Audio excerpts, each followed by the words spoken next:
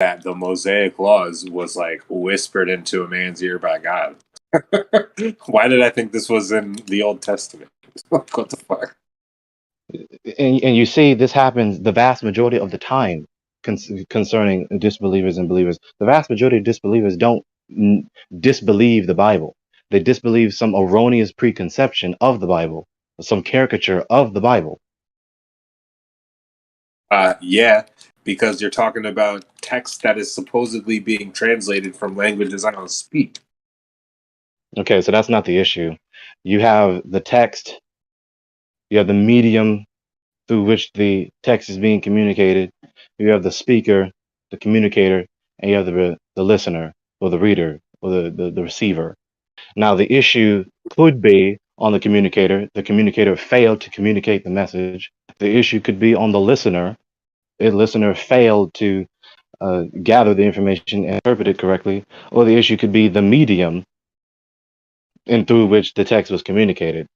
In the case of the Bible, it's not the fault of the communicator, the God, and the authors who are inspired by the God. It's not the issue of the language or the text itself or the device upon which the text was written. The issue is on the listener, the receiver. For instance, when you're in your car and listening to the radio and you have static on your end, and then you call the radio studio and say, stop playing static through the radio. They're going to ask you, well, is your radio on? Is it working right? Are you on the right channel? Et cetera, et cetera. It's not us, the communicators. It's not our device through which we are sending the message that's at fault. It's your device which is receiving the signal that's at fault.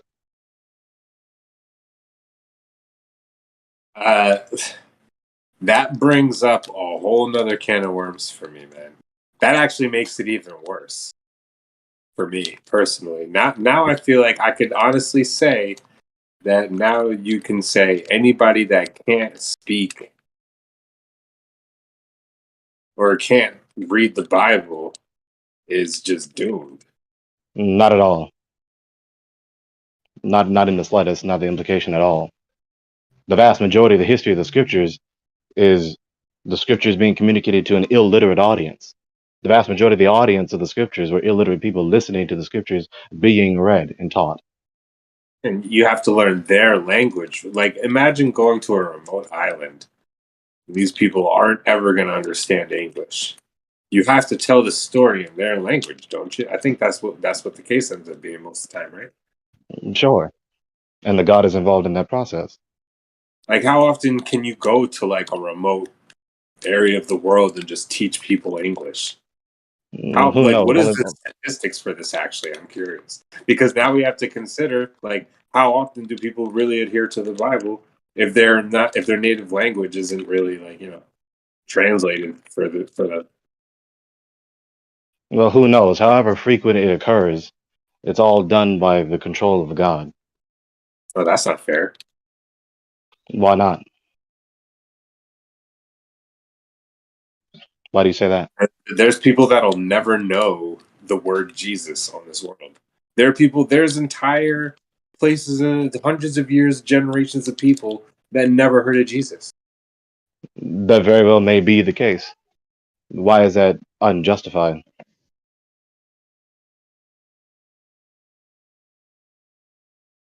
In principle, why is that unjustified? Sure. Let me not say this incorrect. I'm gonna use the word axiom.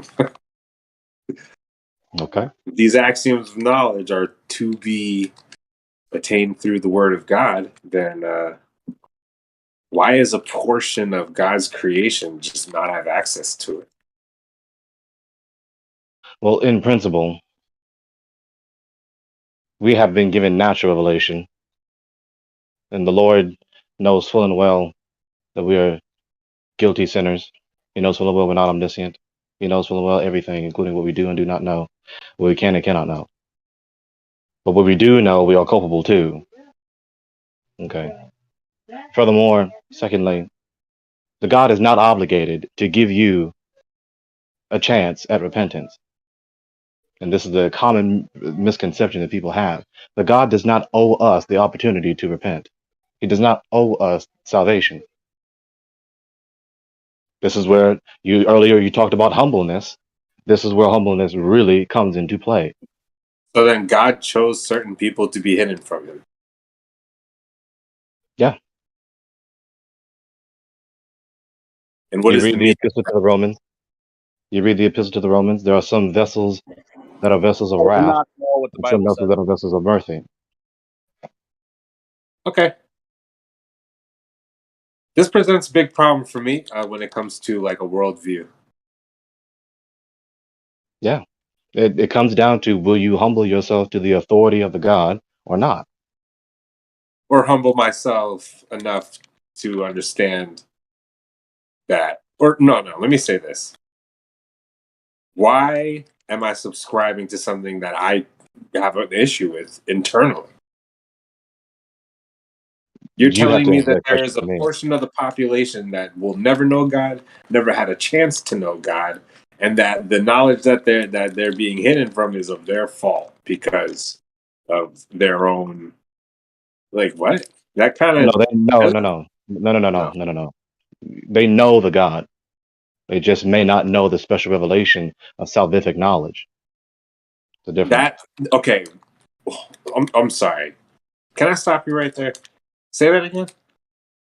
Everyone knows the God. They cannot be without the knowledge of the God. The difference is knowing the special revelation of the salvific knowledge. Would you say salvific? Yeah, salvific.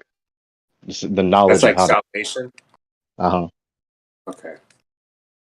So you're talking about axioms that are described in the Bible about salvation, and this is what's like a So you're regular asking me remote about. island, human comprehension on this remote island. They can't come to this idea of salvation on their own. This is what's being implied. No. Well, yes, that you asked two different questions at the same time. Yeah, sorry. Say that again. Say that last sentence again. Somebody on a remote island can't come to the strata of salvation on their own.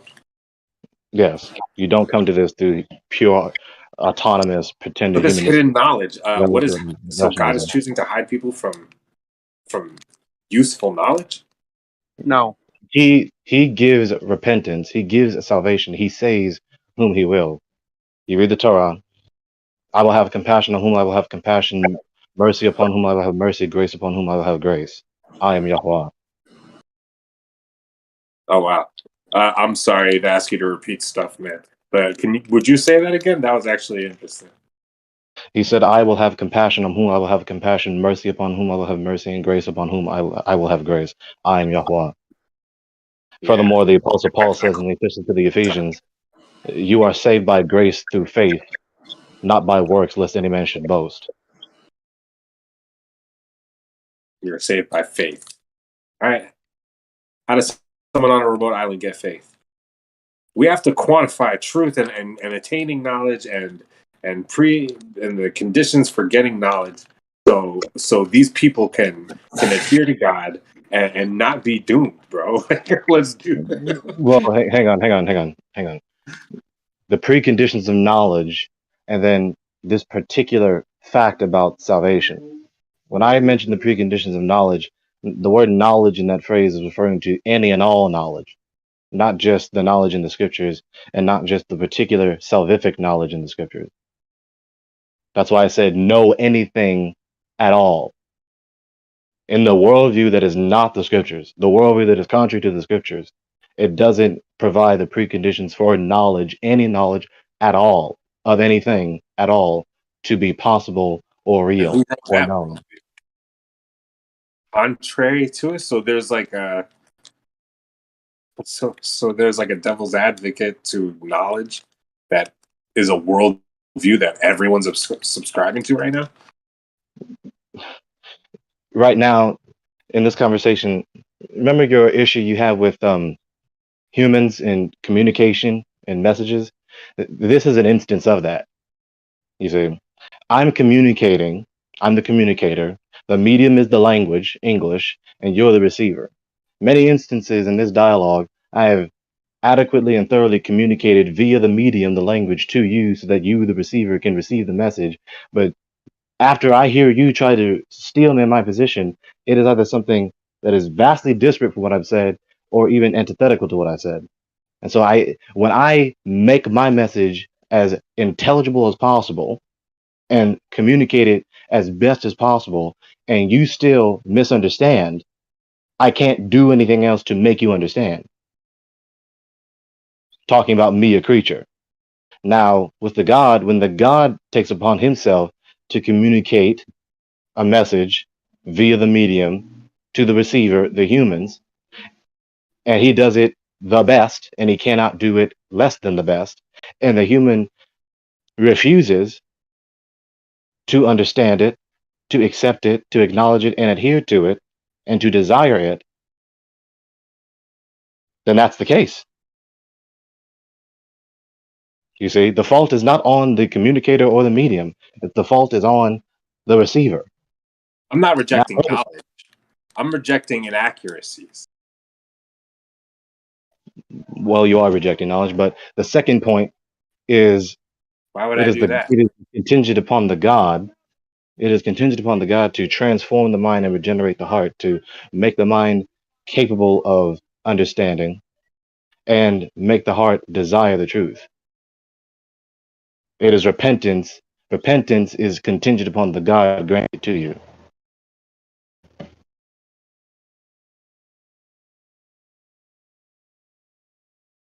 Okay. Is anybody else here right now? There's a number of other persons in here. I don't even know. I haven't looked at my phone.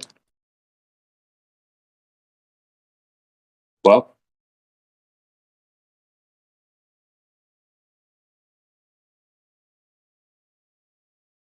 So again, the central point is this. What are the preconditions of knowledge? Whose ultimate authority are you going to submit to? I don't think there's such thing as an ultimate authority. Why do you say that? Because the one that is stated to be accurate and true is full of shit and full of holes. That doesn't necessitate or substantiate or justify the conclusion that I there could is no provide ultimate context authority. to what I just said. Hang on. My responses are, when I speak to people, my responses are directly relevant, and it's the central point of what is being talked about. I don't get Yeah. lost in the weeds and peripheral points. So you just said what you said, and my response to you is this. Just because this particular supposed ultimate authority is false, whether it be true or false, let's say it is false, does not substantiate the conclusion. The argument doesn't follow that because ultimate authority A out of a multiple ultimate authorities, that ultimate authorities are not real. Ultimate Oh, so authorities the can still ultimate be authorities real, changed. even though this supposed ultimate authority is false. So an ultimate authority can be false.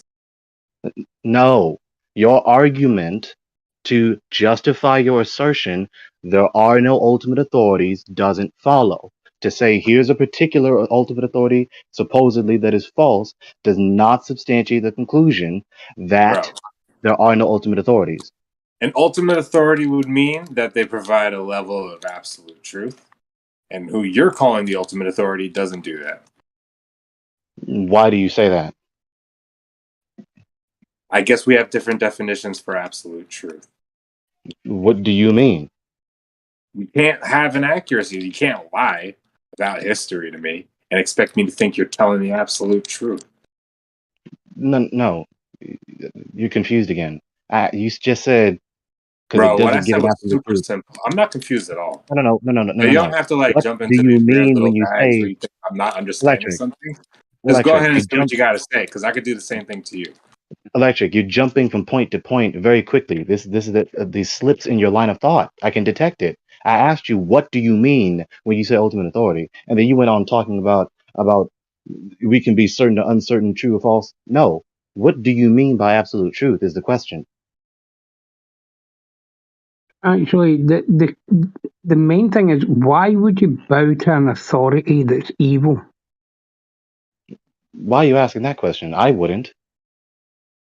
Well, God is evil, is he not? No. Why are you saying that? But how can you say no? This is his perspective. You got to respect it, bro. This is what people that Right. study religion come to these conclusions. Where's all this on their coming from? own He asked me a question. I said no. understanding. Where's all this Right. coming from? He asked me a question. I said no. Hold on. What are you talking about? Right, you asked him Like- about bowing to this authority, right? Which I'm assuming you mean God, Okay. right? Okay. Certainly. Now, if God created everything, right, before anything else, right, and no one has any knowledge of evil, deceit, lies, that must mean that God created evil. He created deceit. He created lies. Yeah. Therefore, God is evil. He is the source of No. all evil. He is the source of all deceitfulness. He is the source of all lies. That's incorrect. How is that Totally incorrect. incorrect? cannot entertain the idea because again, you are not being objective, right? You completely focus on the evil side. I can So I now can God God is didn't good. create all I would acts. say God Just is look good, confident. Hang and on. God Pump is the brakes. the Pump the source of brakes. all goodness. Wait, God is pump the not brakes. responsible for abstracta now. Got it. Hang on. Hang on. Pump the brakes. Pump the brakes. maybe not.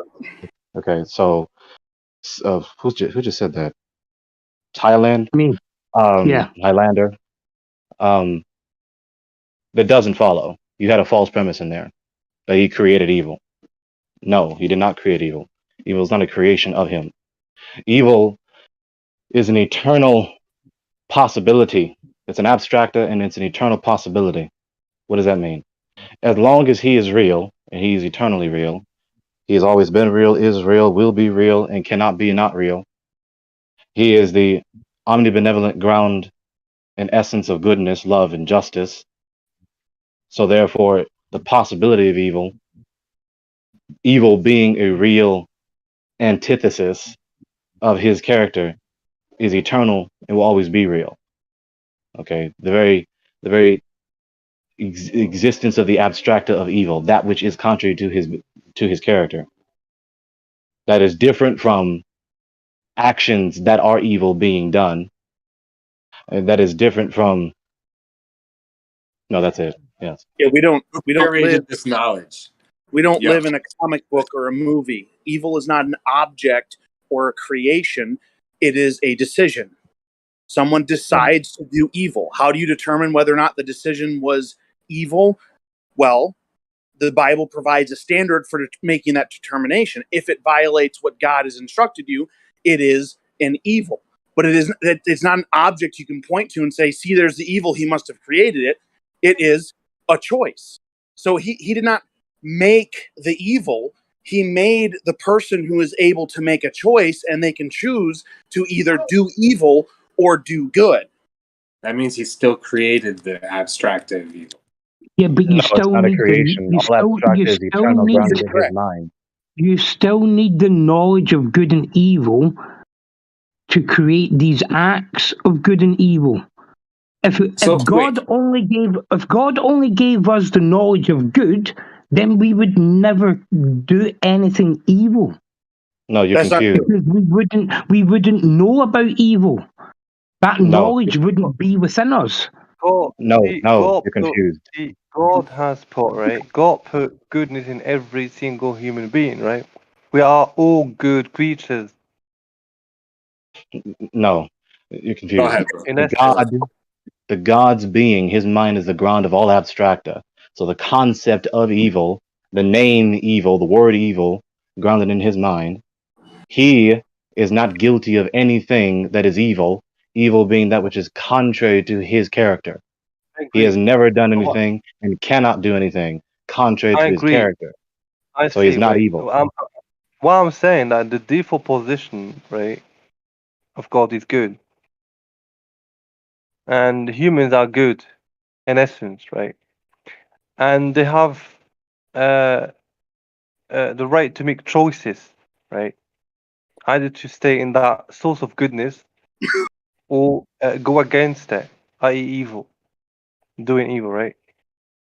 No, you can go against good without actually doing evil acts. That's not possible. That's self-contradictory. No, you can't. If you're doing that which is contrary to good, you're doing evil.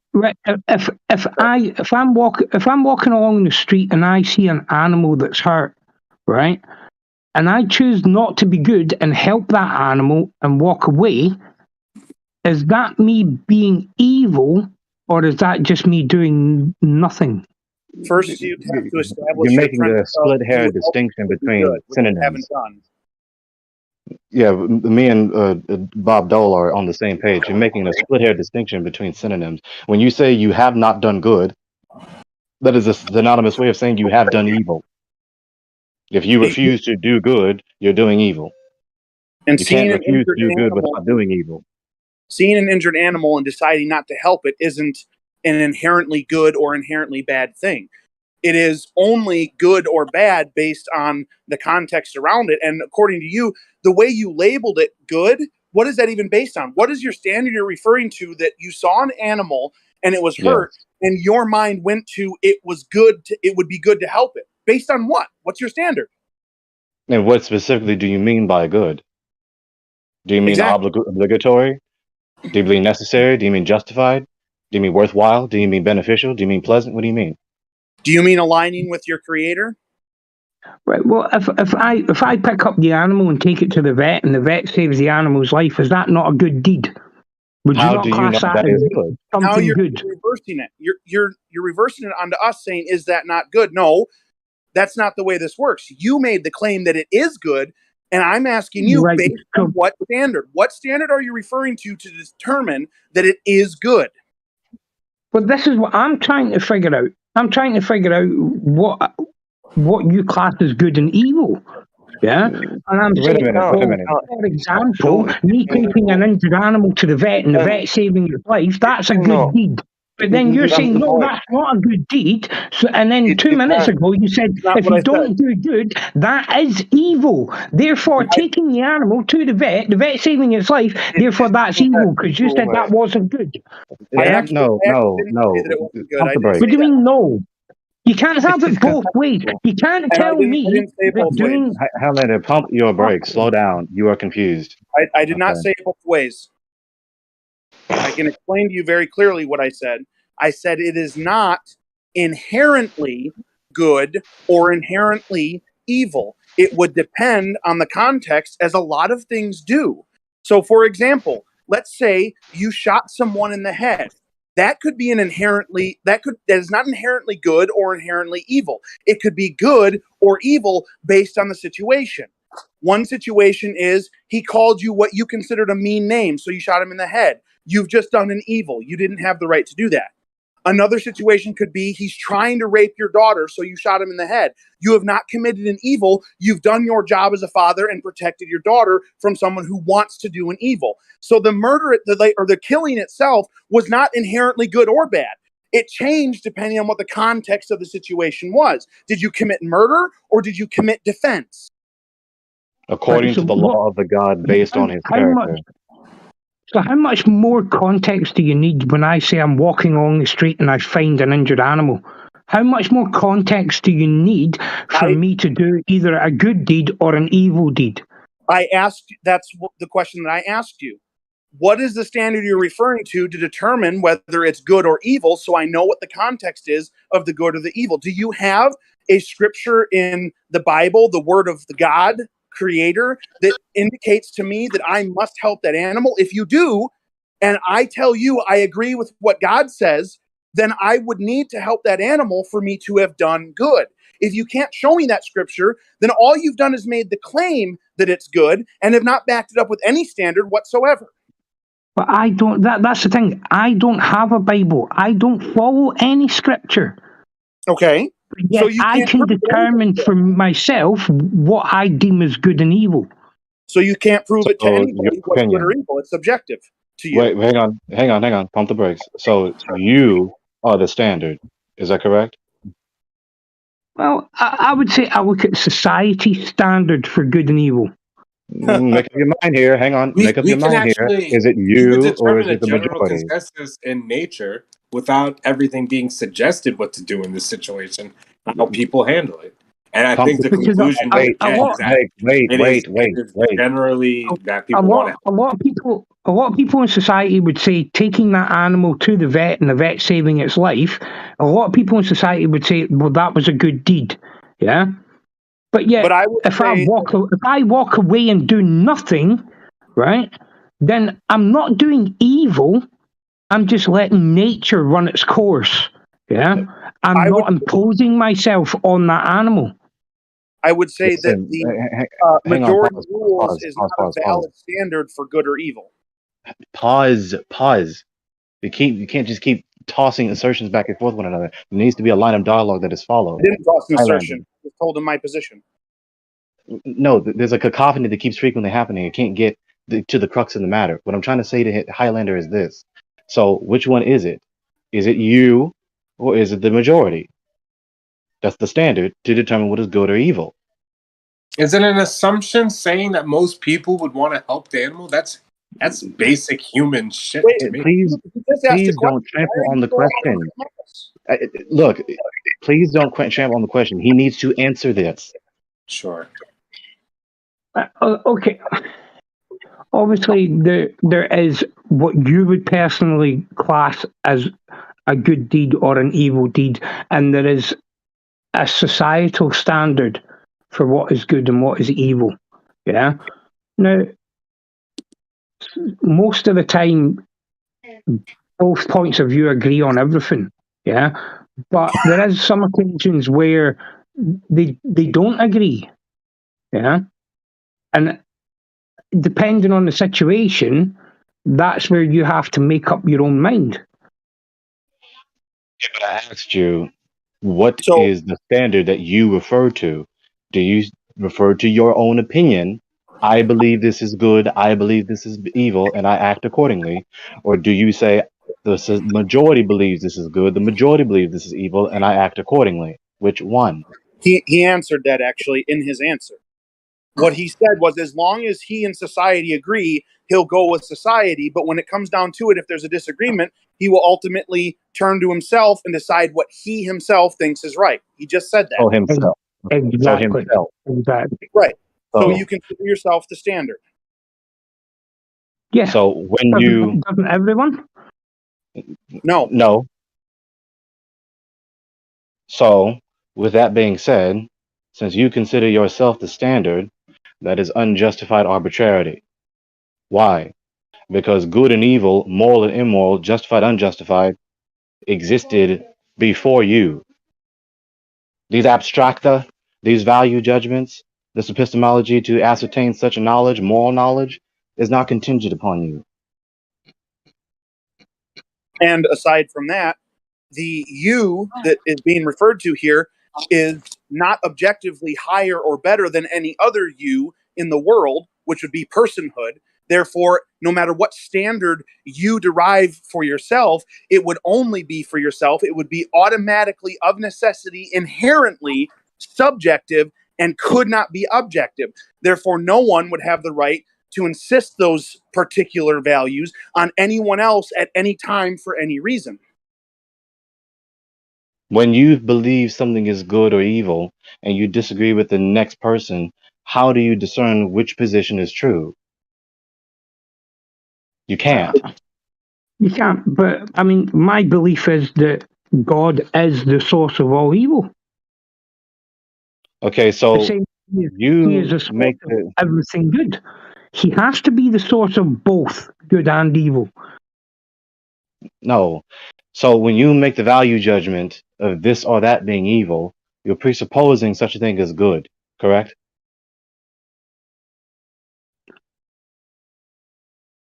You can't have evil without good, and vice versa. And you said evil was around, been around forever. It's always been there. When you presuppose that such a thing is good, you're presupposing that such a thing is a moral law, correct? By which to differentiate between good and evil.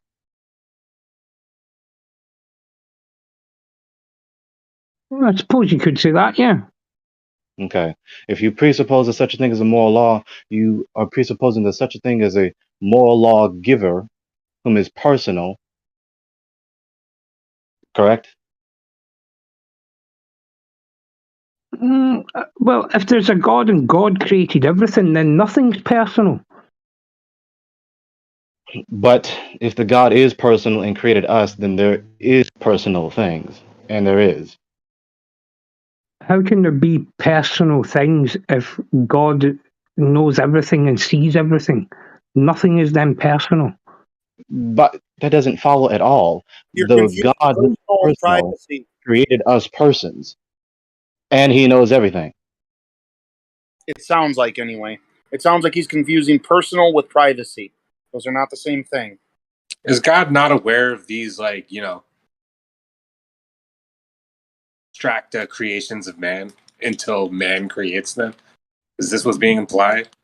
That's not the point, but it is true. So, Highlander, when you presuppose such a thing as a moral law, you presuppose such a thing as a moral lawgiver. The God can be personal and create persons, us humans, including non-human persons, and be omniscient. They're not antithetical. They're not mutually exclusive. So wait. So man is responsible for how much of creation then, in your eyes? If man is creating principles of abstracta that are responsible for, you know, physical reality, how much of reality do you want to attribute to man? What? He's literally saying that God is not responsible for all creation, right? Who? No? Who? You. No, I didn't. Not even in the slightest. Okay.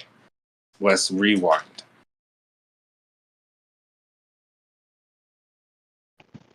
You're saying that man created evil. No? No. Okay. So God created everything. Everything that is created, yes. All right. Just making sure. Because I thought that's what he was saying. I don't know.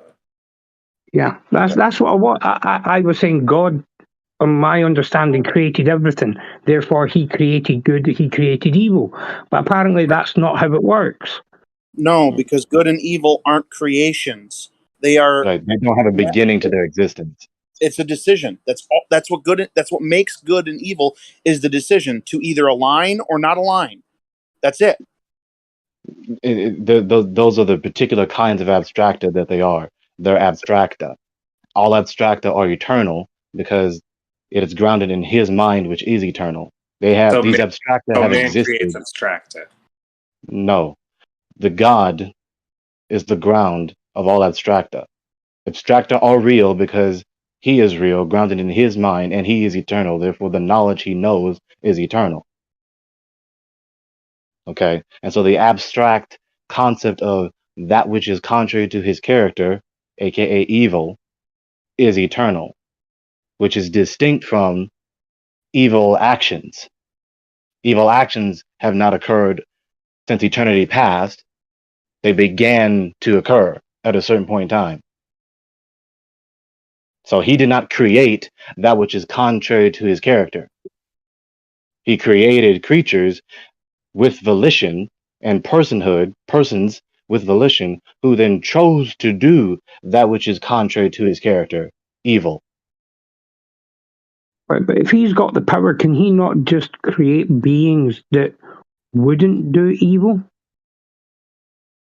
According to his omnipotence, yes. According to the immutability of his supremacy, no. Why do I make that distinction? Red flag in my face. Mm.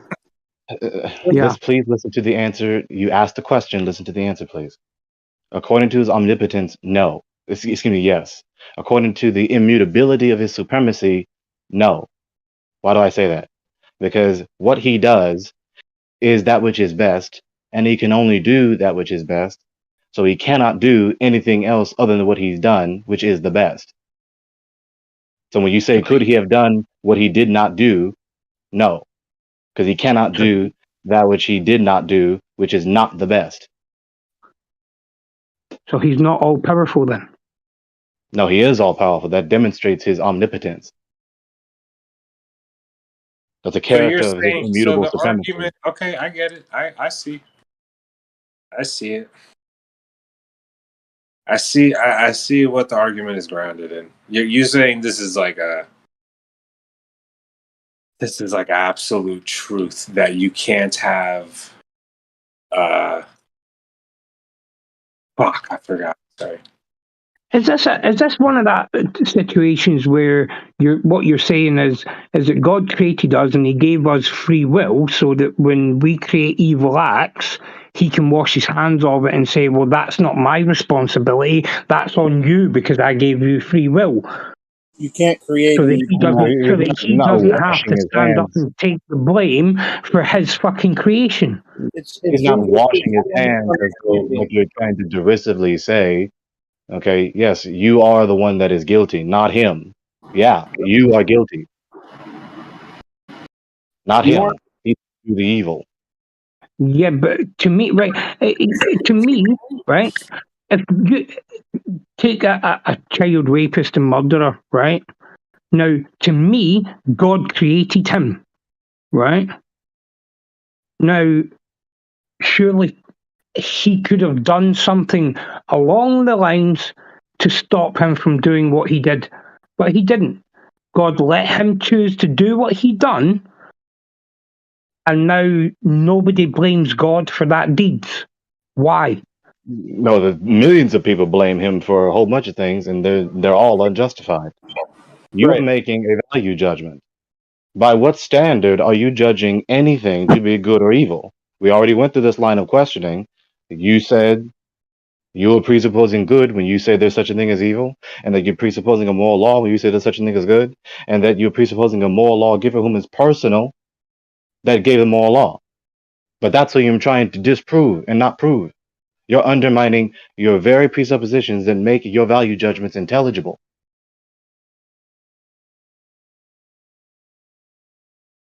So what you're saying is I can't use any human acts to determine what is good and evil. You Only can't use God can anything tell that is, me.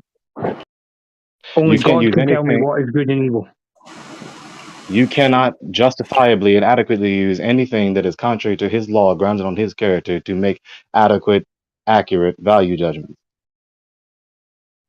But if I'm to live a good life so that I get into heaven, yeah, then how am I going to know what good is if I don't know what evil is? Yeah. And if Why? any evil acts committed by man cannot be used as a basis for determining what is good and evil, then how am I going to know? Where If am I getting you this knowledge from? Very simple. He you tells learn his law, if you learn his law, you will know what is good and what is evil. So who tells me, when does God come and tell me his law? Since the beginning of your existence, making you and writing the scriptures, having the scriptures written and available to you. Right. So now we're talking about God gave me the knowledge of good and evil when he created me, right? Which now I don't remember, right? So he then deliberately didn't give me the power to remember what he told me. And now I'm expected to believe scriptures written by man who forget the word of law once they're born. it seems You like have knowledge of made good up and evil endowed in you. You have knowledge of good and evil endowed in you, and you have been given propositional revelation, which is special, both in word and in writing. You have no excuse.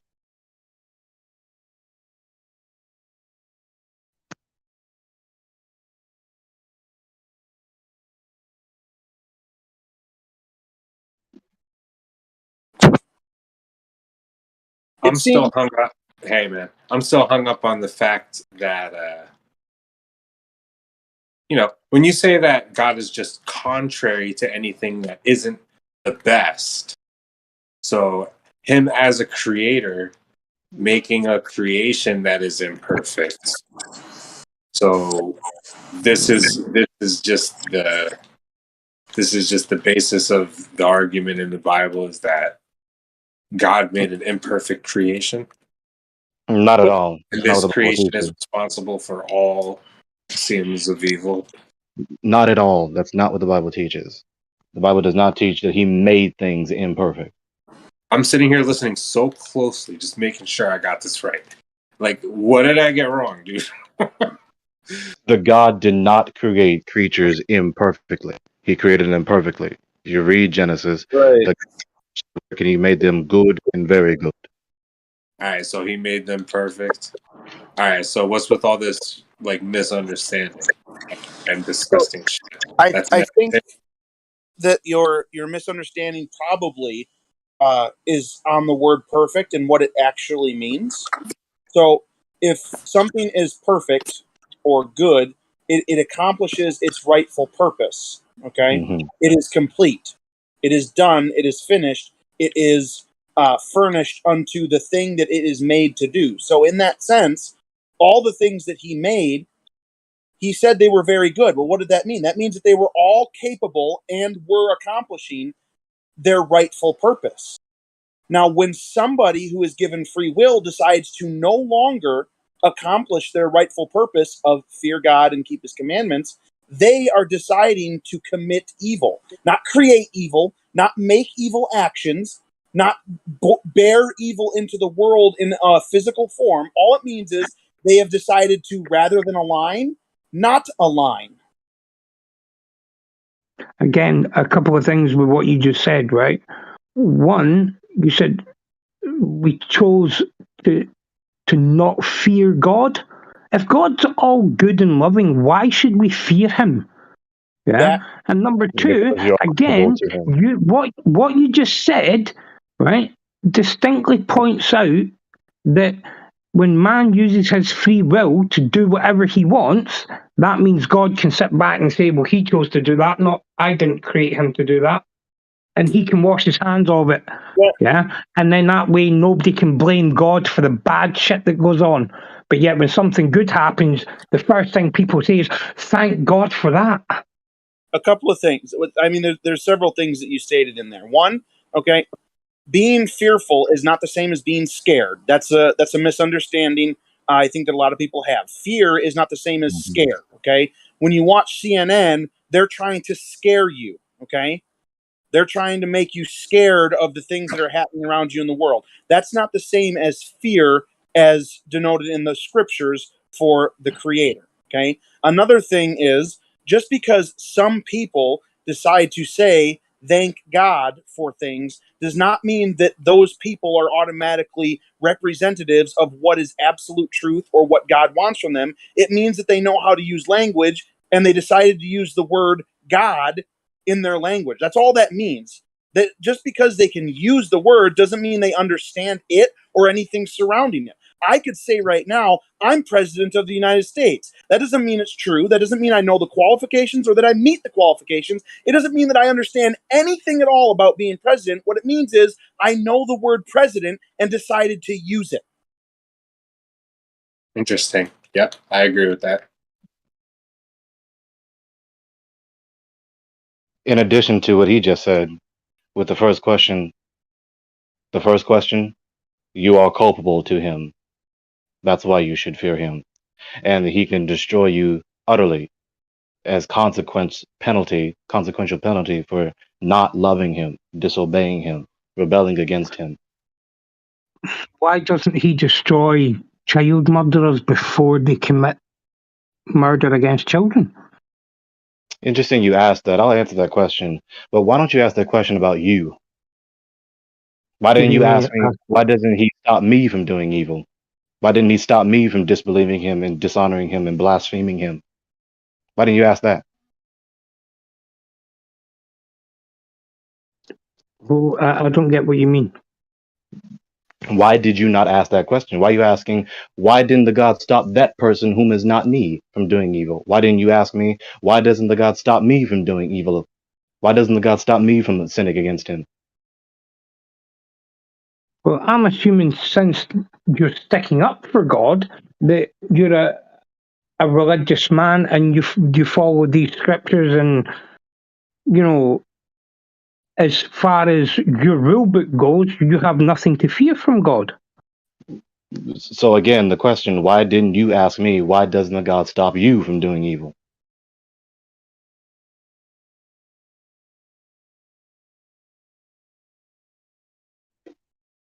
Well, I don't believe in God, so to me, So you're there is asking the no, question. yeah, there is no all-powerful being that decides, you know, what happens and who gets created and things, because there's too much that goes on in this world that if he is all-powerful, he could have put a stop to, yeah, but he doesn't, So yeah. if you don't believe this God is real, why are you asking me questions at all about him? Including the question, why didn't he stop this person and that person? Because Because for me, it's an abstract argument to disprove him, man. That's why. But let him answer my question. it's a conversation. So I think you understand the thrust of the question, but you're refusing to answer it because you know that whatever answer you give, it will be disreputable against you. Because you keep asking, why doesn't the God stop this person and that person, never asking, why doesn't the God stop you from doing evil? Because that would be a concession that you are doing evil and guilty and worthy of punishment, and that you're culpable to him, and that he really is the God. What? Yeah, I mean, according to you, then any acts that I do are not actually good or evil. That's not the implication of what I just said to you at all. How do you do that? I don't get it. Because No, I'm we gonna were ask over you this something. Let me ask you conversation about something, good man. and Hold on, evil, hold on. but Let me I ask you can't something. determine what good and evil is through human acts. How do I sit here listening to everything you say? I try to summarize it in my own words back to you, and you immediately go, no, and have to keep explaining. How am I misinterpreting everything? Like when I try to summarize it for you, I'm not arguing your points. I'm pretty much just reflecting on what I'm getting from what you're saying at this point. You Well, understand that? the attempt at your summary was incorrect, so then I correct it.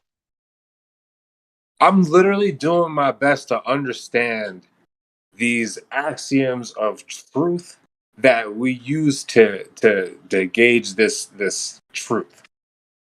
You know what Okay. I'm I mean, trying to say? Okay. if you want to say I do evil acts, then I do evil acts because I don't believe in God, right? But then again, I have nothing to fear because I don't believe in Him. Okay, so we're missing the point. Please listen. You asked me the question, why doesn't the God stop this person, whom is not you, from doing the Yeah, evil? yeah. For a number of different reasons. Case by case, it varies. Only the God knows any particular reason to any specific individual. In general, the God doesn't do that because he's consistent with his character. He has given us volition and made us culpable to him. Okay? He has given us volition and we are culpable to him. He obligates us to use our volition to obey him.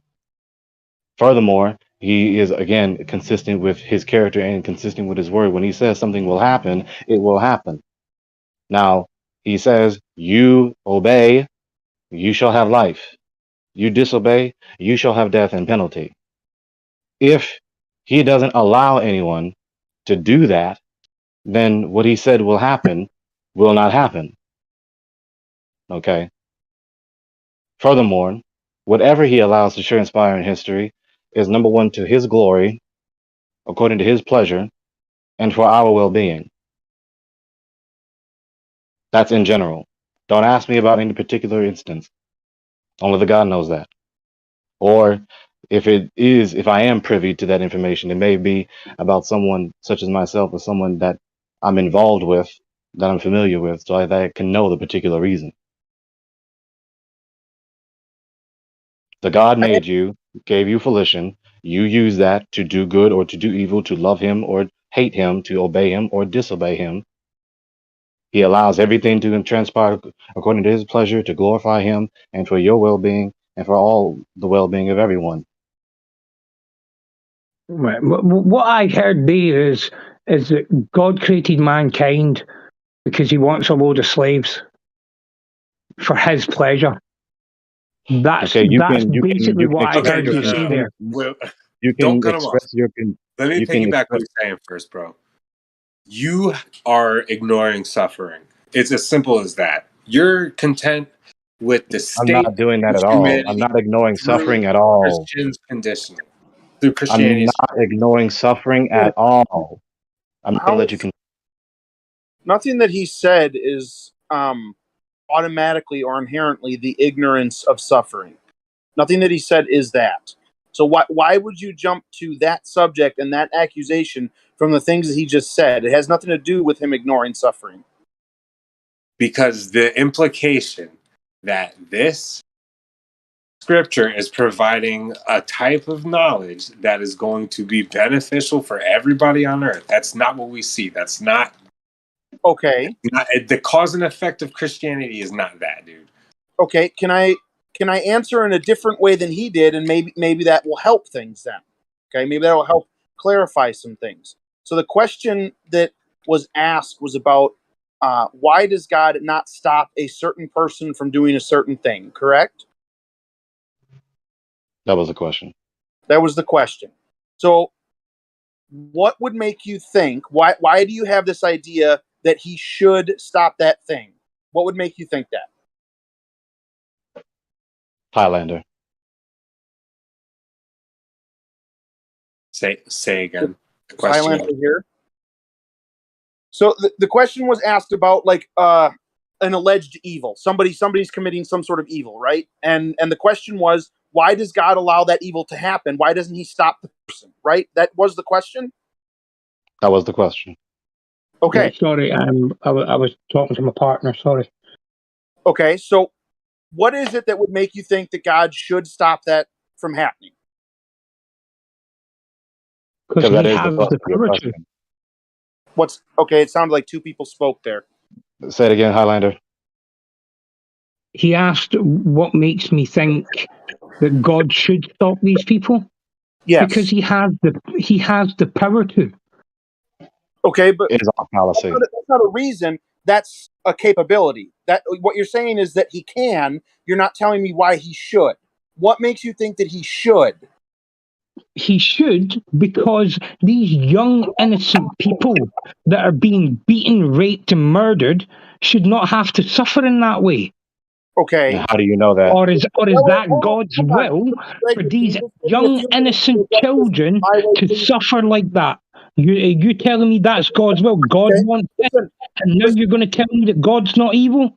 You're moving on really over some things instead of just going along with me. What I was trying to do, as I stated, was maybe I can help clarify some things by answering a different way. And now you seem to be just going off on accusations. Can we please get back to what I was saying? And I would appreciate, Gregory, if you just hold on for a few minutes so I can attempt to answer my way. Okay?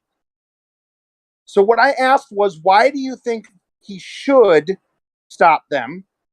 And your answer seemed to be that because they were suffering these different things, right?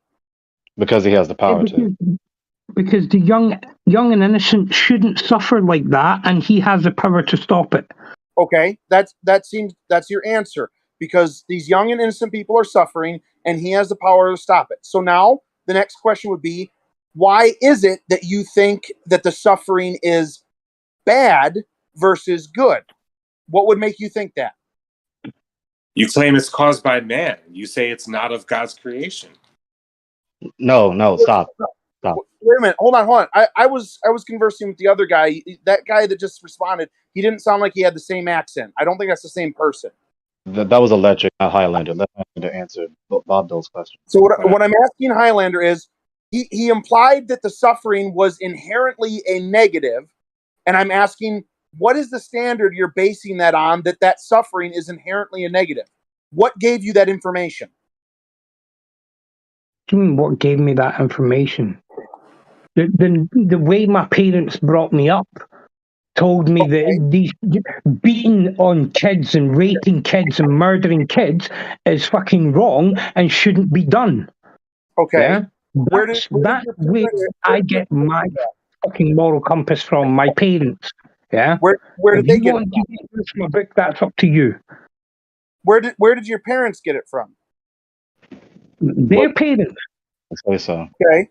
And I could continue asking that question all the way back, right? Like just, generation after generation after generation. Yeah. At some point, your answer has to be one of two things. It either has to be it came from a human being, or at some point, way back somewhere, it came from something outside of humans, right?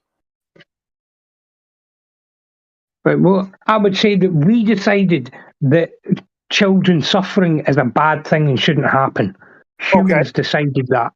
Okay. Yeah. Well, here's the problem with that. That's I expected an answer similar to that or of that nature. Okay. Here's the problem. A bunch of humans deciding that a thing is bad or good is still subjective. Each human decided and agreed that it was bad. That's not an objective standard, that's a subjective standard, which means now what you've opened the door for is anybody who comes to you and says, our group says that suffering is good, you have nothing to argue against them. All you have is our group says that it's bad, your group says that it's good. What we're offering is, hey, there's a standard outside of that says this or that. You saying that those people suffering, what it actually comes down to is somewhere somebody was told that suffering was bad, and it was by something outside of humans. The only way any human ever came to the conclusion that the suffering of another human was bad or mattered to them was because their creator told them that. You can't show that the source was anywhere else. It can't be anywhere else because that would make it subjective instead of objective. Yeah, but the only evidence you have to show me that some creator told some person that this is how things should be is in a book written 500 years after the guy fucking died. And it's like, And that is no, adequate. I'm not accepting that.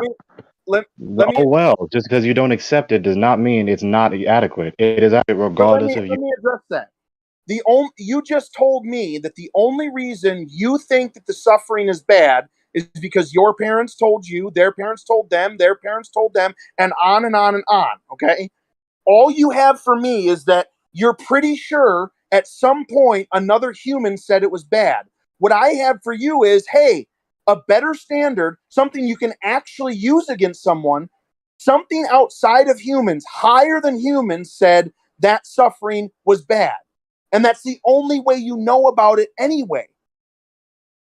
Right? In other words, that being that said that this is bad, right? This being that said that this is bad, right? According to you in your book, he is all powerful and has the ability to prevent this and stop this from happening, but chooses not to. Okay. Highlander, let me add Why this. does he choose not to? Why does he choose to let the suffering go on? Can you hear me? Yeah. In addition to what Bob Dole is saying, to really drive home the point, contrary to your answer to the question, which is either an infinite regress fallacy, which to the question, or it's someone who is taking unjustified arbitrarity concerning moral law. Okay, where no abstracta is grounded on them. The nature of their being is not the ground of good or any abstracta. But what we're offering, not really us, but the God himself, is saying that there is a transcendent, eternal, omnibenevolent person whom is the essence of good, love, and justice, and immutably so, and consistently so, that has given us instructions for our well-being, to his glory and for our benefit, according to his loving kindness, that we are culpable to. And if we disobey them, we will be justly punished. People that commit these suffering acts, you're telling me will be punished, right? But is prevention not better than a cure? How are Is you God making any value preventing judgments these at all? suffering acts not better than punishing the people that commit the Highlander, suffering act?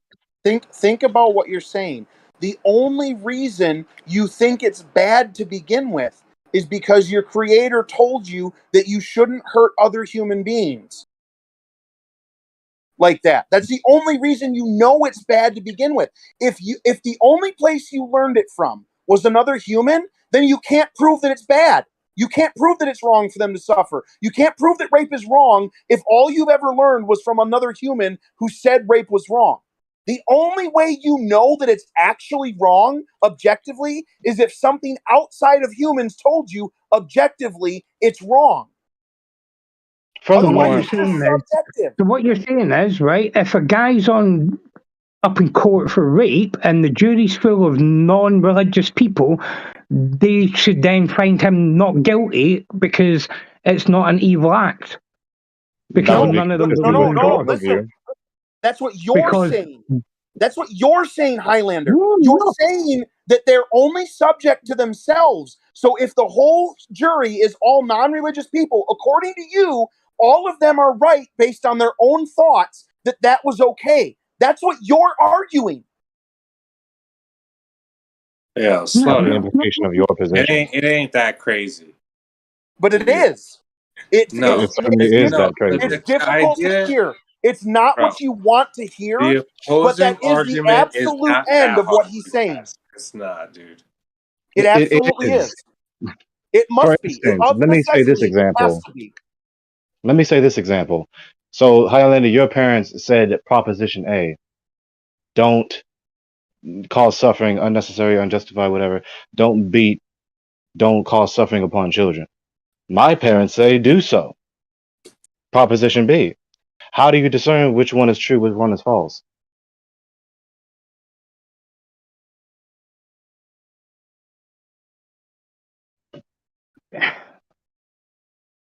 Your own moral compass should tell you that. Doesn't the Bible say you can have a slave? Oh, wait a Man, minute. can you Hold please on. stop Hold doing on. that? Wait. Please To stop address doing what that. Highlander just said, he just said your own moral compass should tell you that. So, Highlander, what if somebody comes up to you and says their moral compass says rape is okay and it doesn't matter if it hurts anyone, it's fine. Is their moral compass okay with you? That's why we put them in jail. The people that think Based that on this what? is because their moral compass is fucked up. Based on what standard? Are you telling me that we shouldn't put fucking pedophiles in jail because their moral compass is different to mine? Can you You're saying please that we stop running your mouth like a that's your boulder down a argument. mountain? Can you hang on? Pause. You're saying that their moral compass isn't messed up because it's only subject to them. That's your argument. That's what I'm telling you. That's what I'm trying to show you, Highlander. Is you're saying, it should be internal, our moral compass. It should be subject to us. It should be subject to our parents. What if somebody else comes along, their parents told them rape was okay, and their moral compass says rape is okay? What standard do you look to tell them, no, it's still not okay? Please stop trampling on one another's questions. Please let me handle my line of questioning. So, Highlander, it's consistent with what Bob Dole just asked you, but listen to me again. So, your answer to me is your moral compass should say so. So, in other words, you determine which one is true, which one is false. You determine. So, Proposition A, Proposition B, your parents say don't beat children, my parents say do. And then you say, I should be the one that determines which one is true, which one is false. What if someone comes along and contradicts me? What if Bob Dole comes along and contradicts me and says, you should rape the child? And I say I shouldn't. How do you discern which one is true and which one is false? Well, I follow what I believe is true, right? And then if the society that I live in determine that, no, that's not a good act, then they will lock me up and punish me for that. Okay, so your answer begged the question. You say you tell by your opinion, you tell by your moral compass, your opinion. And I ask you, when someone else contradicts you, listen, when someone else contradicts you, How do you discern? Your answer to that question was my moral compass. So not only have you begged the question, you've in essence subscribed to you being the ultimate authority of moral knowledge. No, because society also has a moral compass, and everyone knows this. Yeah. So when you go to make your decision, I mean, if you ask a paedophile about raping kids, right? He will tell you he's done nothing wrong. Yeah. But society says he has done wrong. Wait a minute. But society is people. He's a people. So he's society. Yeah. So society. Hang on. Let me handle this, because you and I, Bob Dole, we on the same page. Highlander, you subscribe to Proposition A. I'm the rapist. I wasn't wrong. Society says Proposition B. You are hella wrong, Highlander. You should be burned with fire. How do you discern between who is telling the truth and who is telling the falsehood? That's not the problem. It is the problem. Please don't trample on the question. No. Let me answer before you even know what I'm saying. I'm not asking you the question. Let him answer the question, and it's not. That is the question. Don't trample on it. Y'all have been talking straight for like 20 minutes. You're not gonna let nobody else talk. Relax, bro. I wasn't talking to you. Don't trample on the question. Let Highlander answer my question I asked to him. Yeah, your questions can definitely get trampled, bro. That's right. I think that this is all just smoke screen, because I was the one that said that God is the root of all evil, yeah, and that he gave us free will. That way, he can sit back and say, "Well, he did that on his own, and I don't have to take responsibility for it, even although he created that person." Yeah. So, red herring fallacy in answer to my question. I didn't ask you anything about that just now. You just dodged the question entirely with a red herring answer.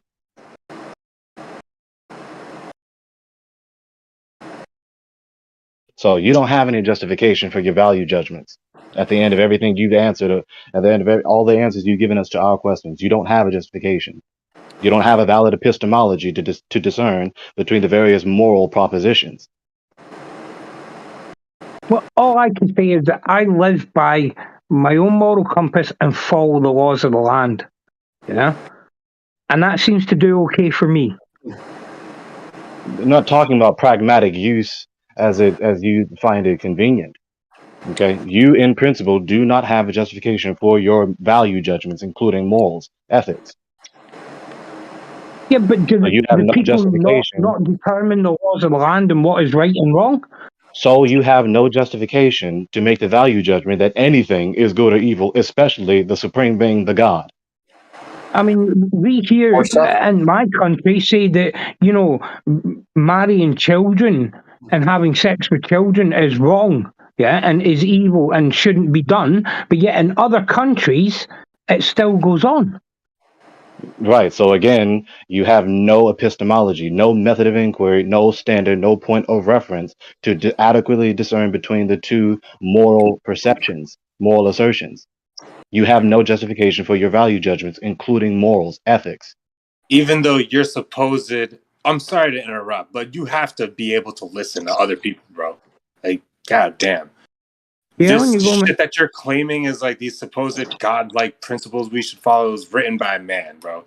Like, you're trying to show a difference between. Therefore, it's false does not follow.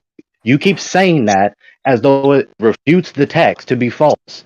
It was, and therefore it's false doesn't follow, because it can be true. Not my fault. It's written by man. It is written by man, and it is true. It being written by man does not necessarily indicate that it is false. It doesn't necessarily necessitate the conclusion. It doesn't indicate that he can't do it for himself either. Your argument doesn't follow.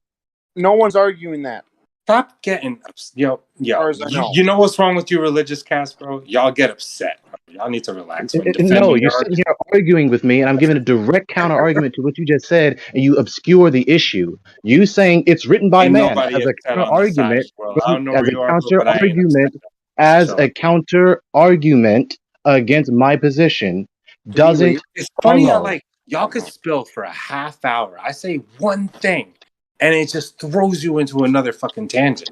Electric. Your argument fails. I'm You not. keep I'm not whistling off on past another the tangent. argument I can address as you exactly what all you said. want. It doesn't succeed. Do It you ever doesn't stop support and the actually premise. think about what's being said, or do you automatically have just a textbook answer? Can I respond? I say you keep whistling past the argument. I've given the argument. And You keep actually try to dodging it. like see the perspective that isn't yours. Show a little more respect.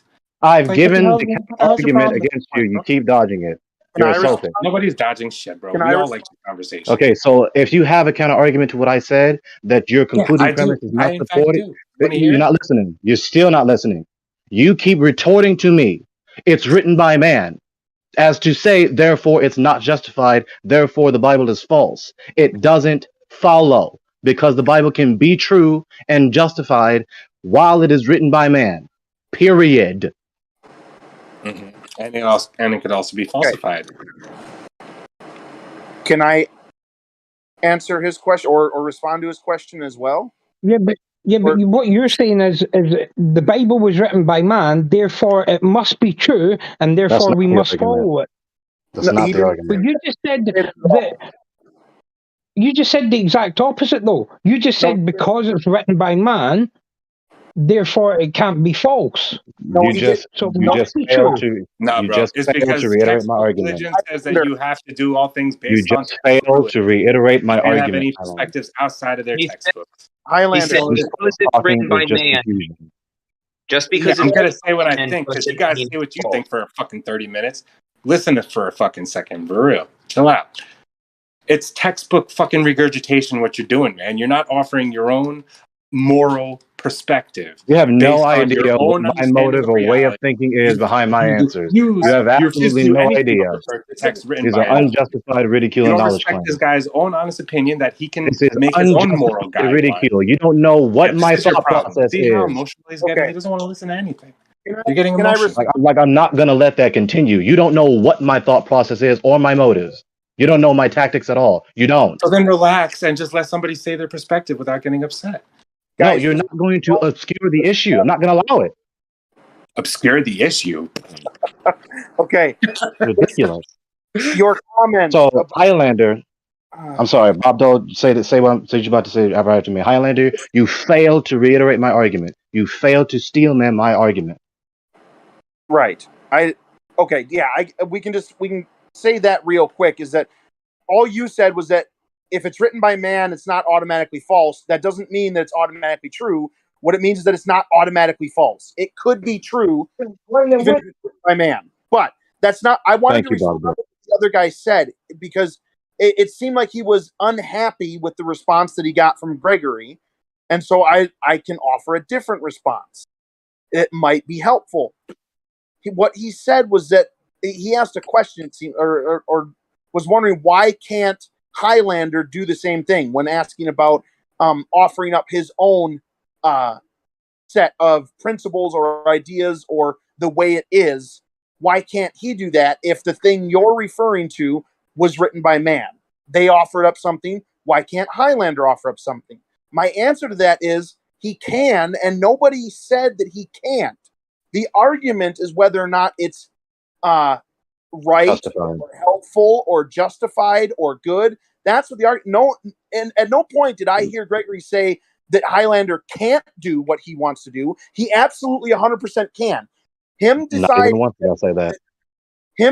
that good and evil is based on himself is absolutely a thing that he can continue to do for the rest of his life, and nobody has the right to stop him from that specifically. Or tell him if it's objectively good or not.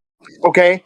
That nobody gets to tell other him people have the right to Nobody do gets that. to decide if it's objectively good or not. That he makes his own Vic. morals that fall in line with positivity. Like, what's wrong with that? No. Other people do have the right to tell him that what he said it or written down is objectively wrong. Why? Yes, they do. What makes you more authoritative of this man's life? No, wait, hold on. Other people have the right to say whatever they want to him because we have the right to say whatever we want. He can disagree with it. He doesn't have to agree with it. But there's This man is the most authoritative figure in his life, no matter how many axioms you present to him. He will always be the main creator of his realm. Sure. You don't have control of the realm, no matter what you think about what he thinks. Really. But saying that other people don't have the right to tell him different is just absolutely untrue. Other people self-contradictory. discipline. He can disagree. He's free to disagree. Nobody has the right to force him to agree. They can't, even if they try. No matter how much they torture him, they can't actually force him to agree. The best they could do is force him to say he agrees and lie about it. No one can force you to think a certain way. It's not possible. But people absolutely have the right to tell him that he's wrong, and he can just say, well, I think you're wrong, and then you can leave it at that. There's nothing in nature that would say someone doesn't have the right to speak words to him that he doesn't like. You can't justify that claim. But nobody here, as far as I've heard, ever said that he's not able to look to himself for justification or to determine what's right and wrong. He is able to do that. What we're saying is we don't see that as a viable standard for humanity as a whole to accomplish good and be efficient and righteous. We see that as problematic. And where's the evidence of adherence to Christianity creating peace and prosperity for you? You see, you keep confusing the issue. You keep confusing categories. You do not understand what is being talked about right now. You don't understand. That don't make sense. You don't understand what is being talked about right now. We're not talking about the consequences you get books, of chants, practicing and songs, and it's nothing. You see, you just hate God and you hate Christianity. You just cannot listen to the argument. It takes me 15 seconds to make my point. Go ahead, drivel for 20 minutes. It's ridiculous. You don't even understand the point being discussed right now. We're not talking about the consequences of the worldview being believed and performed. I just explained why the point that you made was actually incorrect or not following the conversation, because you implied that somebody claimed that Highlander is not allowed to do a thing, and nobody actually implied that. No one said that. He did in the beginning right now. I don't know if you were here for it before. Okay, that's possible. It's possible that I wasn't here for it and I didn't hear it. As far as I heard in the conversation, I heard no one make that claim myself. All right. Well, that's why I said what I said, sir. Okay. Well, that didn't happen. No one in here said Highlander or anyone else can't take upon themselves to just make their conjecture and speculation. It's a moot point and a waste of time. Oh, yeah, it's a waste of time. My understanding was that the conversation wasn't about whether or not he's allowed to do it universally, but rather, is it as useful? So then stop preaching your fucking book and let him do it. Stop bringing up a fucking old ass book. If he's allowed to do this, why are you preaching a book? My understanding of the conversation is that it was going on before he arrived, and he decided to join and ask questions and make claims in the conversation. That would imply to me that he free will joined the conversation and wanted to have the discussion back and forth. I did not get any impression that somebody forced him to be here or engage with us. Yep, so I'll let you know what happened. Implied that knowledge is only attained through the word of God that was given to a man at some point. This man doesn't want to do that. You're okay with it. So therefore, the word of God doesn't need to be from this fucking man. End of story. That doesn't follow. You don't know what you're talking about. Sure I don't, bro. Agree it yourself. You would love but to you think just admit that you're smoking right now. You keep opening your mouth in this form, and every time you bring more confusion. Then people have to untangle your confusion. I think I understand it just fine. So what is the point that we're talking about right now, Electrics? If you keep talking, what are we talking about? We talked about a lot of things today, bro. What is the latest point we are at in this conversation? I don't know. Feeling pretty good. A lot of things got covered. You don't know because you're not paying attention. You're just hell-bent on contradicting, trying to justify your rebellion, not actually paying attention sorry you to feel the point that way. that's actually being discussed. I'm sorry you feel that way, sir. If you were really trying to reason with the other persons in the forum about the point of discussion, you would be able to acknowledge what it is. But you can't. I reasoned plenty of things today, and whether or not you chose to catch any of those reasonings is up to you. Okay. I'm content with what I learned. I feel good. The present state of the conversation right now. Man. You seem the pretty present stressed. State of the conversation right now is that we're talking about which position is justified or unjustified. Now, if you don't wish to reason about the issue, please stop talking. Yeah, I reasoned plenty of things here today, man. It's up to you if you want to truly, gain a perspective that you don't have yet. Okay, so again, when you choose to make yourself the ultimate standard, the ultimate reference point to decide which is good and which is evil, it's unjustified arbitrarily, and you have no means to evaluate your assertion. Based on your man telling you this. Why do I need to listen to this man trying to tell me this? Hello.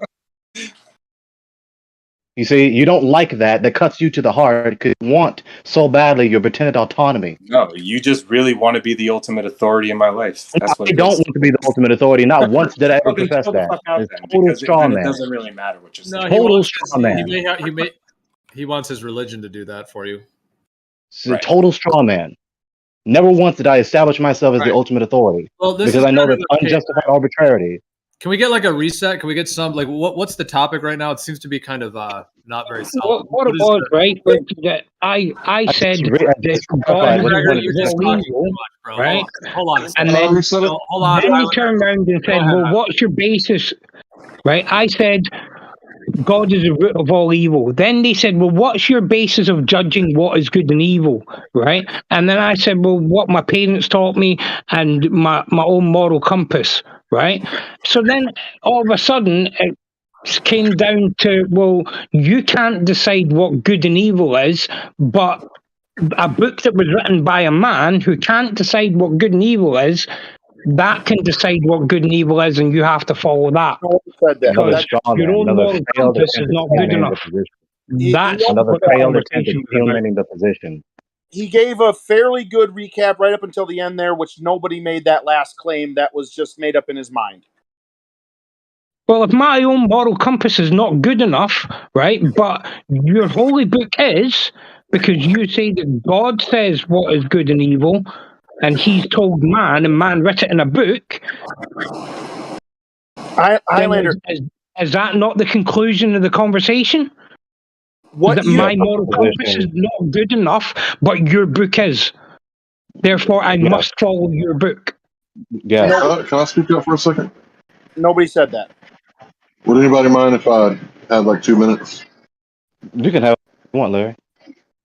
Thank you so much. I'll be quick and concise, okay? I know everybody's going to want to talk when I'm done. So basically, you have the right to association. You can choose to associate with the state if you want to follow their rules, or you can follow the Most High's rules, right? So in order, we have God's law, then we have the supreme law of the land, which is the Constitution that protects our rights, and then we have man's law, right? So basically, you can choose whichever law you want to follow, right? You could choose your master. Your master could be God. Your master could be man. Your master could be yourself. Whatever you want. But just know that human rights are not as good as God-given rights. And basically, when you're under God's law, as long as you do no harm or injury or loss to man, woman, or child, then you've done nothing wrong, right? Now, that's not a legal term. Right and wrong is not a legal term. So then you get to, well, what's the law? The supreme law of the land is that the government's not allowed to violate our rights. Why? Because that would be wrong. And then it gets down to the codified legal code, right? And what is that? Well, apparently if you harvest a certain herb and go across certain borders, like this is illegal and they can turn you into a slave. So yeah, you can follow whatever law you want to, right? It doesn't matter to me. If you want to follow Christ's law, he said, agree with your adversary quickly on the way to court, lest the judge turn you over to the bailiff. And the bailiff turns you over, and you won't get out till you pay every last cent. Now, what is debt? Well, in German, it means guilty. Guilty and debt, same thing, right? So if you want to go by theirs, that's fine. You could be, in the legal society and claim to be a United States citizen all you want to. Like I said, you have the right of association. Or you can do the administrative party process, where Christ says, get 2 or 3 witnesses to establish the truth, right? So you get basically, what are the people that stamp the notary? You get a notary, and then you get the post office, right? To go and you write a new contract, you send it to the DA, get him to do something that he's not going to do, right? Like make an affidavit of truth that he saw you commit these illegal acts, right? And then when he doesn't do it, you send him another letter after 10 business days, and you send him another letter. And then when you go to court, silence is acquiescence, Your Honor. We didn't agree on the first contract where I was invited to come here and go to court. This is actually the new contract, and because he didn't answer my letters, I tried to settle this on the private side, but he wanted to settle it on the public side. So if you use arbitration, maybe you won't have to spend, $100,000 for your divorce, right? Because you don't need lawyers to arbitrate for you. Or maybe if you try to settle the matter like a man like yourself, right, and you get a new contract between you and the DA rather than the bullshit that he presented to begin with, well, I guess our people perish for lack of knowledge. I'm done. All right. Thanks for that, man. I understood what you were getting at, actually. But the point isn't what are we able or not able to do. The point is which worldview actually makes human experience intelligible, including having an adequate epistemology for knowing what is moral or immoral. Yeah, we weren't debating what people were capable of or what they were allowed to do, as far as we weren't going to allow someone or anything like that. It was, as someone pointed out earlier, more of an abstract conversation on how do we determine which one is a better system or a good system, or what determines good versus evil. We were having more of an abstract conversation about that, not about specifics and who is allowed to do what. All that fucking twos. The difference between good and evil. How about, does adherence to Christianity actually create world peace? Yes. That's a question you can ask for sure. Yes. You're saying yes. When you What obey the the God's law, yes. Where is world peace? Where is it, bro?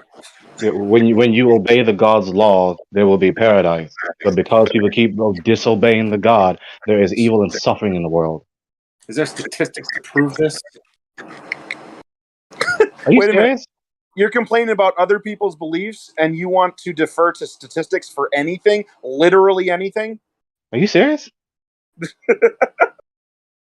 I mean, you're using Christianity hold on, after every conversation, did you just That's say? what I meant before when you said you ignore suffering. After every conversation, did you just say, right, that there is suffering in the world because people refuse to believe in God? After me saying that God allows this to happen, therefore he's evil. Yeah, Highlander, listen to me carefully. Highlander, listen to me very carefully. Evil is occurring because creatures made by the God, like you, keep rebelling against him. Right, so now it's my fault that children are being beaten and raped because I don't believe in God. But yet he's the one that's all powerful and almighty, and he's the one that can fucking stop this. And you're telling me it's because I don't believe in him that these children are suffering. I'm sorry, So but you're that makes driving my your God, argument. that makes hold on. That makes your God even more evil than I fucking thought he was. Did he even hold on? Did he say that though? Argument into a wall, and that's not Even a little bit. Not even a I don't little. think he said that. Yes, he did. Yes, he did. No, he didn't. Now we have plenty of people who hold on. He said that the suffering that goes on in the world is because people like me don't believe in God anymore. Yes, people like you, not you. Key difference, including you. You, not including me. Fucking hell. Like if So everybody you're saying there's not a single should person that adheres to the word of God that caused suffering? That everybody is non-sinning right now? Like everybody sins, bro. What are you talking Once about? again, this is a cacophony. My point is very simple. I'm not going to try to untangle this cacophony. No, the point is very simple. He's got a word for everything. Misrepresenting what he says. He says words, and then you guys seem to, for whatever reason, take them in and then rearrange them, adjust them to make some other statement that he didn't make at all. And I'm not sure. It seems like it's on purpose, but I'm not gonna say that it absolutely is. Maybe you really are misunderstanding, but he's not saying the things that you're saying, and it's clear to me that he's not. So I'm gonna say it again. You can regurgitate your textbook. I want the true you, the one that thinks you understand absolute truth, not what they More call than unjustified ridicule and contempt. You keep going on with this rhetoric. I mean, like, is that really going to be tolerated? He just keeps saying to me, going on with my textbook, so as to discredit what I'm saying. That's not what's even happening. It just sounds so fucking. I'm just tired. Oh well. You're not seeing this point? Are you serious? Like, good grief, because I sound articulate, because you think that I'm so articulate that I sound like I'm reading a textbook. Oh well. Even if I am, my argument, that doesn't refute my argument. This is what you call reasoning? Arguing against like the specific type of source isn't actually arguing against the logic of the argument or anything like that. That's like somebody getting on here and someone makes an argument about reality, and then you say, well, you heard that on YouTube. Well, it doesn't really matter where they heard it. If it's true, it's true, and if it's false, it's false. Address the actual argument, not what you think the source of the argument is. Yeah, that's called the genetic fallacy. Thank you. Said that like the umpteenth time now. These blatant fallacies constantly being spewed out by these people, and it's not being checked.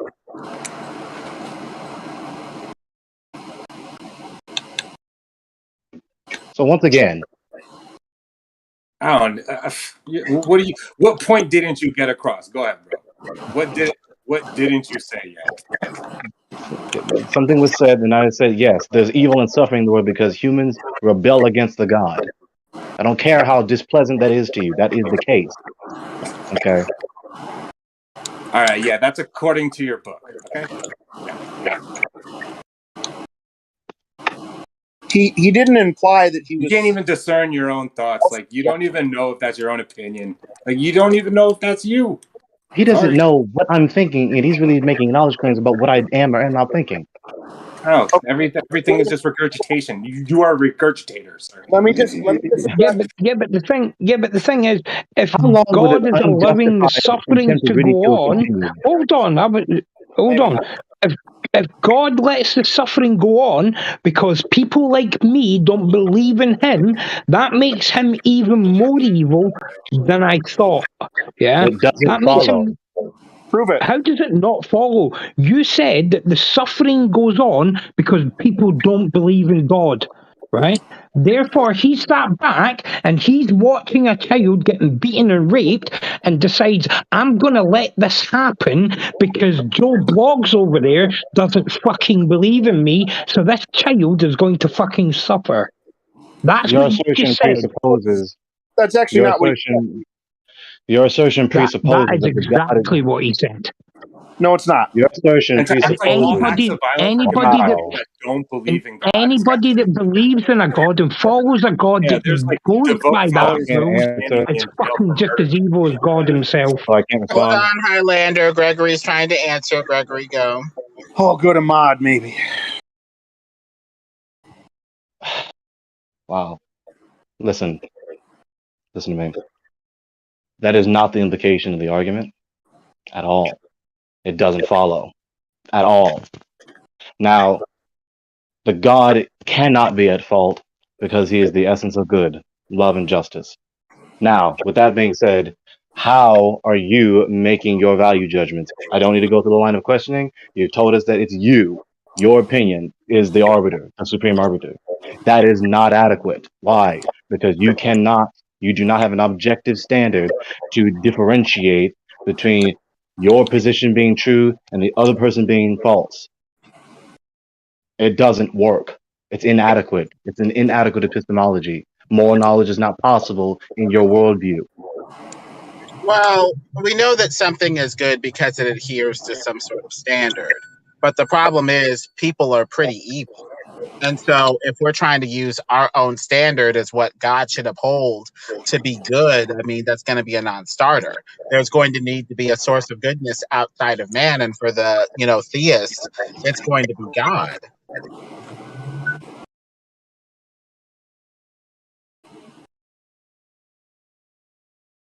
Also, since God is a loving entity, Highlander, he may be sitting back, biding his time. He may be like, I don't approve of this, but, I'm a moral, good God. I only step in when I should, and I will let this play out even if people are suffering. That doesn't mean that he's not going to step in and judge and damn these people to hell for all eternity for their evil. He will do that, but he's also giving people time to freely turn away from evil and turn toward him. That is what a good person does. They let things play out. Hold on. But what he said was that a family member of mine got raped, right? Because God decided to let that happen because I don't believe in him. So basically, it's my fault that my family member got raped. Amazing. Yeah? How you do this. Can I try to explain? Let me try to explain it to Highlander. That is amazing. Let me try to Fucking bollocks, man. These people are worse than the fucking rapists. The worst Highlander, than let me rapists. try to explain it and explain what Gregory is trying to say, or at least what I think he's trying to say, right? He's not saying that because you personally don't follow him, things are going to shit. He's saying that you, in general, man, because they don't believe in him, they don't follow his ways. Because they don't follow his ways, things go to chaos. Because there's chaos, that chaos is what permits people being killed, children getting raped, and whatever the fuck. Because the origin is they don't believe in him and they don't follow his ways. Because of that, it leads to that chaos. Okay. Yeah, that was the general sense I got of it as well. Yeah. This implication Yeah, that but the people that follow God that still rape children. This is a cacophony. has got to be false. I mean, look at these priests. Hold on. These priests are forever fidgeting with fucking altar boys. They're following God's word, but God says, that's okay, Mr. Priest. Yeah. You go ahead and you fondle that little boy. You bend him over and fuck him up the arse. Highlander, That's okay. God likes men that fuck kids in the ass. God loves that, doesn't he? Good for you, man. This really doesn't look good for you. You're not even trying to be intellectually honest now. If a person says that they follow the word of God, okay, the Bible, just say the Bible. Let's say if somebody says they follow the Bible and the Bible says rape is wrong and you shouldn't diddle kids, and then the person diddles kids, they are obviously of necessity lying about following the Bible. That doesn't mean that the words in the Bible suddenly changed and allow it. It means they lied about following it. Or that they're false. Let me say this real fast. So what man does, and you attribute his guilt to other men, like an assault rifle incident, right? That's called pin the tail on the donkey fallacy, right? It's the same thing with attributing man's deeds to God. Yeah, because they don't want to blame God for the bad shit that goes on. They want their God to be able to sit back and wash his hands of all the evil shit because they want God to be all good. Yeah, they don't want to realize that God is the source of all evil. You have. Is it possible that the way that you're viewing God is the problem here? If you're anthropomorphic, whatever, if you're personifying God into some form of human or some sort of Apollo figure, then yes, you might say you're bad, but maybe God, that's not what God is. Maybe the ether, the electricity, the airwaves, intuition, maybe all these things in one is collectively God and not an actual stand-up right person with a head and arms. Okay, before you argue your pantheism, it's the person's fault. You're blaming God for the rapist. It's the rapist's fault. And why did the person rape? Because he was godless. That's how. If you believe in God, you're not going to rape, right? So a rapist is at fault. Here, but did God not create the rapist? It's the rapist's fault, dude. It's did on God not create the Highlander, you rather blame the God for the rapist raping rather than the rapist. Oh, he did. All right, you guys, hold on. If everyone's talking at once, you might be temporarily muted just so we can try to... All right, right the hand. Were you finishing trying to say something?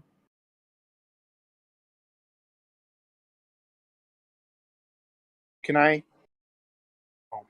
Yeah, it's just like four people started talking at once. I thought right the hand got interrupted, that's all.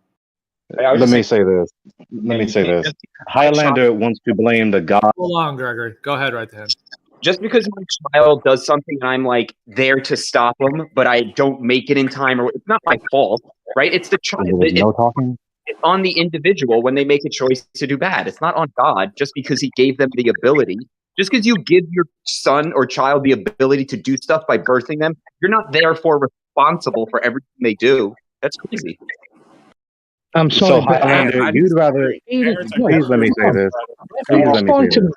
Let me respond to that. Nobody wants Right? accountability in this world. Bro. That's As a parent, as a grandparent, yeah, I am responsible for every action my child makes because I brought my child up and I teach my child right from wrong. Therefore, if my child goes and does something, yes, I am inherently responsible for their actions. Okay. So You if, have all. Look, like you keep making value judgments with no justification at all.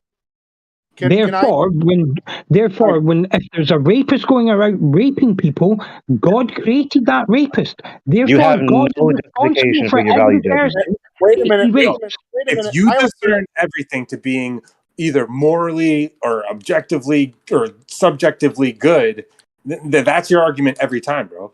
Like that's crazy. Highlander, you have no justification for your value judgments, and that is not the implication of the worldview of the Bible. You keep saying it, but it's wrong. That's It's crazy. wrong. Highlander, you just said if somebody goes and starts raping people, that we should blame his parents, not God. That's what you just said. And then you decided to say something completely different. So is it his parents' fault that he's raping, or is it his fault, or is it God's fault? Which one do you think is at fault here? Yeah, that was what I was going to say. If you teach your kids bad, right, and then your kid goes out and rapes, it's not the kids. You're saying it's not the kid's fault because that's what his parents taught him. So it's the parents' fault. So this is where responsibility will always fall on the individual who does the actions. Because if you don't take responsibility for your actions, you're going to pawn it off on someone else. I didn't say that people didn't the have question that needs to be asked the entire time because Highlander keeps making this assertion. That This is is the question I need to ask exactly you, why the Highlander. concept of God even exists. Y'all don't even know where this. Well, I give up on this conversation because clearly God is all good and all powerful, and there's no way that he's ever going to fucking do any wrong, is it? What do I expect from the display? Highlander, let me ask you this question, and I already know what the answer is going to be, but according to whose authority is the God obligated to prevent evil from ever occurring? I'm not answering any more questions because according to you, God can do no fucking wrong. Okay. He's not interested in an intellectually honest conversation. He's not. What do you expect from a disbeliever? I can't believe he's blaming a God he doesn't believe in for all the evil in the world. Responsibility for his fucking creations, yeah? And he is so fucking powerful that he could stop this fucking suffering, but according to you, because I don't believe in him, that these children should suffer. Yeah. Okay, You so I got can to put stop this in coming into context for form him, because right? you just fail to steal my arguments every time. All right, let me put this in context for Highlander. Highlander, let's say you have kids, right? One of these kids go on to commit some sort of atrocity. I just said that. Are you responsible for? Oh, okay. I might not have heard that, but anyways, I'm gonna reiterate. Are you responsible for that atrocity that your child committed? Right? Is your upbringing of that child a consequence of what he did? And if so, does that make you partially responsible? In your case, you would be God. Your child is an extension of you. So I'll ask the question again. He can refuse to answer it all he wants to, but his assertion is insisting on trying to indict the God like all disbelievers want to do. According to whose authority is the God obligated to prevent any and all evil from occurring ever?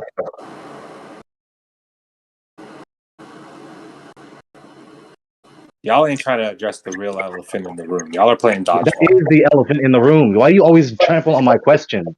He asserts that the God is unjustified to allow evil to occur, which presupposes that he's obligated to prevent any and all evil from ever occurring at all. According to whose authority? Highlander, not Electric. Yeah, but you say God is all good, right? If God is all good, would he not just want good things to happen? Would a good person not want to prevent evil from happening? Yeah. Prove it, Highlander. Prove it right now. You're saying that God is the way. Prove it. So prove it. Maybe God understands the best way to have a utopia is not by forcing people through violence, by letting them come to the conclusion themselves that coexisting with other people is the best way to live. He's not. I This is just the whole want- thing. He's trying to teach you. He's Have not. you trying to ever force considered, you. Highlander, the implications of what you're saying? That let's say if God does come down every time something happens, what would be the implications of that in itself? And would it have anything to do with what you originally think of what God is? Yeah, everybody would stop These are trying all to good do good. questions, but we gotta pump the brakes for a moment. These are all good questions. We gotta pump the brakes for a moment. I want Highlander to answer this question. He makes a whole bunch of knowledge claims. I want him to justify them. So, according to whose authority is the God obligated to never allow evil to occur ever at all? Hold on. I think we need to stay away. This is just my opinion. I think we need to stay away from the justified reason for things, because these things could be highly subjective, and regardless of whatever the other person says, the other person could just say that's not justified. So I think we need to stay away from those kind of questions. So, avoid argumentation, Matrix? No, the Avoid justified debate? part of it. That's what argument is, to give an argument to justify the position. Yeah. The problem is, I've noticed that with you, as soon as you invoke that, the conversation doesn't seem to move anywhere, because whatever anyone tells you, and this is not a shot towards you, it's just an observation, it doesn't seem to be good enough. Oh well, so I don't accept their answer. I don't agree with it. I give an objective critique of their response. That's how debate works. This is like a dead end, bro. When you say that there are things that are objectively and subjectively good or bad or whatever this argument is, you could just dismiss any conversation having to do with. So let's whistle past my question and ridicule me for demanding justification for knowledge claims. Wow, in a forum. No, I don't think we're ridiculing you. I just think we're pointing out something that you tend to do, which doesn't lead the conversation anywhere. So if maybe you could phrase it differently, then maybe the conversation might continue. But the conversation isn't stifled because I'm asking for people to give arguments to justify their position. It's the very opposite. But the justified belief in it is subjective to whatever you want to say is justified. So it never tends to move on the conversation. But it's not subjective. It's not. That's why it's called justification. It is justified. It is justified. It is true and justified regardless of anyone's subjective, personal, mental state. Justification is not subjective. Unless something that's successfully justifies. If someone successfully justifies, about is subjective, because what are you gonna if it's not your opinion, however you've gathered your opinion, you're gonna say no, that's not rational or logical or whatever, and it doesn't. The conversation just doesn't. Okay, so instead of anticipating my response to the counter argument, how about you let the debate actually happen? Yeah, why? We've been here this entire time, and it's been a recurring pattern. You've done this more than 4 times. Wow.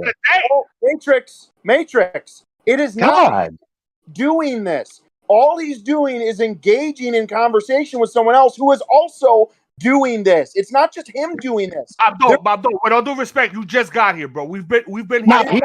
He's fine. No, he's fine. He's good. No, he's good. This entire time. Hours this he's good. He's good, Matrix. Engaging the conversation. I did not just get here. I have been trying with Gregory and Highlander and Electric for literally hours this afternoon. And you haven't him hearing talk about the justified belief and deny everything everyone says? Are you telling me that your pattern recognition hasn't picked up on that? Matrix, it has happened. You are falsely accusing him of that. Gregory has not. Okay, Gregory and Bob Go, that's cool. Does anyone agree with what I'm saying about Gregory's critiquing Gregory's technique? Does anyone agree with me? I said the same exact thing you did before, man. I did. So y'all are complaining that I'm demanding justification in a debate in a forum. You don't demand justification for your own claims, man. Unjustified contempt of ridicule. Did the moderators hear this? I'm being ridiculed for engaging in debate in a forum. He has a big ass word for every time anyone disagrees with it. He labels it something and shits on the conversation because someone just doesn't agree with his information. I'm engaging in debate. That's what's being talked about right now. Listen, Gregory, I have a lot of respect for you still, bro. I'm not gonna lose it anytime soon. Just know that, man. I'm not losing respect for you. Like, it's not like that with me, man. I've been an intent listener And I want you to understand, I respect your opinion. I appreciate everything you provide tons of knowledge. I'm a good listener, I feel like. And you don't got to feel like I didn't comprehend something you said, okay? When I come at you with an opposing argument, it's not from a place of misunderstanding. Just like dude was trying to say before. Why can't we make our own fucking assumptions and understandings about our reality without depending on a fucking book that was written by somebody else? Yeah, I mean, can I just say, right? Up until you said, right, that the suffering goes on because people don't believe in God anymore, right? I did have a lot of respect and I listened to everything you said, but see, as soon as you said that, that was it. It doesn't matter what you say from there on, yeah? Because you misunderstood it, right? How can I misunderstand that the suffering in the world is happening because people don't believe in God anymore? And that's not even the true argument is if suffering is an objective thing. That's the point that keeps getting made by Gregory. And I already explained That's not what I said either. All right. Okay. So because I call it suffering and somebody else says, well, it's not really because you know, because 4 out of 5 people enjoy gang rape, therefore it's not bad. Yeah. Every time you steal my argument, you fail. Okay. That's why we can't progress. No matter how many times I reiterate my argument, no matter how cogently I say my argument, you fail to remember the entirety of it and actually steel man it. No, you I can hear you talking, time Elizabeth. listening. I can hear you talking to me, Elizabeth, but I am going to finish this sentence. Right. I say things like, oh, you know, children getting raped and beaten and suffering is bad and evil. And you say, well, where's your justification for that? What if somebody else says, oh, no, that's a good thing? Yeah. Yes. Then it's like, well, hold on. Who the fuck in the world says that fucking children getting beaten and raped, yeah, is a good thing? Yeah. A lot of people. Are you not familiar? A lot of people. Occultists. Many people, millions. Either you're being intellectually dishonest right now by asking that question and not understanding what the conversation was actually, or understanding it and not addressing what the conversation was actually about, or you're not on the level that the conversation was taking place on because you don't understand that the conversation was entirely abstract to begin with and was talking about an abstract concept. All right. Yeah. So if we could please stop complaining about debating and actually answer the question now. According to whose authority, Highlander, is the God obligated to never allow evil to occur?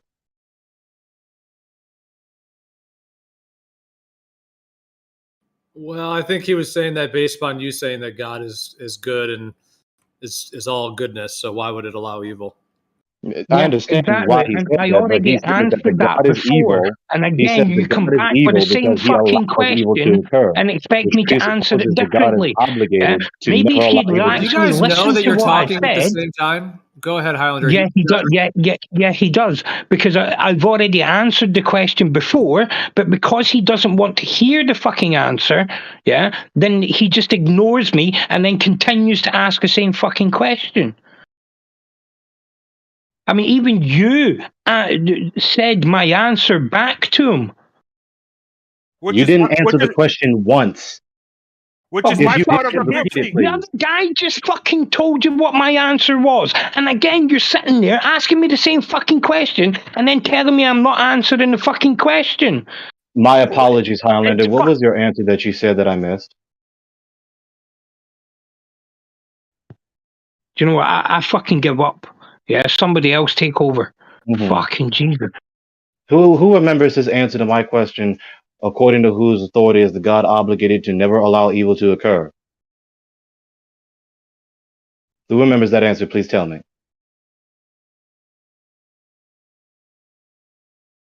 lot of crickets. Well, I told you once before, your God sets that fucking standard, him being all good and almighty, and someone else just fucking repeated it back to you not even 2 minutes ago, yeah? So it shows you're not fucking listening. So the answer to my question is, according to his authority, he is obligated to never allow evil to occur. Where did you get that notion? Where does it say that in the Bible? So now the Bible has to say it. Are you following the dialogue? Your answer to my question is that God says he is obligated to never allow evil to occur. Interesting you say that. Where in the Bible does he say that? Well, where in the Bible does it say that God is not the source of all evil? Where in the Bible does it say where in the Bible does it say that God is all good? He just dodged my question, Gio. That's intellectual dishonesty, man. How is it? You're referring to the Bible, yeah? like Gio, I'm making the attempt to have a sequitur, rational dialogue with this man. Every time I ask him a question, he dodges it. No, he's not dodging it. He refuses to fall in the framework of your ideological system. He doesn't want to use your definitions and your context for how he lives his life and how he says things. Okay, wait a minute. But he didn't say that's not what's being discussed. We aren't discussing what standards we're going to enforce on personally Highlander. Highlander decided to step into the arena that, or the line of thought that Gregory is working from by saying something about a God that he doesn't believe in and questioning, why would this God that you assert allow this other thing to happen? And all Gregory is doing is responding to that with, what would make you think that he shouldn't allow that to happen? And Highlander isn't giving a response to that. He keeps throwing out accusations and going off in other directions. He won't just answer what standard or what authority told Highlander that if God exists, he must act in a certain way. Because God is the creator of all things. He is responsible for us, is he not? Yeah, I think from what I can tell, Highlander's going off the idea that people, Gregory and others were saying that God is good in all ways. And so if God created the whole thing and is good in all ways, then why is it allowing all this, painful and evil stuff to occur? But we can't make progress in the dialogue because people refuse to follow my line of questions to understand their position. The last question I asked you, Highlander, where in the Bible, according to my God that I proclaim, where does he say that he is obligated to never allow evil to occur? But that's the thing. I never said he was obligated to stop all. Oh my God. Right, okay, so it's not in the fucking Bible. Is that what you're wanting me to say? There you go. There's your fucking answer. It's not in your fucking mythological fucking crayon book. Yeah? All right, So well then Highlander, Highlander, then you would admit that you kind of made a bit, not addressing the elephant in the room. Then you would admit, Highlander, that you kind of made a leap of assumptions and then pinned it onto Gregory, and that's not really what he had said. Do you agree with that then? Because you were going off the thing that he did say God is all good, and then you were then making some leaps that he didn't necessarily. Because every time somebody says something like God needs we need to hold God responsible for people suffering, or God is the root of all evil and things like that, right? Then they come up with all this other bullshit so that they can just make sure that God is all good and he can wash his hands and say nothing evil that happens is my responsibility. Yeah. I'm sorry, but his kind of argument is this. When I give my argument, his rebuttal, his refutation is it's bullshit. Does that sound like an argument to you, moderators? Right. Nobody made up bullcrap to refute you. All Gregory did was point out that you haven't yet proven your assertion. The thing that you're basing your entire argument on, you haven't proven it yet. All you said was your God should act this way. Your God is evil. And you haven't established the baseline of it. No, what I said at the beginning, hold on. What I said at the beginning was that God is the... Do you not hear me fucking talking? Fucking hell.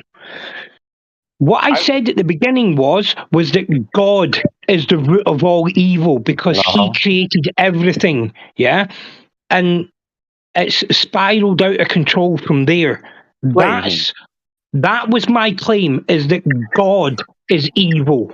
Yeah, Okay. he's not all good. He is evil. Okay. So it's a very common tactic of sophists to try to reset the debate. So let's try this again. So you say that the God is unjustified for allowing evil to occur. According to whose authority is the God obligated to never allow evil to occur?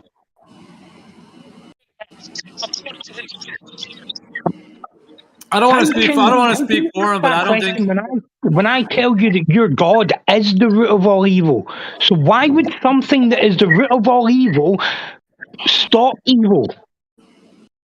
Okay. Please answer my question. My point of view is that your God is evil. Your point of view is your God is all good. Yeah. So therefore, would a God that's all good not prevent evil? Okay, so if your answer is no, then just say fucking no. Okay, so again, my question. Please answer. Well, I'll answer it for him. I don't think he was stating that there's an authority that claims that the God has to do that. I think he's kind of assuming that you think that, and that you are putting the authority that God is all good. I think he's kind of making a leap. Gio, it's not quite. Listen, this has been going on for several hours. There's a point that Highlander keeps jumping over that Gregory has been trying to get him to basically realize. I also have attempted to walk through the steps to get him to realize it, okay?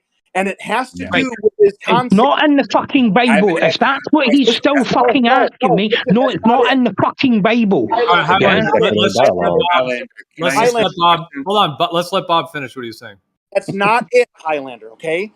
What you're saying is that God is, you've said several things. He's the root of all evil. You've also said that someone else claims he is all good, okay?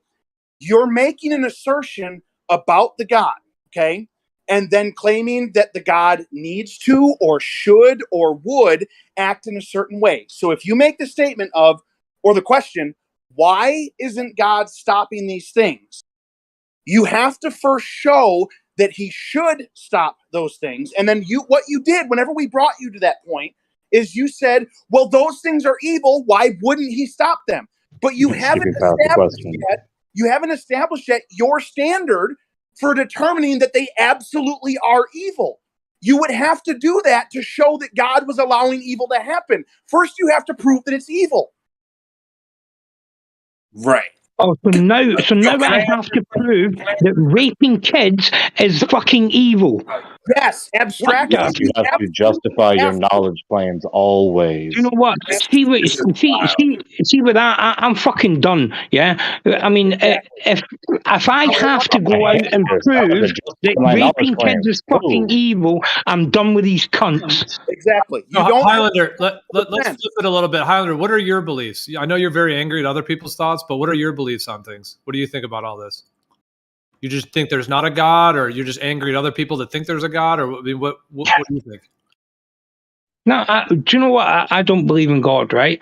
And anybody that wants to believe in God, that's fine, that's fair enough. I only got pissed off when they said that the suffering happens because people refuse to believe in God. So therefore, because I refuse to believe in God, the people that are suffering, it's my fucking fault. I can't speak for him, but I don't think that's what he meant. I think what he meant is that the people. Yeah, I think what he meant is that the people causing suffering don't believe in God. Therefore, that's why they're doing evil things. It's not just because random other civilians, don't have a belief that that's why it's happening. It's that people that are raping or doing whatever, they have something within them that's out of alignment. He may categorize that as not being in line with God and the morals. Exactly. Oh my gosh. The only thing that can lead to evil happening is being out of alignment with the Creator. Those two things cannot be disconnected, is what his claim is. So if you are doing evil, you must of necessity be out of alignment with the Creator. If you are out of the alignment with the Creator, you must of necessity be doing evil. Those two things are one and the same, connected, completely and utterly unable to disconnect them. That's what Gregory is insinuating or asserting. So can we please finally answer my question, since you wanted to restate back to the beginning? according to whose authority is the God obligated to never allow evil to occur? You been in here all day, dog? Oh my God, his own authority, or the authority that you give him. Yeah, he's your God, not fucking mine. Okay, so now, So your answer. So let me clarify your answer so I can understand you. Your answer is according to my God. According to my God's authority, he is obligated to never allow evil to occur. Okay. So how do You are you bound to know? textbook regurgitation, sir.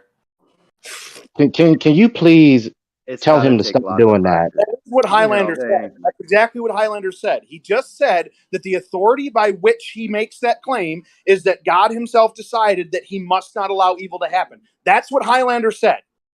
Okay. No. So I've been with that, biting my tongue wanting to answer this question wow. for a good minute. He's asked it like 30 minutes, didn't get an answer yet. You want to let someone answer it? You got to ask it again for another 10 minutes. Geo Electric has obfuscated the issue for several minutes now. I'm Oh trying my to make God. this clear.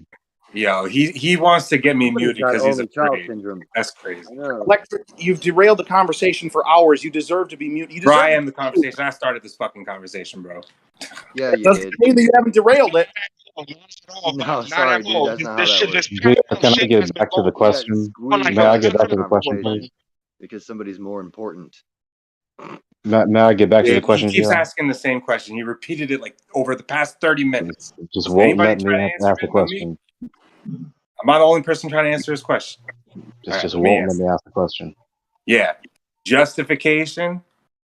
Under what authority is God creating the justification? Like, why can't man be responsible for That's not what? a question. So digress from the question I'm asking Highlander Wow, again. you really hate listening. I don't All like right. that. Well, I mean, Gregor, I don't like you've asked it like 4 times, and it seems And he like won't move it's been around, discussed. He cut me off. Once he gets an answer, he wants to cut me off. I mean, I see where Highlander is coming from. If you're saying that God is all good and all, benevolent, then, and if it created everything and has the ultimate authority to do, then why would it allow evil? So then that then brings the question: does God or the Creator have evil within it, and it wants to create certain evil for certain? No, he wants to skate right over. No, this is a cacophony, and we can't get to the bottom of the matter that I'm trying to get to after all this time because we so Ask your intensely. question again that I just fucking answered 2 minutes Okay, ago. so the latest, Ask your fucking question. the latest question I'm trying to ask you, You're wasting our Highlander. time, bro. You have a point to make. Fucking make it, bro. The latest question I'm trying to ask you, Highlander, is where in the Bible, which is my God, okay, Right, which is I the recording of the fucking 5 minutes ago, and I told you it's not in your fucking magical book. me. He Fucking doesn't hell. want to reason with me. I'm trying to reason. No, you're not. All right, Okay. Highlander, you interrupted him. Just if he wants to ask a question again, ask it again. Highlander, you can respond, and then we'll have to move on. So, Greg, just Okay, ask it one more time if you want to. Like I'm not trying to repeat the other question. I'm trying to repeat this question. Where in the Bible does it say he, the God, is obligated to never allow evil to occur, Highlander? Right, when you asked us about 10 minutes ago, I fucking answered, and I told you, as far as I'm aware, it's not in your magical creative book. Okay, so your assertion that he obligates himself to never allow evil to occur is unsubstantiated. It is false. So Your whole fucking book is unsubstantiated Are you and false. fucking crazy? Fucking hell. Is this? And now This is spiral delusional. into other Yo, you're points instead of delusional, man. responding to what I said. Delusion. All right, Gio, can I just respond? Hold on. Highlander, is it possible that your conception of God, is it possible that it might be skewed? It's not the point. No, we're not talking about the. Gregory already made his point. He already made his point. He made it over and over, and I'm trying to take the conversation somewhere else for God's sakes. Okay, all right. So, Highlander, is he still there? Mm-hmm. Is it possible, Highlander, that what's going on between you and Gregory is that your conception of what God is, you think that God should do this and should do that, and Gregory's saying that maybe so that no, that there's no in the book that talks about that there's information is nowhere there. So there's something that's missing for information for him to accept it, right? And he's asking you for the authority, right? So it must be subjective. It must be from you. You think that. So it's maybe your idea of what God is, and everybody else's idea of what God is where the problem lies. So in essence, the conclusion of what I was saying to Highlander is that his knowledge, his supposed knowledge claim that the God obligates himself in the Bible to never allow evil to occur is a false knowledge claim. No, I never said in the Bible. When in this Here we whole go, double fucking speaking. conversation did I say in the fucking Bible? Like, wow. Because Highlander, you said it was his God. That's why. He says his God is the God of the Bible. You said his God thought something or had to act a certain way. Then he asked you to show him why his God needs to act that way. And you said, I don't know, it's not in there. So obviously your claim about his God is not true. Right, but we have laws of the land and we have to act a certain way here, right? And it but doesn't does matter. Does that mean that the etiquette that we have to abide by, does that mean it has to be written down in law? As it has to be in a book? It has to be the rules that we must follow? Complete nonsense. To a red herring. Of course it doesn't. How is that a red herring? It's a non sequitur. It has nothing to do at all with the conversation we were just having. Wow. Not one little bit. Except for those old Greek. You guys are just doing already tactics to avoid the argument, honestly. Sorry, Y'all don't want to talk about what Hold on, yeah, Electric, you completely interrupted. I don't know if you have Grim muted, but go ahead. Sorry, Electric. Oh no, he doesn't. He's cool. He's just excited. But Your mic is kind of low volume though, Grim. But go ahead. Actually, I'm not. I'm not even interested in this conversation. I'll wait till the topic changes. This is annoying. It's been going on for, I don't know, 12 hours. Funny how you reckon time. Anyway, that's Bitch, you've been here for 12 hours. You've been here since 7 o'clock this morning, dude. No, I haven't. I didn't even wake up at 7. You haven't. Ever a short, quick I chat. didn't even wake up at 7. My time. 7 Are we o'clock gonna this allow morning. this? 7 Are we gonna o'clock allow right this? now. All these we unjustified can knowledge take this claims and ridicule? opportunity to just start talking about something else. Anybody got a different topic? We could, yeah.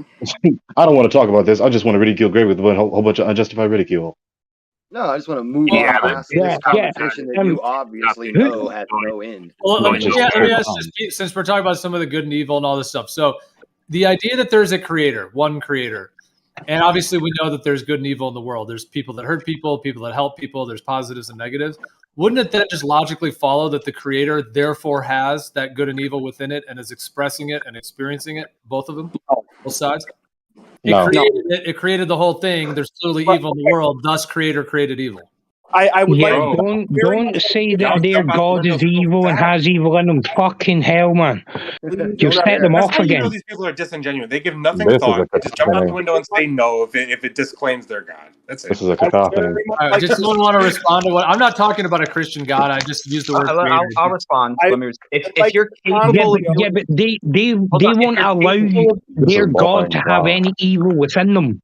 Their God must be all good. They won't allow you to say that any kind of evil is related to God. All right, but I'm not talking. Okay, I hear you, but I'm not talking about their God. But I think Right the Hand was going to answer. Go ahead. Can I? So let me just say, if I'm capable, right? Let's say I could go out and kill people, but I never do it. Is there evil in me just because I have the ability to do evil? Right? It's like God. You're saying, well, everything that God can do anything, therefore he can also be evil. But unless you actually do evil, you're not evil. So I don't consider myself evil, not because I lack the ability, but because I don't actually do it. I have the ability, but the ability alone is not what makes you evil. If I had the ability to flood the earth from people who I thought I didn't like what they thought, and I could just kill them all, would I be evil or would I be God? Well, it depends. What if those people were?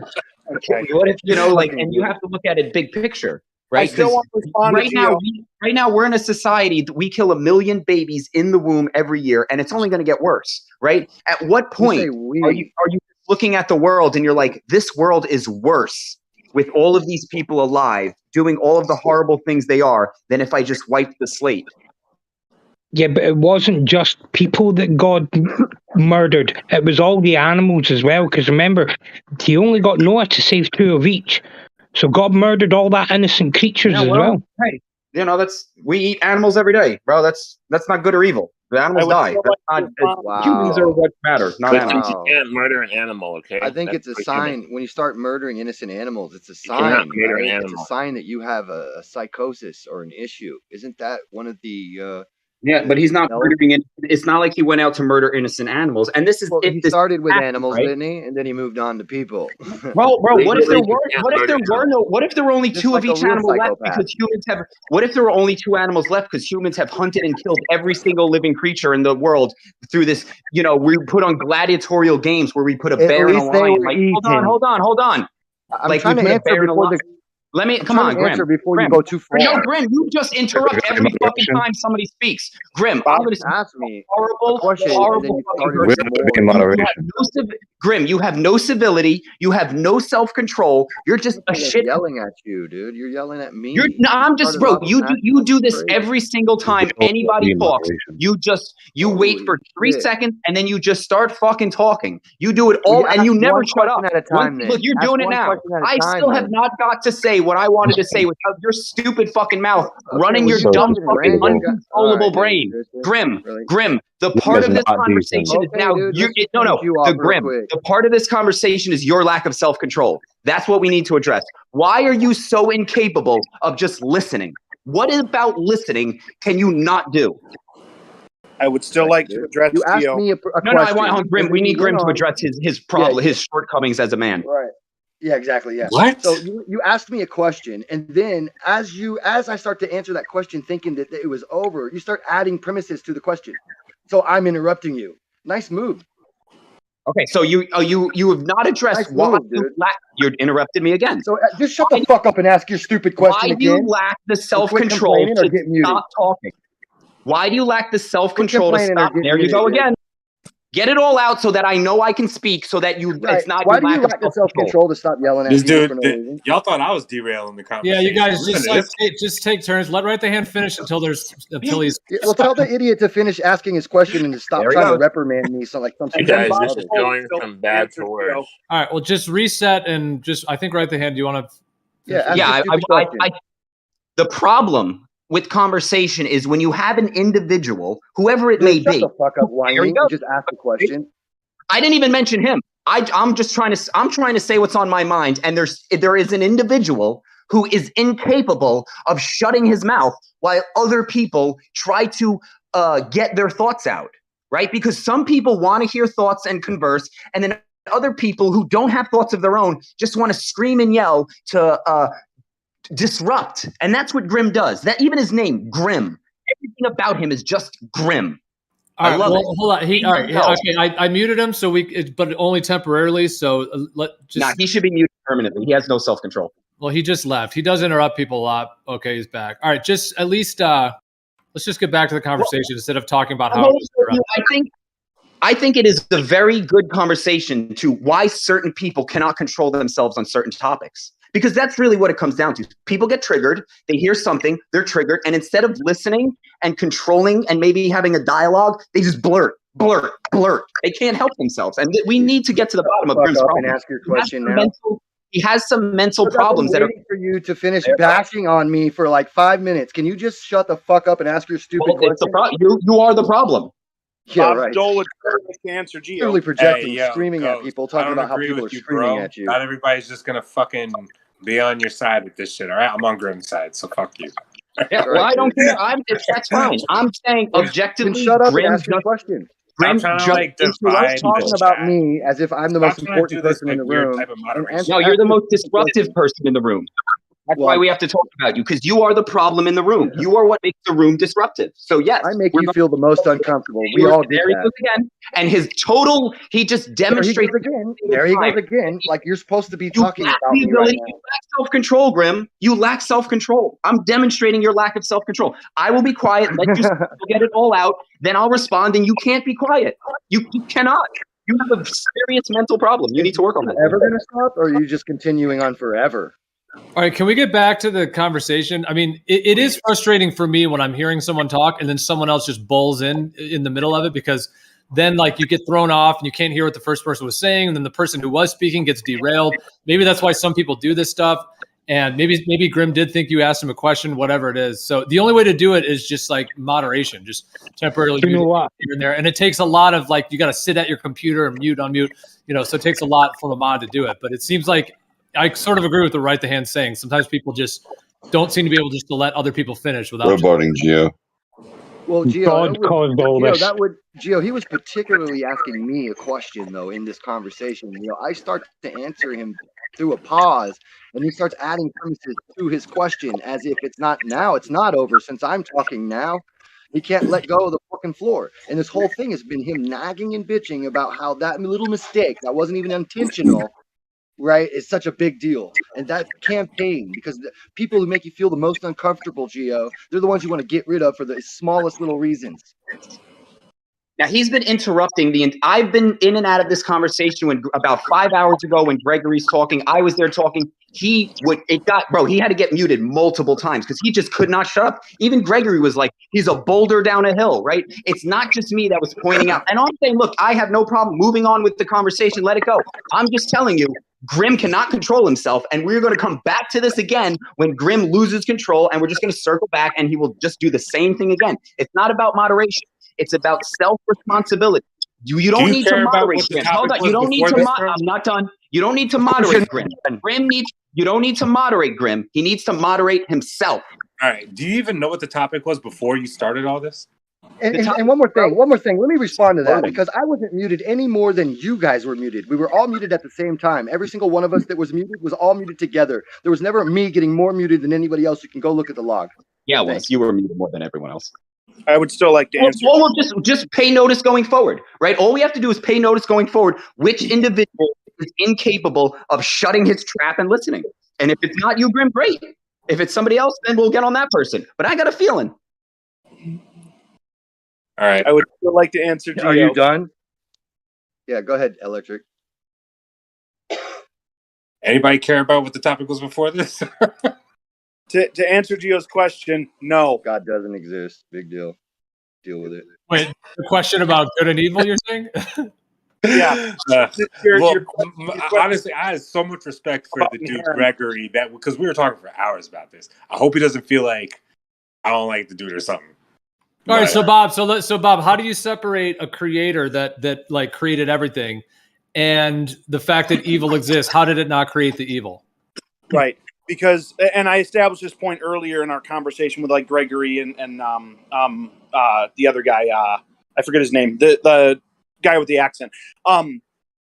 Evil isn't a thing that was created. It's not something you can touch or hold or see or anything like that. It's not a thing that's in the world as such, like a table or a car or anything like that. It wasn't created. Okay. Evil is a decision. Okay. Either you align with the creator or you don't align with the creator. You either decide to align or you decide to not align. And so when that happens, when you make the decision to align, you have done good or done righteousness. When you make the decision to not align, you have now done evil. It's not a thing. It's a decision that is made by a person. God did not create evil. God created personhood with the ability to make decisions. And that personhood can decide evil. Ability to make decisions. Well, so I was thinking of an analogy. It's like, if you have a Ferrari, anyone who owns a Ferrari, they have a choice. They're either going to drive it carefully and, not wreck it, or they're going to go 180 miles an hour down the highway and kill themselves or others. I mean, there's obviously in-betweens, but, there's the old story of a lot of people that have those cars like that end up crashing them and so on. So in that viewpoint, it's like they have a choice whether they're going to be reckless and crazy with it or whether they're going to be more cautious and careful in that sense. However, go ahead. The designer of the Ferrari is not inherently evil because someone took the Ferrari and killed a kid with it. The designer of the Ferrari has nothing to do with the decision that somebody made with it. God didn't make evil. The designer of the Ferrari didn't make the murder of the child. The designer of the Ferrari made the Ferrari. God made the person. Okay, but you're comparing. Can I say something, or am I interrupting? No, please. You're comparing the designer of a Ferrari to the supposed designer of everything. That's what I was going to say. The designer of the Ferrari does not claim to be the alpha and the omega. So can I please get this off my freaking chest? Because I do a whole lot of listening, guys. If there is a creator that created quote unquote everything, all abstract ideas, concepts, principles. Do you agree that God created these things or not? Like, are there two? Yeah, that's kind of You're where I saying was. there's two That's sides where I of was the going to coin. go with it. I mean, if Did he God create the created, spectrum? Did he create the scale of good and evil? The scale of hungry and full? Like, you're yeah, 'cause saying that that's kind of God where I was going to created. go with, like, in response, Bob, to what you're saying. That's where I mean, if the Creator created humans and created all these things for humans to have, what free will, all that stuff, then wouldn't God have created the things humans do? No. But remember, Okay. he also Yeah, exactly. Wait a minute. he Was he gave asking? them I that thought he was knowledge asking me. from the I was beginning. gonna That respond. knowledge they obtains through not God means, right? God never gave them the knowledge of evil. That was again in the terms of the thing. So to say that God, he gave the people even say that God gave people the ability to evil, that's not, he didn't. They got that from the tree of knowledge, if you believe that stuff. So what made the tree of knowledge?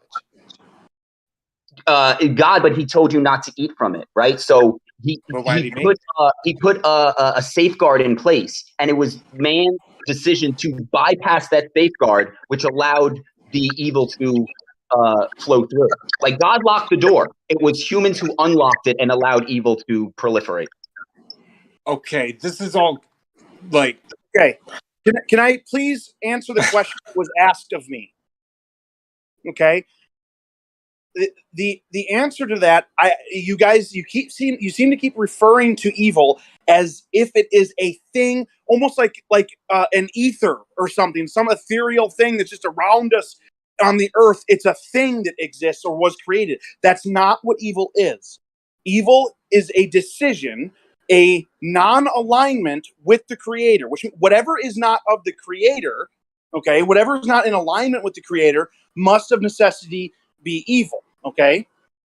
Now, if somebody, as an analogy, somebody makes a device that makes the wood go up and down. Okay.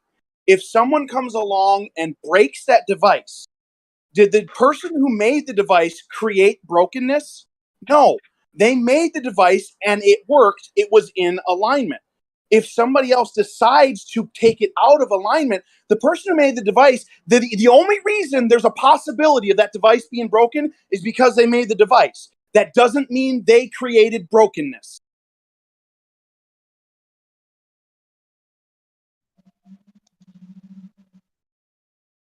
That's not satisfactory for me. How is that not satisfactory? What part of that is not that? I thought that was beautiful. Hey, Bob, I think that I don't have an argument for that not being satisfactory. I don't see any sort of logical fallacy in what I just said. The desire to create brokenness, they created a working thing. Well, I think someone could justifiably hold the opposite perspective, where you say there is no such thing as good. The Creator is evil itself. He put everything in a state of decay and destruction, eternally suffering in hell. And it's your ability to actually not align with evil, and the goodness comes from you being in disharmony with evil as the source. That's just like what you said, flipped on its head, but it works just as well, I think. It does. Yeah, but you're saying that if I make a table and somebody else comes along and destroys it, you're making out like that's the same kind of power as God's got. And it's not. The table was going to be destroyed. God created me. He created the table, and he created the person that came along and broke the table. Once again, the conversation is abstract once again, which is something that you seem to be having difficulty grasping based on our last conversation. It's abstract. The object itself. No, it's a shit analogy. It's not an insult. It's a shit analogy. It's not an insult. It is an analogy, and the comparison is not between the devices. It's a shit analogy. It's an analogy, and the comparison is not between the devices. It's between the logical steps it takes to reach the conclusion, which are literally exactly the same, making it an analogy because it is an abstract concept. Maybe you can bitch God into existence. Just keep bitching. That's still not an argument. Can I say, like, how are we separating anything that is created to not be of the Creator's creation? Like, how do Christians do this? Nobody's doing that. You're saying that there's axioms and concepts and principles and what's the word?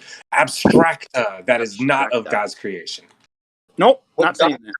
Created a Not hammer. saying that. Wow. So then God is responsible for evil, dude.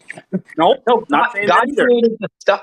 Cain hit somebody in the back of the head with a rock that God created. God didn't create the rock hitting the back of the head. He just created the rock. It was Cain which took the rock to do evil with it. So yeah, God created Cain.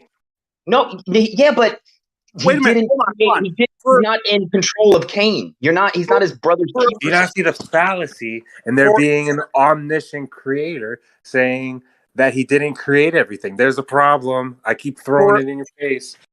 For a voice chat that just let some lunatic go on and on and on a little while ago about responsibility of one's own action, you guys are seriously arguing vehemently against people taking responsibility for their own actions and rather attempting to blame a God you don't believe in for your actions. Crazy. That's crazy. No, honestly, that's not what should be extrapolated. Christians have been using God as an excuse for their actions since forever, dude. No, God is the one person that reason why said, Christianity. Yo, listen, bro. Come No, on. I'm done We holding murdered- this back. Come on, Y'all, as Christians, we murdered entire continents of people as Christians in for the name real. of God. Christianity is a tool of deception, dude. Well, if this God- is the if God ultimate didn't- form of manipulation against the humans. It's politics. Okay, so any patterns of evil or deception or suffering that you see, it was created by the people that manipulate your mind. So if you're in a pattern that perpetuates suffering in others, there's a good chance that the good that you think is being instilled in you by Christianity is also instilling suffering in others. And if you can't see that, then you're just playing blind to the situation. You want your God to be so damn perfect that he couldn't create something that actually exists. That's ridiculous. Notice that none of them addressed my actual argument and instead went on to throw out insults and make other assertions. No one's addressed the logic of my argument at all whatsoever, even one iota. If somebody could please address the argument I made and the logic that I laid out. I didn't address your argument. Yeah, right. You would love to think that nobody understands what you're saying. That your consideration for God is so much better than everyone else. This nonsense You'd love to continues think that. on even when I'm not talking. That sounds very familiar. You guys don't want to point that out. Okay. So, Bob, let me ask you this. So, if evil was not created by God in your viewpoint, does that mean, but God created humans, does that mean that if a human creates evil, then the human is the creator of said evil and not the God, and then therefore the God is not the creator of everything, but is only the creator of some things that are not the things that the human creates, which would be an evil act? I don't think that humans are capable of creation. I think that humans are capable of things like engineering and architecting and things like that. I don't think they can create. I think only God can create. But again, you just referred to evil as being a thing that can be created, and I already established that's not what evil is. It's not a thing. You can't show evil. This has to be a conversation about an abstract idea.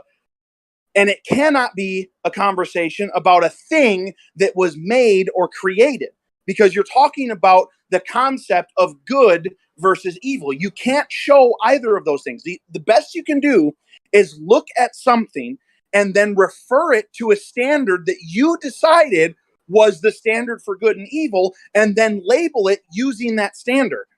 All right. Well, to bring it to the earth, let's say for this discussion, the earth, I guess I was going to ask you, like, the earth not being a globe and there's folks lying about it, let's categorize that as evil because they're being deceptive. Does that mean that in your viewpoint, God did not create the globe lie, but humans did? I wouldn't call that creation. I understand, like, colloquially why you would say that word in that context, but to be clear about what we're discussing, I wouldn't use the word created. I would use the word that they imagined up a story. I'm going to piggyback what he just said. You can't create, humans can't create the idea. They can only imagine it, right? They didn't create a sphere Earth. What they did was they lied about this is all subjective shit. Anyway. All they did was misalign with what is absolutely true, right? Just like I said, evil misalignment. They didn't actually create anything with their lie, did they? No, they had a thought and they tried to spread that thought. Nothing was ever created. They can't create. All they can do is take the parts that were already created and put them together in different ways. Okay, so there's another way to look at this, right? bro. Evil might not just exist at all, and it is just a subjective idea that has been thrown out by mankind. Evil itself may not exist. Is it evil for a tiger to, kill little animals as he practices hunting as a cub? He's just running around killing little animals. But when a human does it, it's evil, right? Because it's subjective. Get over it. Who said that it was evil? So you don't have to create it because it don't exist. It's a subjective behavior, or I didn't say you had to create it. Yo, literally like 5 hours ago, me and Gregory were talking about how abstract concepts exist in reality. So now you're trying to say 9 hours ago. Yeah, this I know. This is where this all started, actually. Yeah, so now morning. you're saying that abstract concepts aren't real? No, absolutely. No, he's saying that, right? He's saying that I think don't create evil, and it's not a thing, right? And I'm just trying to agree, saying that there is no evil; it is a subjective idea that man made. So we can agree that a subjective idea that we all agree on is called evil, but we can't give you a handful of evil. What was dude gonna say? Gotcha. I never claimed that evil was real or part of reality in that way. I never said that. I think that's someone else. Why is just because you can't Doyle, I'm agreeing with Bob on this. I'm trying to, he's saying that evil doesn't exist, and I'm saying it also, but in another way. That it. I didn't say it exists. I said it's not real. Mickey Mouse. Oh, okay, whatever. Well, I mean, are you just saying that's not tangible, Bob? Like you can't hold a bottle of evil or whatever? However, I mean, just because it's not tangible doesn't mean it's not real, meaning that it's not. I mean, if somebody is, just like a serial murderer, just absolutely murdering, people out of the blue or whatever it is, I mean, I guess it depends on whether you would see that as evil or what you would think is evil. But just because you can't bottle it up and make it tangible doesn't mean it's still not a very real thing, an energy, a set of actions, whatever it may be. I'm not disagreeing with your assertion that if somebody goes and murders, that an evil thing has happened or taken place. There's some type of evil that has been perpetrated. I'm not disagreeing that the murder happened. I'm not disagreeing with any of that, okay? Things happen, and some things are evil and some things aren't. I agree with all that.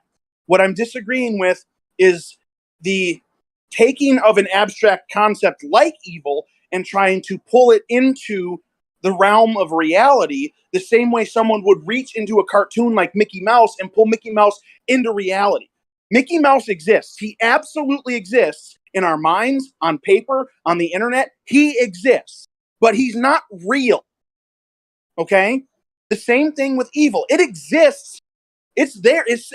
There's something there because we all are identifying, whatever it is. We could all call it gobbledygook. We could all call it paga, or we can all agree to call it evil. What we're doing is we are identifying a thing with the word evil. But it's not a thing that exists in our reality. It's an abstract idea.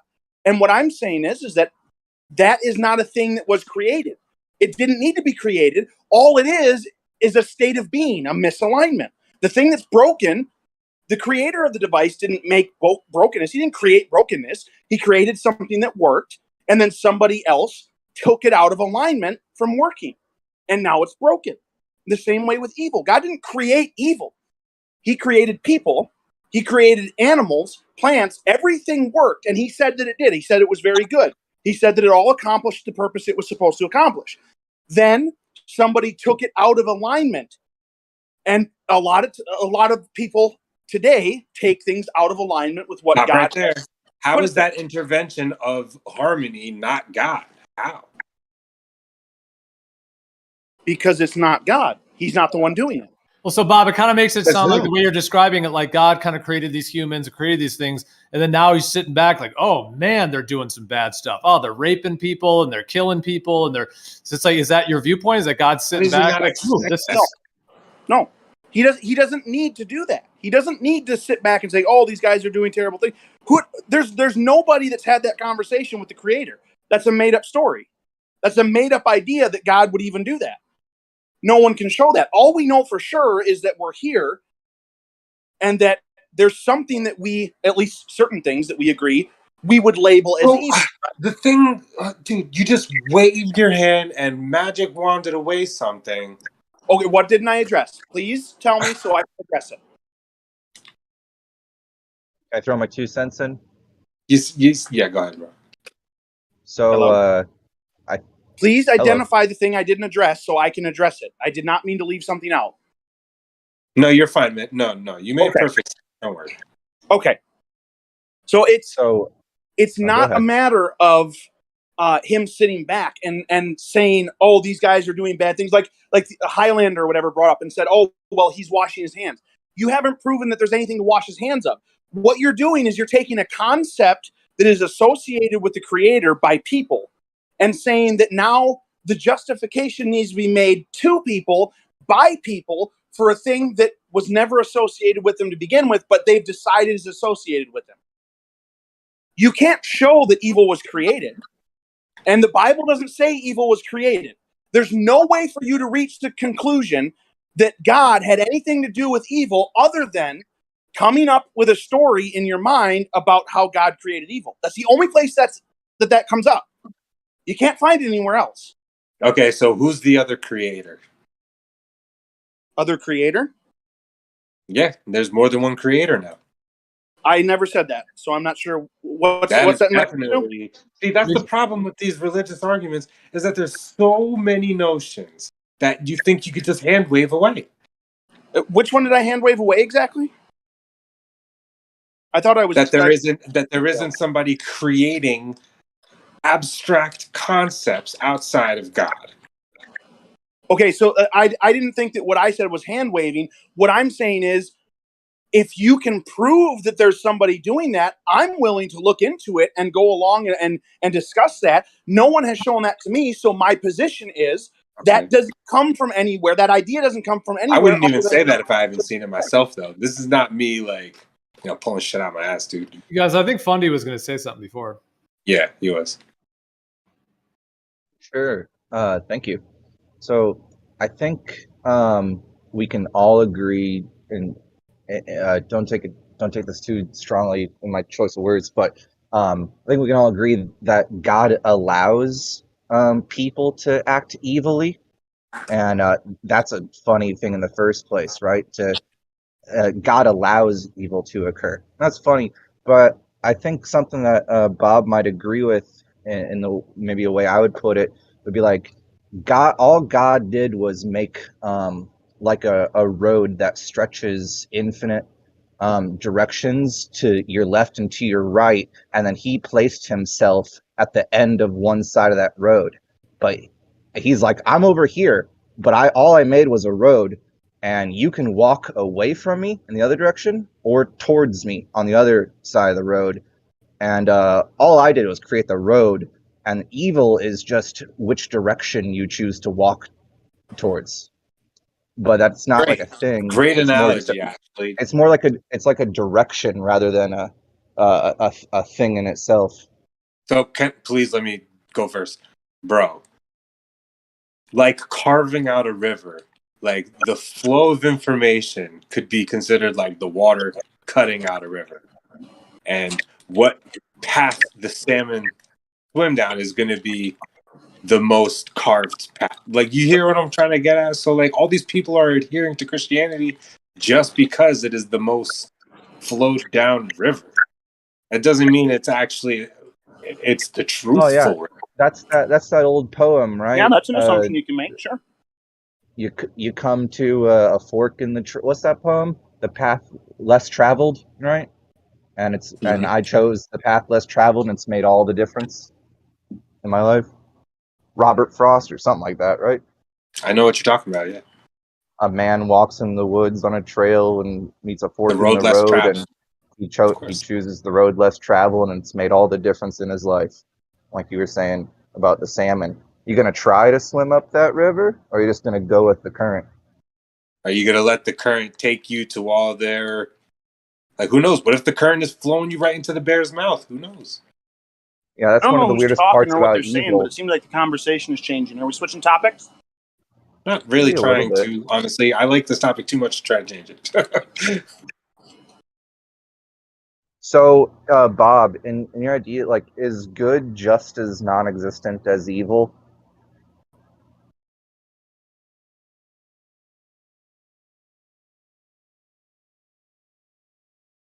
It's a good question. Spicy. Yeah, is good and evil on two sides of a scale? Even like, are these the two opposite ends of one idea? Bob, did you hear what he said? Hear what who said? Oh, Funny just asked you. Well, if he wants to ask it again. Oh, wait, hold on. Is that okay? Can someone else just ask me? Just let me know what his question is. Do you have him muted? I do. Who, Fundamental? Yeah. Why? He has proven himself to be unconcerned with intellectual honesty or decent conversation. I don't want to hear what he has to say anymore. I muted him a while back. I'm pretty surprised by that. He refuses to be a decent individual in conversation. So,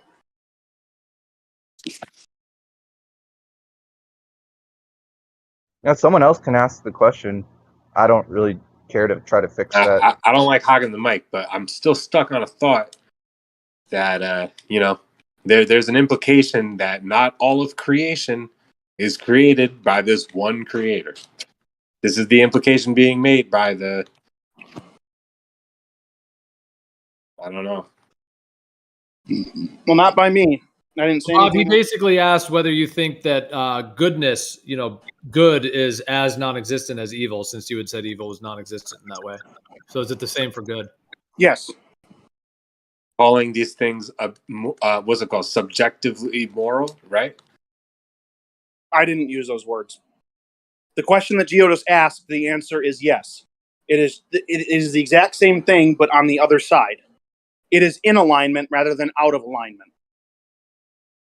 So you're saying we don't know what's good or bad? I didn't say that at all. Nothing even close. No, I'm sorry. I'm trying my best. I'm not trying to do that to you. All we're talking about is the what type of existence good and evil have, and I'm disagreeing on the type of existence it has. That's all. A guy swinging a hatchet isn't evil. It's a guy swinging a hatchet, right? Like this is what he's trying to say. Like there's just actions. You can label those actions as evil, but that doesn't mean evil exists. What about the intention? Right. So well, that's where it comes. That's why a tiger eating. How are we separating action from intention? Right. Like, what if someone's sitting at home one day and they're like, you know what? I'm going to take this gun I have. I'm going to go to my neighbor's house. I'm going to kill everyone in there and rob everything they have. I mean, that intention, when they're sitting there planning it, is that intention evil? Or what is that intention that they have? Yeah, so, your thoughts are just as bad as bad thoughts are just as bad as bad actions, I think. Well, I would disagree with that.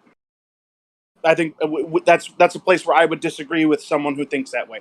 I don't think that what you're calling bad thoughts, I think that there would need to be more justification for your label of bad thoughts. I think thoughts are thoughts, okay?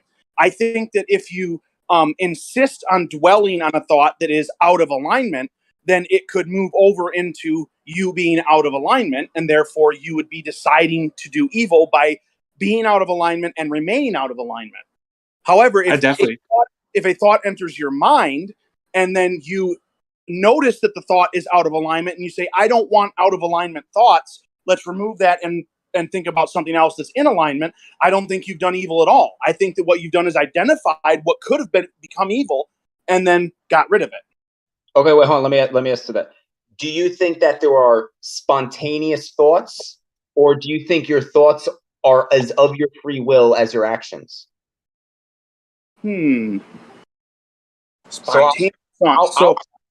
fill the gap. I believe you are in control of your thoughts just like you are your actions. So if you have if you go, oh man, I want to kill my boss, and you're like, you know what? That was wrong. I shouldn't have said that. You still said it. So you still did something wrong in my view of it. Like, okay. And there's no way for you to know this about me, but I would actually consider letting it come out of your mouth to be actually a completely separate event than from it being in your mind. I think that our minds, our brains were designed to take in information, analyze information, and basically produce results. I don't believe that the mind is the seat of decision making for the human. I think that that is the spirit. And I think that, and of course, this is based on my belief system, what I think to be true. So this isn't like me dictating it to anyone else. The scriptures tell me that you know the heart of a man by what rolls off his tongue. So in my mind, if you allow it to get to the point where it's rolling off of your tongue, oh, I want to kill my boss, and you're serious about that thing, it's not a joke or like a funny or whatever, then I think that you are responsible for that. And what you've just done is actually let your heart, your spirit be exposed, and you actually did want to commit the unalignment. And if you want to commit unalignment, that's the same as committing the unalignment, because you desire to be unaligned with your creator. I would say that before you can have before you say it, you would think it. So if you're thinking, I agree. Like that, I feel like that is connected. It's touching saying it. So if it's touching saying it, it's bad like saying it. So I would, again, just my thing. I think you're in control of your thoughts. So you should, especially as you age, like, when you're 18, okay, you don't really know how to control your thoughts. So having a quote, I want to kill somebody, I wouldn't say it's a spontaneous thought you are in control of, but maybe you just don't know how to harness your thought process. I think a better way to say it, and this is my opinion, I guess, I think a better way to say it is you are responsible for your thoughts. Not because, like, you're responsible for your body, okay? You aren't necessarily always in full control of what your body does, but you are responsible for what your body does, right? So you, I don't want to make this gross or something. Let's say you have a spasm, okay? Or something. You're responsible for what happens from your body, right? Even though you didn't necessarily control the thing that took place, you're still responsible for it. And I think it's the same way with your thoughts. I don't think you're necessarily in complete 100% control at all times of every thought. I think that is basically the unattainable goal that you should be working towards, is try to control the thoughts that are in your mind. And you're also responsible for the thoughts that are in your mind. So when you identify one that you shouldn't have, and you know that, you should work on removing it rather than allowing it to dwell and stick around.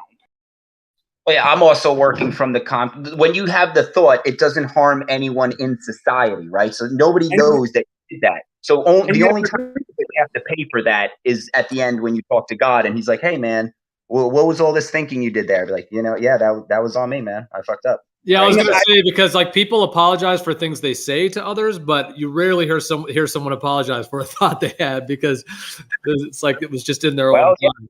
I think at the end you will. I think at the end you're going to have to be responsible for every thought you ever had, and he's going to want to know why you had that thought, and you're going to have to look him in the eye and be like, because I was a shitty person. Yeah, I think we disagree a little bit on that. I do think that you can have thoughts. I think like there's this concept of the call of the void that I think is actually a real thing, where you're driving down the road and you're near a cliff, and suddenly in your mind, just the thought of swerving, and what would happen if I swerved and flew off the cliff? You're not going to do it. You don't want to do it. You have zero desire whatsoever to actually drive off that cliff.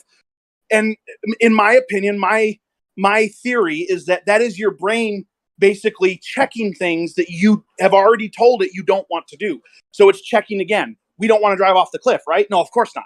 Okay. I think that your brain does that with lots of things throughout your life. I think it keeps checking to make sure we're not doing this, right? We're not doing this, right? And so I don't think you are, I think when a thought enters your mind, that's not the point of evil, because you haven't agreed with the thought yet. I think you as a spirit, as a personhood, have to make the determination. Do I want to align with God? Yes, I do. Get rid of the thought. Do I want to align with God? No, I don't. I allow the thought to stay. Or just, why call it God? Why not just align with one or the other? That's going to be a personal thing, basically. I would call it God because that's what I believe. I believe that there is a creator. I believe he designed me, and I believe that he has responsibilities. Two decisions. He presented two options. And you're saying one of these options is God and one of them isn't. And God presented both of the options. No, I'm not saying that. I didn't say that God was one is of. Okay, no, I'm sorry. No, yeah, I didn't say that God was sending you the thoughts. Thoughts are a part of the natural world that we live in. He designed the world we live in, and it allows for thought. I've never heard this. I've never heard this before. God is outside of the natural world? Yes, absolutely, 100%. He can't be inside of it. He made it. It didn't exist until he made it exist. But you don't believe God is within all things? With what? Okay, so what do you mean by all things? Like, he made everything. I'm sorry, my line of questioning is gonna fucking derail this, bro. So like, there is nothing made that he didn't make. He made all of it. So if that's what you mean by he's in all things, well, yeah, he made all of it. So there's nothing out there that is there that he didn't make. So I guess you could say that in a way that's him being in all things, because he had a part in all things that were made. How about the lion? Did he make the lion? Is he is creation an extension of himself? Like, are we right? I would say no, personally, because that's not what I read in the Bible. The Bible clearly delineates that he is separate from his creation. He was there before his creation, and he decided to make his creation. And there's nothing in the scriptures that describe it being an extension of himself, but rather, other than man. He does describe, not an extension of himself, he does describe man being made in his image. So there is something about us that is like him. I would say it's the spirit part. Others might disagree, but I haven't seen any wordage in my reading of the scriptures that would imply that the earth somehow extends out from him. If you're done, I'd like to ask you. So if he is, let me try my best to say this the first time. Our image. If creation is not an extension of the creator, where did he get it from? Yeah, that's an interesting question. My answer is only that I cannot understand fully the power of a being that is that far above me. He created me, and he didn't give me all the knowledge of everything for all time. He didn't provide So any knowledge you get would be, like you said, you used the word forbidden knowledge before, right? You would be getting that knowledge from God. I didn't ever use the phrase forbidden knowledge. Oh, my bad. I'm not even sure what that means, actually. Okay. Well, so do you think the knowledge of violence doesn't come from God? You don't think there's a science to fear and a science to suffering and trauma that God could have a hand in? You think that's all man-made abstract concepts? I don't think that it's made. That's really what the crux of my argument has been the whole time. I don't think it's made. I don't think that evil is something that you make. Well, the Bible talks about the knowledge of the fruit of good and evil. It appears to put them together in a way that says that that appears to imply that they kind of go together. Like when you talk about violence, it appears to be, part and parcel of nonviolence, and that, it's not this knowledge of this pure violent thing per se. It's something that could be turned to good if we, obeyed God. Like the same motion that you use to chop an onion could be violently turned to chop off or hack someone's limbs off. That's the knowledge of the fruit of good and evil. It's good if we turn to God and obey him, but it turns to evil when we turn away from him towards sin. And so this knowledge of violence that you're talking about, pure violence, is a little off. God says in the Bible, I set before you life and death, choose life, not, this pure violence or this pure evil. So I don't quite get what you're talking about. I'll tell you what I'm talking about. Is it good to eat something alive? What? No. Is it evil to eat something alive?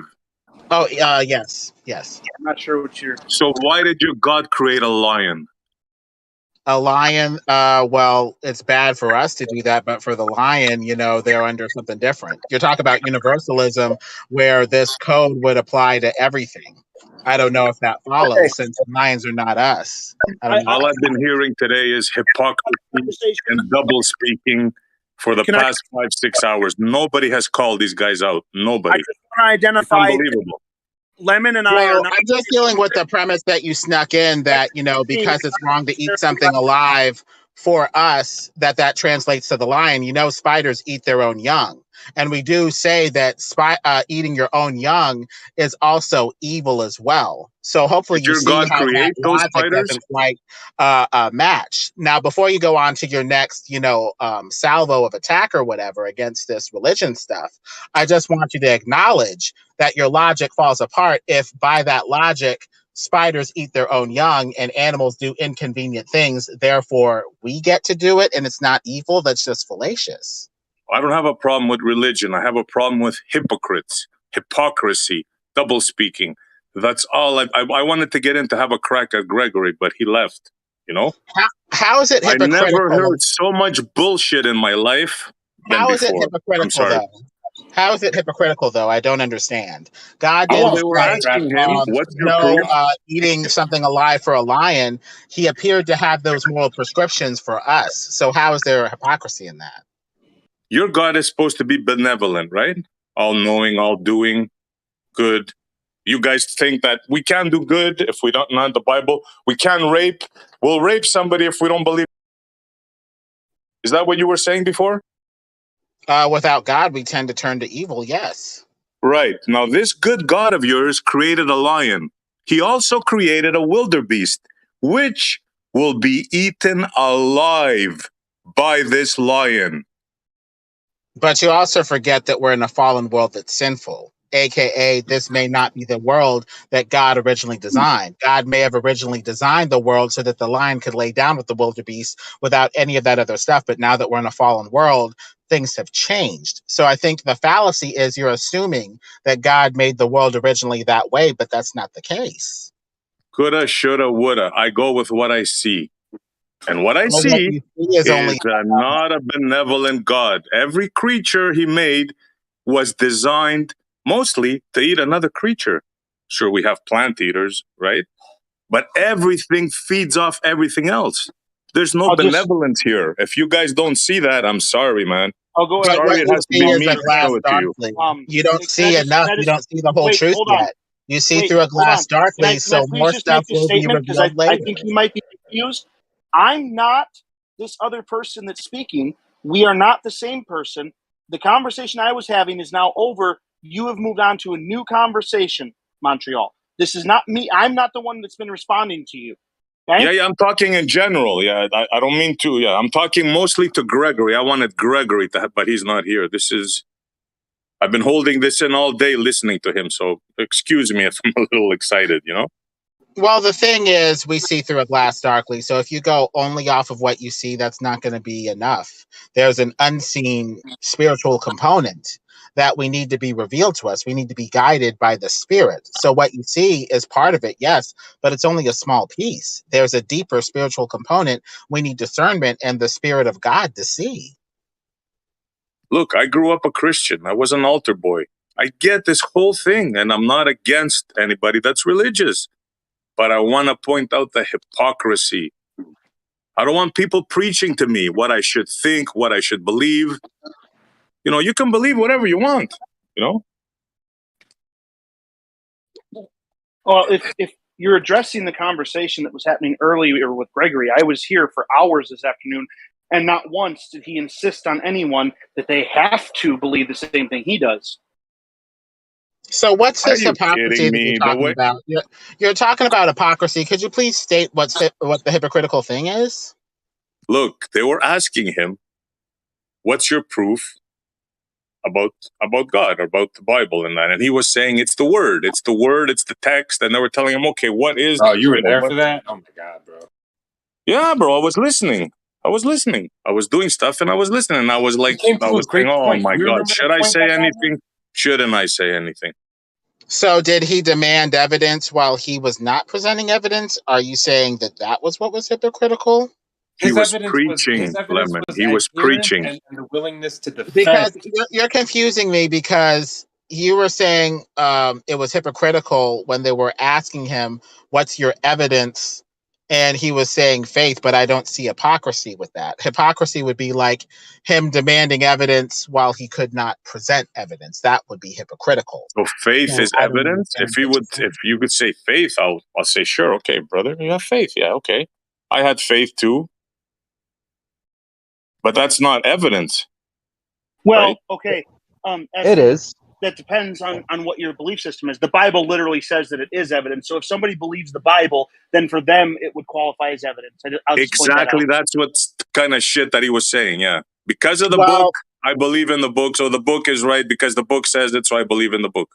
Well, the thing is, evidence is something that's been established prior that leads to a conclusion. With that definition, faith could be evidence if your faith is tied to something else that you already accept. If, say, you're a scientist and you assume the uniformity of nature to do your experimentation, that's a faith-based element that can only be justified if nature is being upheld by something in an unchanging way, aka something like God. And so, based off of that faith in that other area, that could be possible logical evidence of, faith in something like a creator that is justifying that faith in another area. But that would be based off of something prior that has already been accepted, leading to something new in another area as logical evidence or proof. Now, this In we general, can agree I on. disagree with Lemon. That's just one example of being led to faith. I agree on the creator, Lemon. We can definitely agree on that. But he's not the creator in the Bible. He's definitely not that God. Absolutely not. He's not So a what's- benevolent dude. He doesn't give two craps about what you think or what you... That's my opinion now, right? I don't mean to offend anybody. But Okay, well, if it's somebody not that makes a God, lion and makes that lion eat something else alive, you should be scared of that thing. Not pray to it. You should be scared of it. well, if you're out in the jungle without a civilization or an economy to feed you when you're hungry, animals can get pretty desperate. I mean, what is the lion going to use to hunt? It has its claws, it has its mouth, it has its speed, it has its muscles. What should the lion do as an alternative, say, for us to have a meaningful discussion where we're not just saying, oh, this is so terrible? What is the lion going to do to eat? Wait till the wildebeest is old, infirm, sick? What is the lion going to do when it's hungry and it's got cubs to feed except run that thing down and kill it? Simple. God could have made it eat like a cow. Eat grass. There you go. I would have been a better creator, I think. In that sense, I would have been more benevolent, that's for sure. I Well, can see myself making one animal eat another one alive. Can you see yourself creating such a I beast? don't even think animals are truly supposed to be in a level of desperation with no food. I don't think eating animals is a true natural. Does that make sense? But the thing is, you have trade-offs that need to be acknowledged here. If everything chewed the cud like the cow, we would run out of grass in a limited area.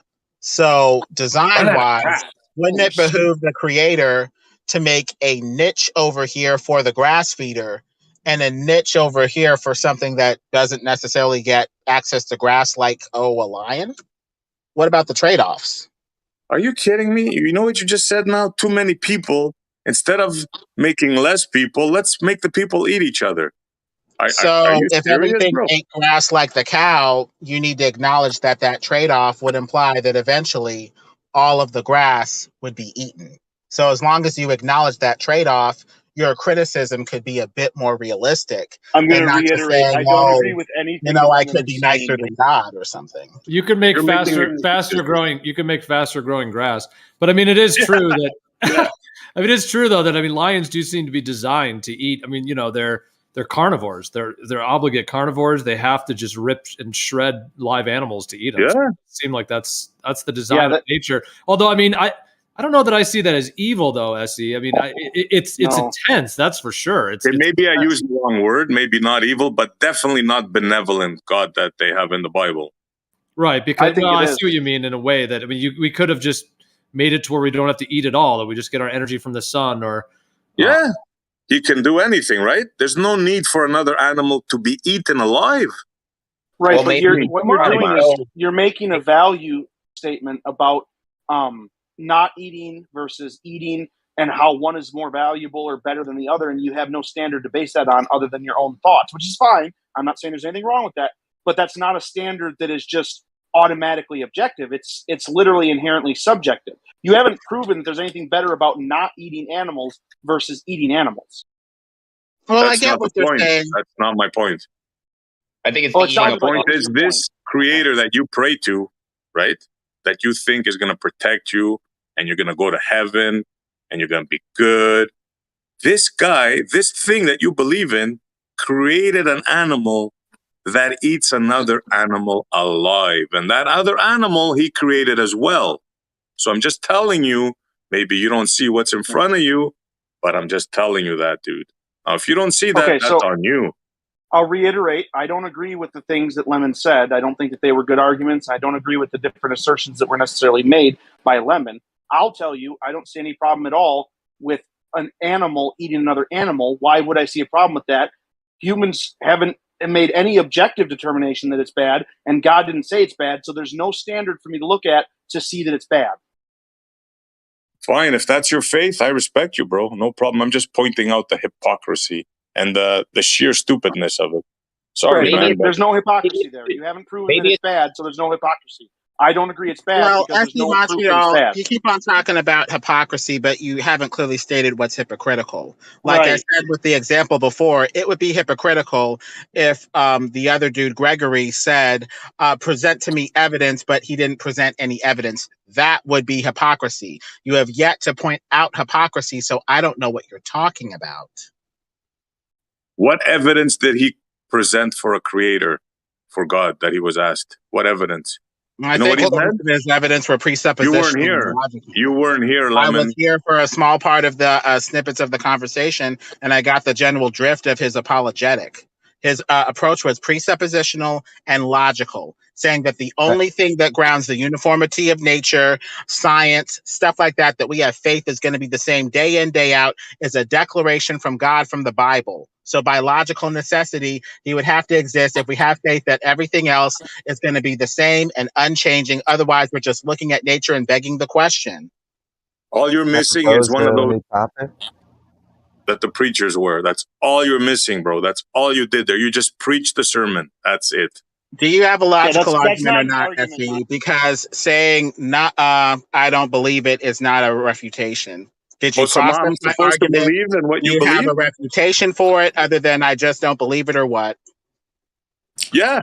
I don't believe Okay. Can in I your answer that? God in the Bible. Yes, correct. I don't believe that. Yes. What's up? I actually really like this dude Lemon. He's a smart guy. But I wanted to say, damn, I'm gonna forget my thought. Fuck me. Sorry. SE, I was going to As ask, long when as you were you saying think- the hypocritical part, is that because like some maybe say like that idea that God is all good, but then there's also evil in the world? Is that what you meant by the hypocritical? that maybe I didn't choose the best word. That also, but the fact that he insists, like he thinks that it's true. Like I don't know how to say it. Like to him, he was demeaning other people. That's what really got me upset with him, to be honest with you. Like he has the truth. Like when they're asking him, what proof do you have? He says, well, it's written. So the guy's asking him, well, who was it? Was it written by man? Was it interpreted? And he goes, yeah. So the guy told him, then it's game over. And he's going, no, it's the word. It's the word. You know, stuff like that. That was me. Yeah, I was asking him. I'm not sure if I was there for that part of the conversation, but what you just described doesn't seem to be making your point like you think it does. If somebody asks, where did this come from, and another person answers, a person wrote it, that's not an argument for it being false unless you're going to argue that all things that man write is false. No, Yeah, he it sounds said like you're God sneaking it. spoke to the man and the man wrote it. He said God spoke to him. Yeah, And people Jeremy say, was saying maybe he was on ayahuasca. Like, do we know what happened? Do we know the story?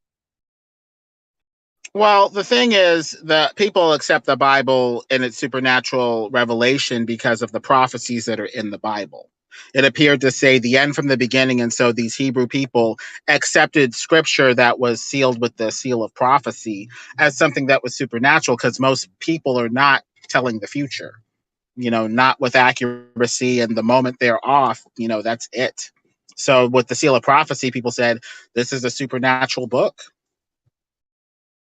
What And so would you say if I was to tell you, Lemon, that I think You've been duped.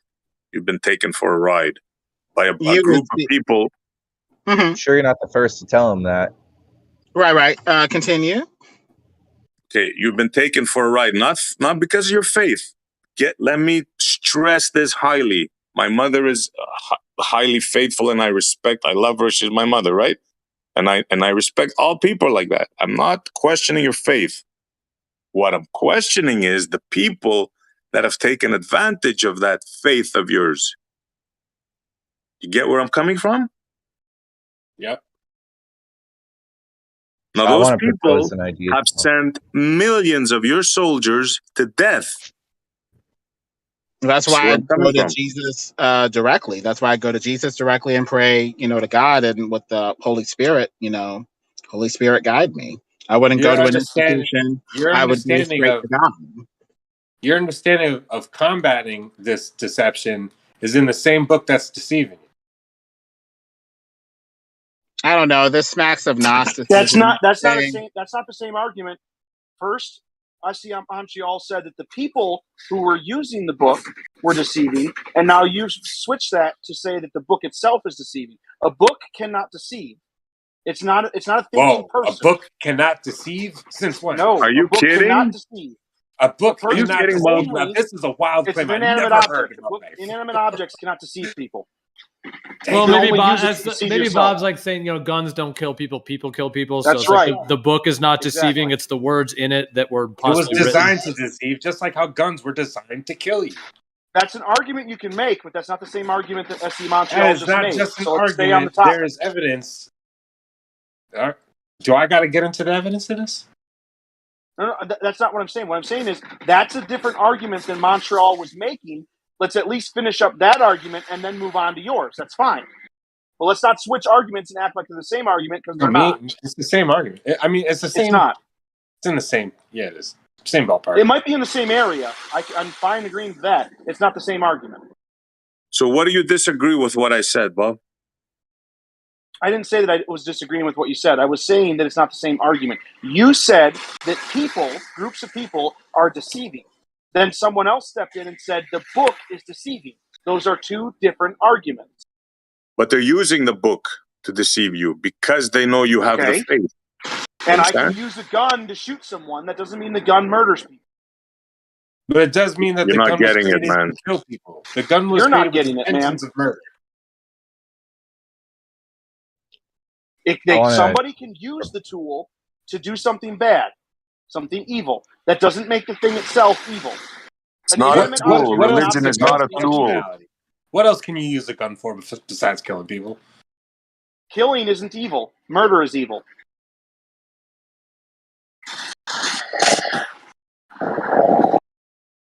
Okay. So you don't see the tie-in. Bob, you don't see the tie-in and people taking advantage of other people's faith. You don't see that. I do. Like, I absolutely see that. Like I said, I didn't say I was disagreeing with you. I was just identifying where a different argument came in, where it was being put on seemingly as if it was the same argument, and it's not. If we all can agree that it's not the same argument and we're going to move on, that's fine with me. I never said I disagreed with you.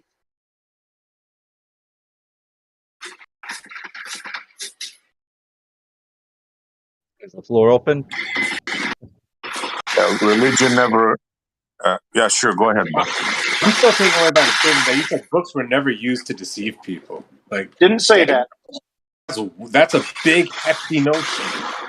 Yeah, right? I didn't say that. Whatever you said implied a million things, man. Yeah, no, it didn't. It just meant exactly one thing that I said. I don't want to get hung up on it if you didn't truly mean that, I guess. I didn't. I didn't say it, and I didn't mean it. What was it if I that had you said? meant it, I would have said it. Yeah, what did you say about that? What I said is a book cannot deceive. Inanimate objects can't deceive. Somebody can use a book to deceive themselves or deceive someone else, but just like a gun can't murder somebody, a book cannot deceive somebody. You have to basically read it and come up with a story that is true in your own mind and deceive yourself, or let someone else deceive you using the book. So you don't believe in misleading information? What's that? You don't believe in misleading information and the ability to be wrong about an assumption based on if data that's what I meant that to you say, get. I would have said that. This is But crazy. That's not what I said. What? It's not what I said. It does sound crazy. Maybe you should I say the hope things it's that I not actually what- say instead of repeating back or saying back something that isn't at all what I said. Well, I'm not trying But to this put is the it. I'm same thing not trying to Gregory put was what you're doing. saying. Every time I think I heard what you meant, and I repeat it back to you, you go, "No, it's not what I said." But you're Like, not repeating it. what am back, I though. You're misinterpreting, making up your bro? own It's version that crazy. isn't what I said. Yeah, what did you say for the business? All right, bro, please. So I don't Well, misinterpret. Bob, I'm not trying to put down anything, but it does sound like it is kind of semantical what you're saying in a way. It's not. Well, like for example, the blue marble, quote unquote, blue marble thing of 1972 or whatever, when they claimed to. I mean, that picture, what they claim is a picture, has absolutely deceived people in a massive way. People all looked at that and, well, there it is, the blue marble, and on a mass scale, they were all deceived to think that's what the Earth was. Okay. And he's saying it's all on you.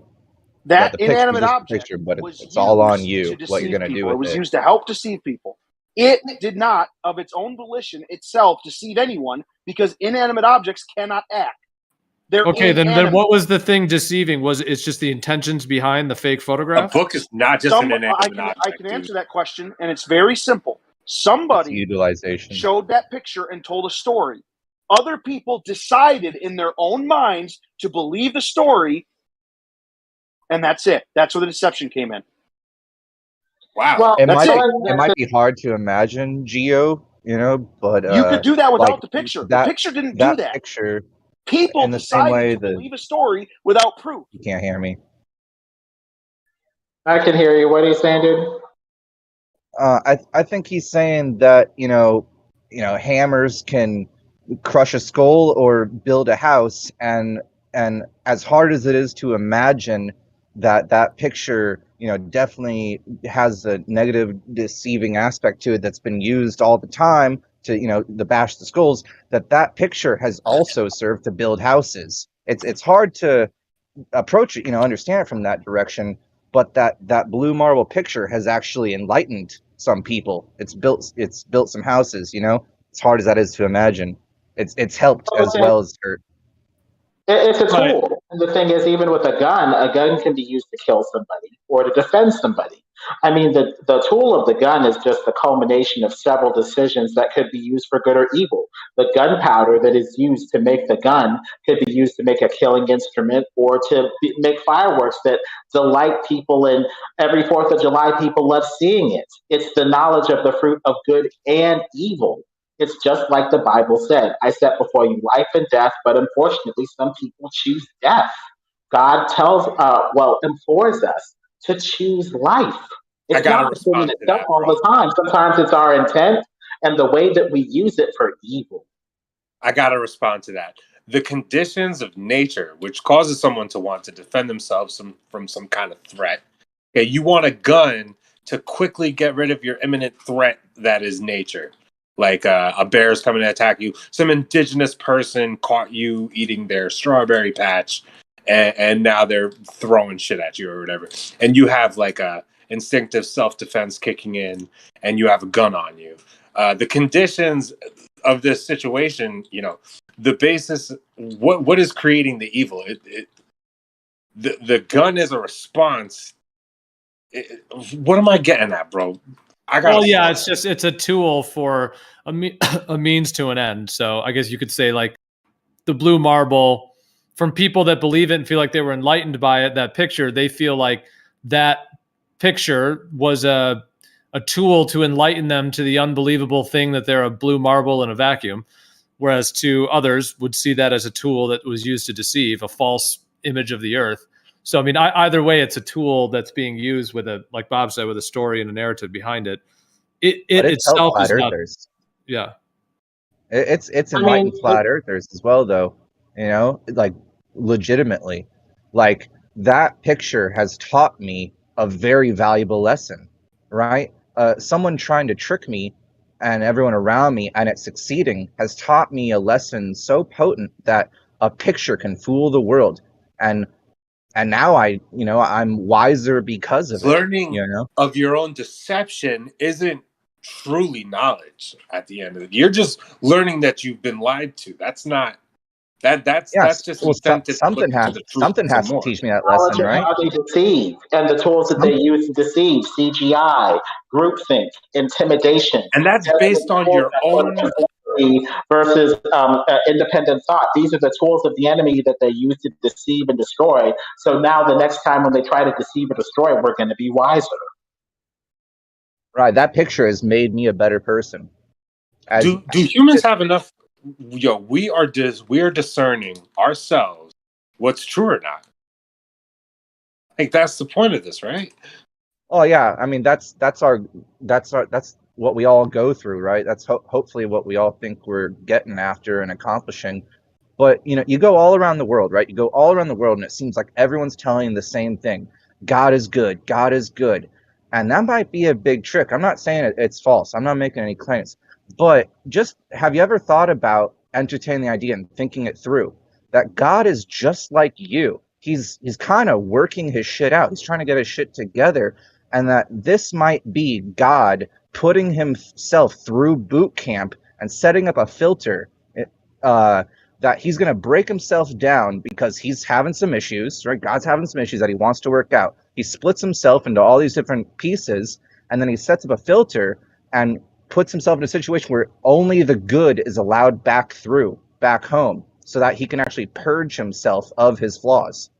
Maybe that's why there's good and evil down here, because it's the boot camp that's only going to let the qualified individuals back to where we are in a lowered state of consciousness, and we were put here by a higher state of consciousness. I actually agree with that. But that's Gnosticism. But that's Gnosticism, and the problem with Gnosticism is it deals with so much duality. And the thing is, we only know if something is good, based off of adhering to a standard. So if God is not the ultimate good and there's something outside of God that's good, well, then that thing outside of God, that's the standard that, God is trying to adhere to, would technically be God if God's trying to adhere to that and be good or evil. It just leads to this terrible infinite regression as to what is the ultimate good, or does this thing have to conform to this thing, have to conform to this thing? What is the ultimate good?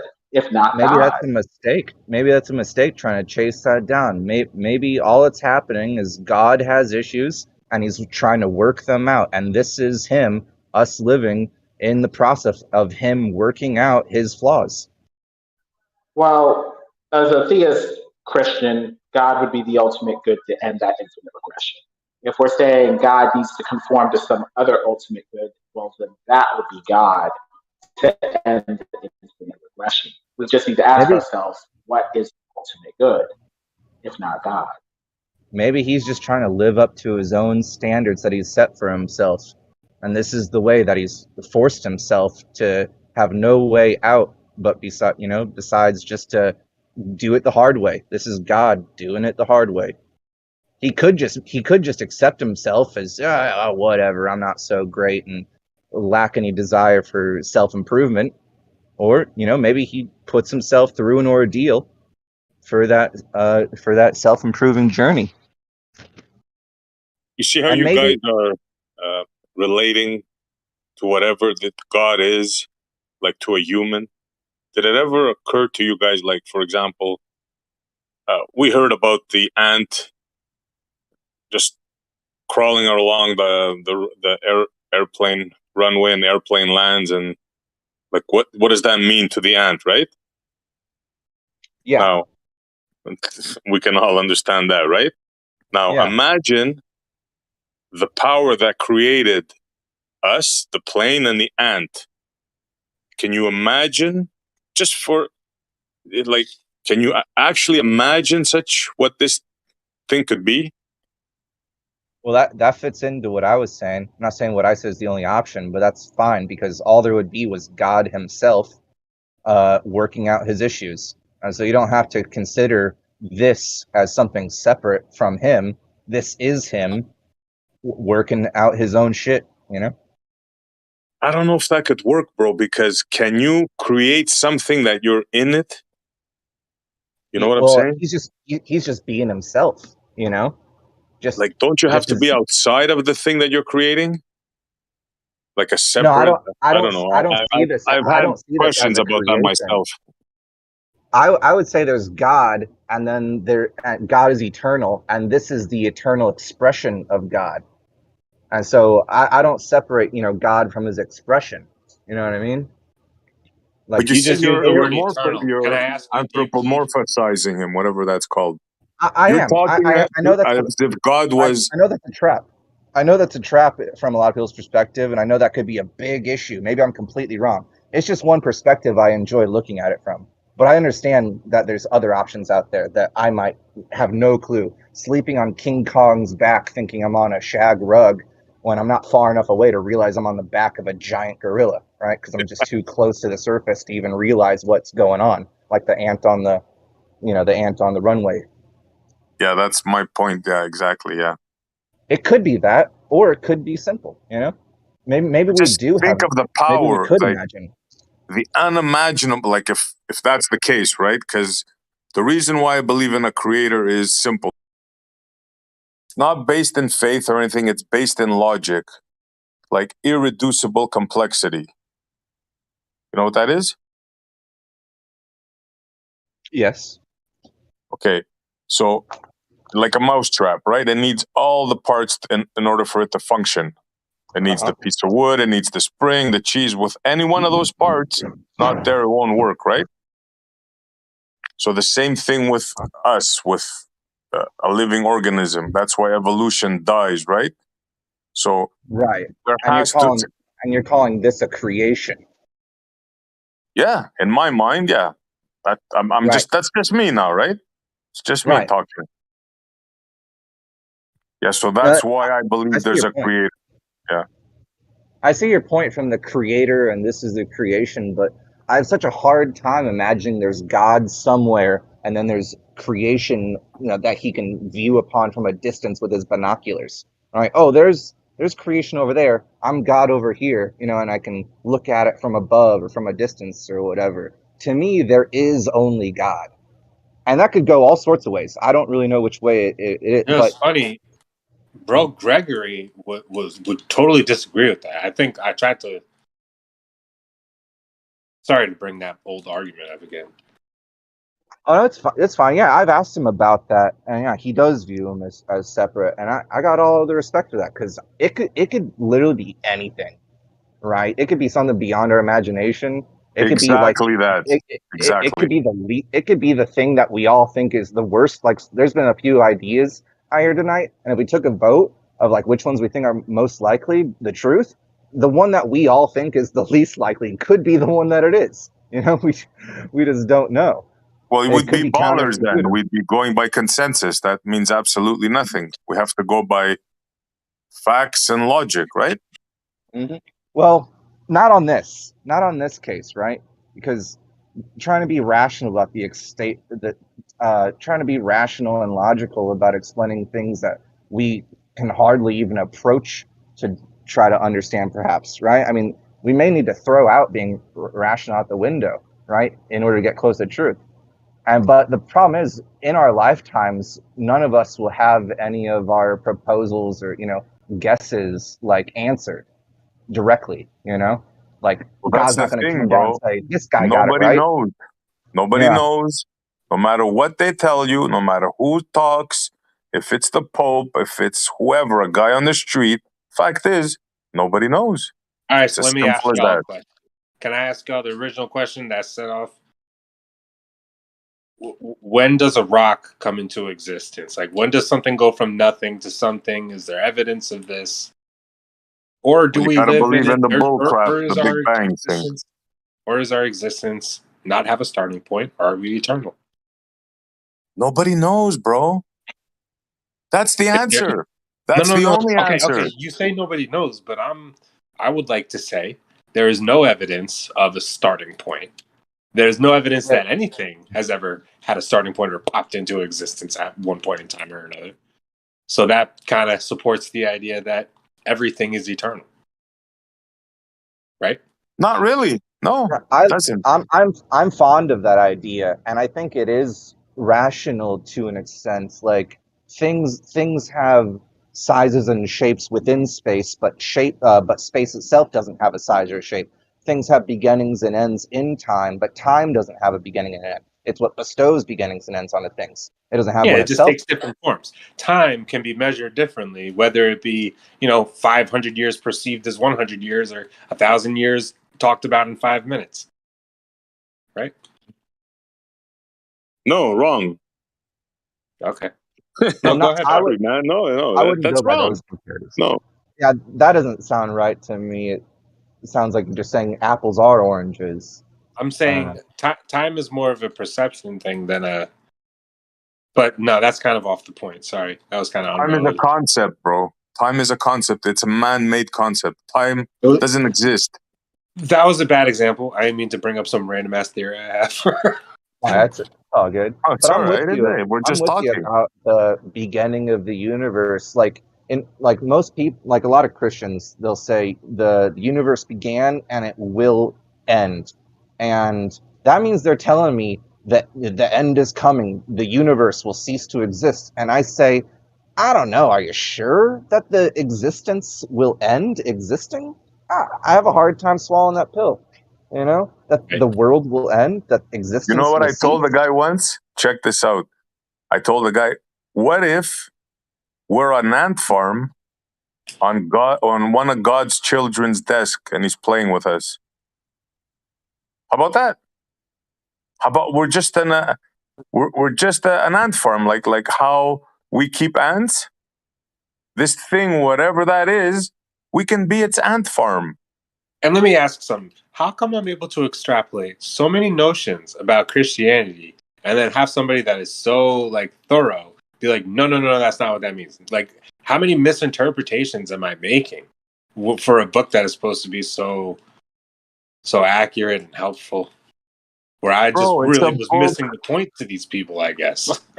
Bro, it's a book written by some Jewish people thousands of years ago in Egypt because they wanted to escape slavery. That's it.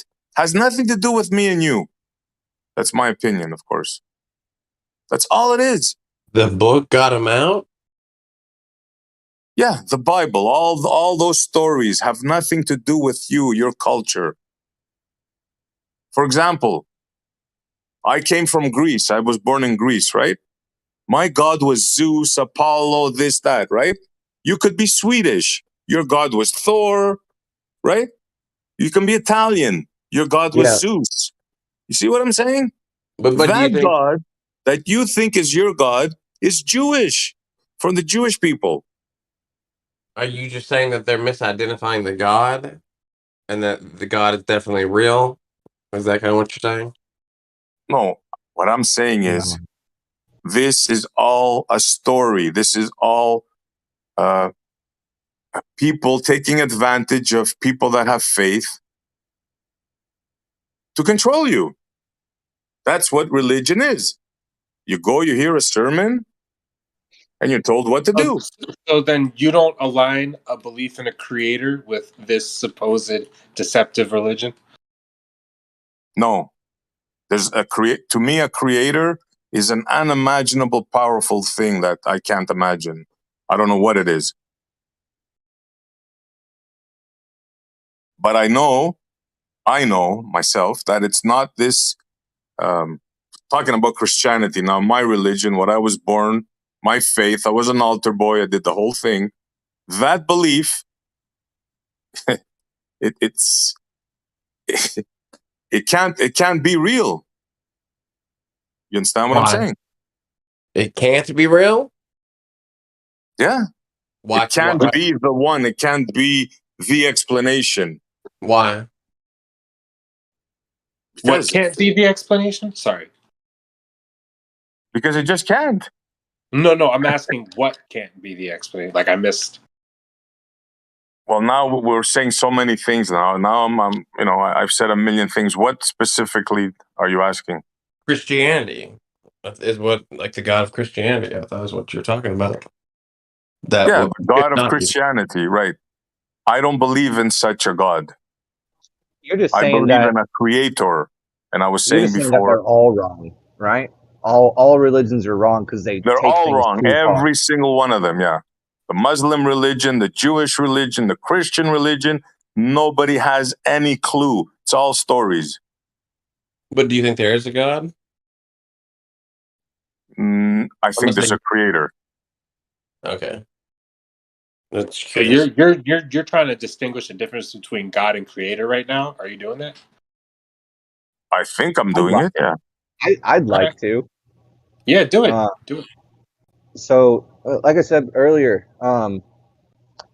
like creator implies creation, and a lot of people view the creation as something different than the creator, where one is eternal and the other thing just like came into existence when he snapped his fingers or whatever, and it can have a beginning and it can have an end. But I consider this well, it's one of my favorite ideas, right? Is that there is no separation, and neither one of them is like it began at any point. There's the eternal creator and his eternal expression of himself, and it's sort of like we understand God through his works, and his works have always been going on, and this would just be his eternal work or his eternal expression. It didn't begin, it began when God was acting, and he's always been performing and acting. Look, from the beginning of time, people realized their immortality. I mean, they wish their mortality, right? So everybody has the same questions. Where do we come from? Where do we go when we die? And then people just came up with explanations, and stories caught on, and that's it. Now, you tell me, which one is right? Are the Buddhists right? Are the Muslims right? Are the Christians right? Who's right? Is it the Catholics, the Protestants, I the think it was the Lutherans? Zoroastrians. The Zoroastrians? Yeah, they're the ones that got it right. All hail The ones that knock on my door on Sunday. What are they called again? The Jehovah's Witness. The Jehovah's Witnesses? I'm telling you, man, it was That's all I'm saying, man, Trust me. The context of all these religions support the same kind of similar belief of a creator, right? Don't they? Or no? No, they all have different places where you donate, right? They all have a lot in acknowledgement of common. a lot of them is not in any way an argument against any specific one. Who's right? Who's right? They all have a lot in common. I'll just say that much. They all believe in a God. That's one thing for sure. Who's right? The Muslims that bow and pray 5 times, or us that do the cross? Who's right? I know. Why don't we have a war about it? Maybe that's a good idea. Huh? See where I'm getting? I don't. I support people, like we're doing right now, like expressing their opinions and brainstorming and stuff like that, and even subscribing to something. I don't even mind that people like say, you know what, this is what I'm going to go with, and I'm kind of open-minded, but I'm pretty set on this. So I'm just gonna live my life according to this belief system or whatever. Like, I'm cool with that. It doesn't really bother me. People like anchoring themselves down voluntarily. I'm good with, like I said, I'm good with all that. There's a lot of good Christian and Muslim people. They do good. They help people. They help society. I know a lot of good people, and my mother's one of them. I told you, I respect all that. I'm talking about reality now. The people that take advantage of these people.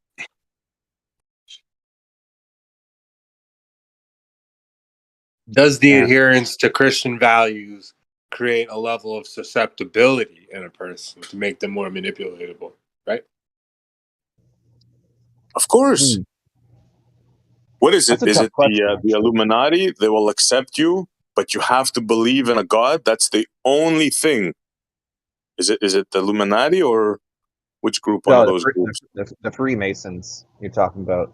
Is it the Freemasons? That's the thing. Yeah, that's the one. Yeah.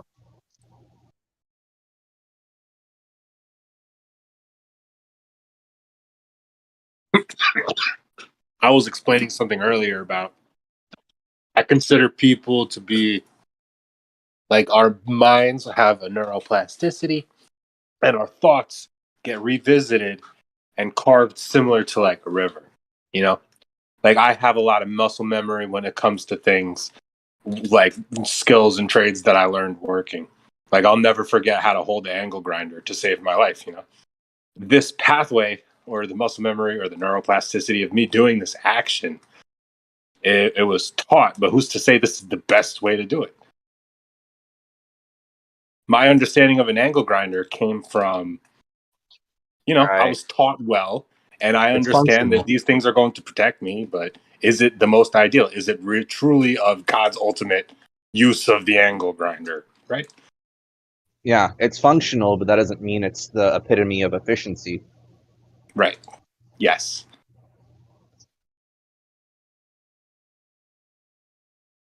Well, here's how I think life goes a little bit, right? I think life is kind of similar to driving down a highway in the dark with no headlights, right?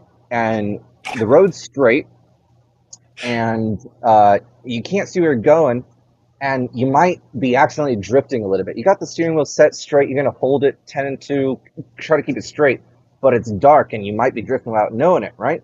But if you go too far to the left or right, you're going to hit those bumps that they put on the side of the highway, right, to wake up sleeping drivers, and that turbulence is going to give you an indication that some friction, some turbulence, some trouble happens that lets you know you need to correct your path to get realigned with the straight and narrow.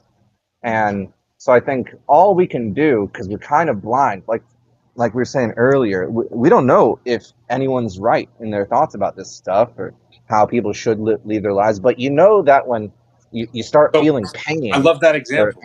There's trouble, that you know something's going wrong, but the world could be about so that example you just used. What's the reason people are falling asleep on the road? What's that? Like I mentioned with the gun, I tried to make sense of this. But you know, you're kind of what's the word?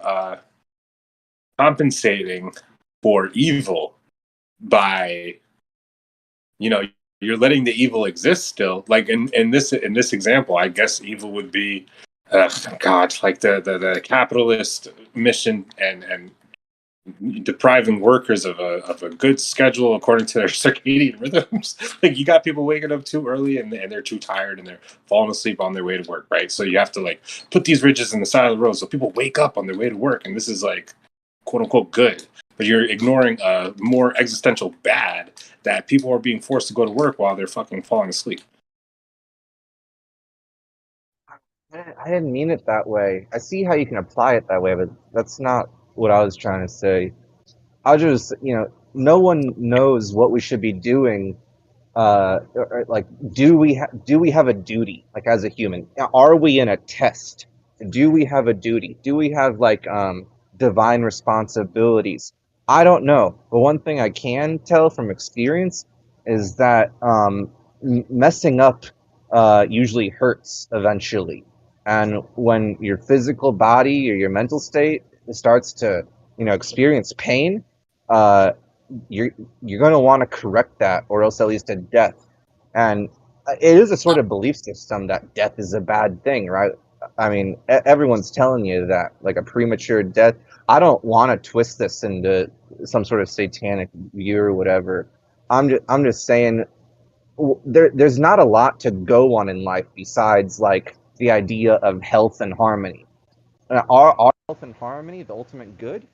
Well, I'd like to think that the universe does align with something higher in that way, right? That there is a reason to do goodness, and that you shouldn't be bad because good is better. Well, it's really tough to make a rational argument to say, oh yeah, you should. Humans are better distinguishing. I gotta finish the sentence. Fuck my life. I lost it, bro. I'm too high for this shit. I swear to God. Well, let me. Maybe this will spark your memory. What's your opinion on the expression "ought to" and "ought not to"? Where do we ground ourselves in deciding what we ought to do versus what we ought not to do?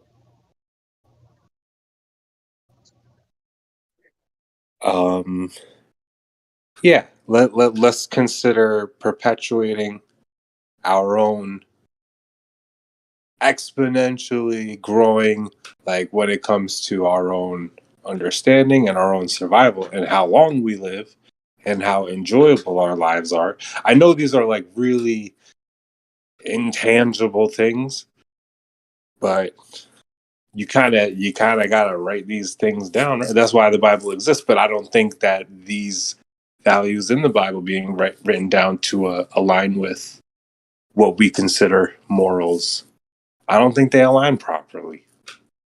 We have a book supposedly doing this already, you know?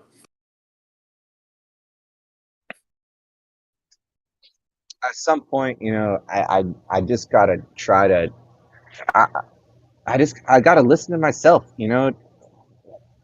I don't know. I think I like to think that every human has a sort of internal compass that can get like you can kind of learn to misread it by joining certain clubs and following, you know, their standards or whatever. But I know a lot of people would argue against like just listening to yourself. They say, "Oh, you're just going to be a hedonist after pleasure, whatever." But I don't know, helping people feels good too. So It's almost like when you're a kid and you touch the stove and you jerk your hand back. Like as a child, if there's not a parent there, like what are the odds of you touching it again? Pretty small. I mean, you'd learn your lesson through pain, right? Okay. The pain created an understanding that has nothing to do with a framework established by a book, right? Yeah, but that's like you can create your own usable, tangible understanding.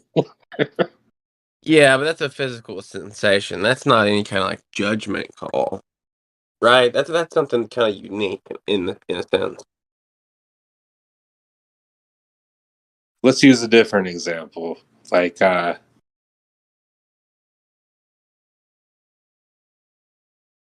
example of falling. I don't know. That's kind of how we define the word good, right? The collective sense of like health and happiness, right? Yes. We want everything to be as healthy as possible and as happy as possible, like No physical trauma health and progression mental into the health. future. You know, absolute exponential growth. Maximize potential, maximize understanding, maximize enjoyability.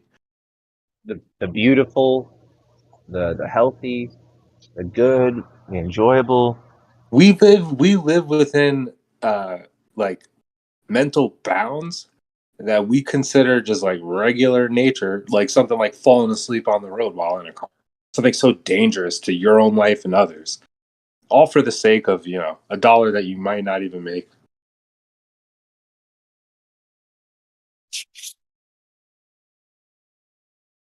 Just to shine light on the fact that what the layers of our perceived action, like we perceive our actions as good, and there's so many layers where we're being manipulated and deceived and sent down the wrong path. I think it's good that I'm driving to work, but it's also bad that I need a fucking car to do it. It's bad that I need to fucking go to work and get this money and pay for food and shelter, and that's kind of like fucked up at the end of the day. Right? Unless we live in a type of society where, you know, we are truly to earn through extremely hard work and suffering everything that we need. Yeah, that's why you pass along to the next, because you're essentially kind of making life easier for them, right? Like down the road, we Yeah, might but have that's not necessarily a good thing, though. I mean, freeing up somebody's time to where they're not tied to a job. Like I have a job, I make like like $70K a year. I don't love it.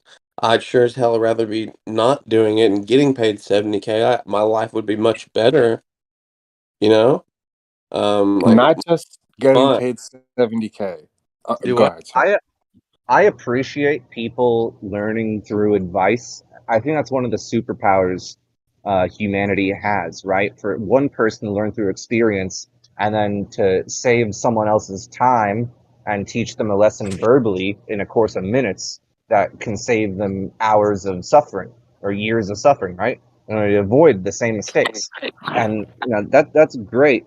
And then there's also on the flip side lessons that can only be learned through experience, and like struggle isn't necessarily a completely bad thing.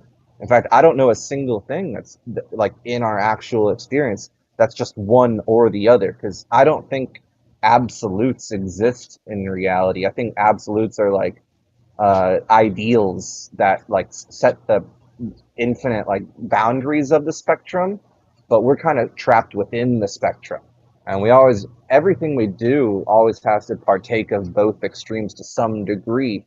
Like you can buy your mother the present for her birthday that will make her happiest, but if that's a ruby bracelet or something, you just gave money to some dude who's running some sort of slave labor ruby mine, right? And you're like perpetuating that business run cruelly by like funding them, right? Donating to a criminal or a tyrant or whatever. So it's like there's not a single action we can take that has only positive consequences on the rest of the world.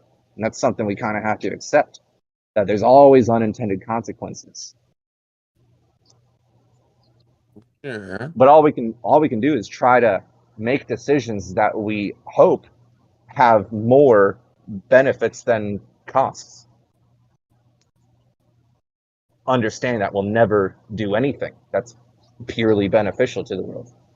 Just our existence, in a sense, takes away from others in some sense. Not that I think there can't be like a workable position where we're doing the best we can, but it's like our best will never be perfect because absolutes don't exist here. Unless you're Jesus Christ. Okay. But I mean that's the reason to tell such stories, right? To calibrate your compass by. Now you're never going to learn that through experience, right? Meet someone actual. That's why it has to be a fictional character.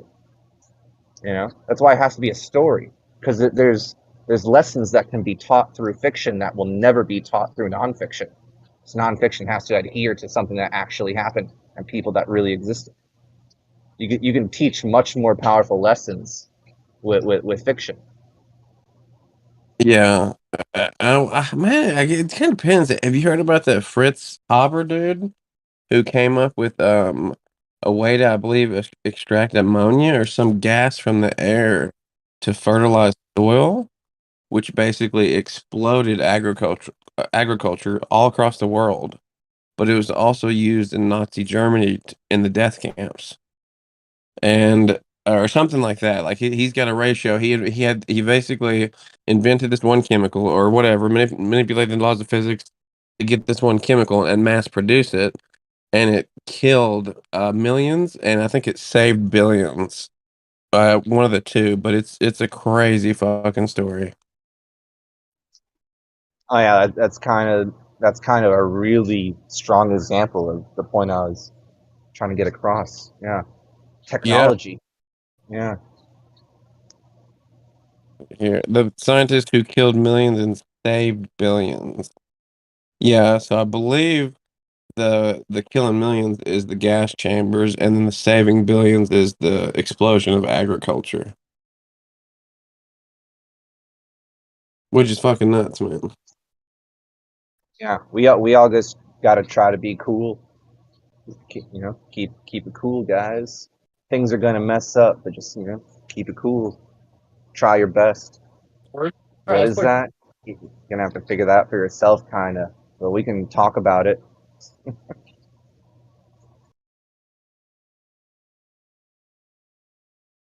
Yeah, but like today, the shit's so polarized because people don't want to talk about it, right? I think a lot of people are getting to the point where they're like, just won't talk about politics with other people because it's so divisive in the U.S. at least. It's weird, and then like half the people are normal, but there's just so many extremes now. It's pretty wild.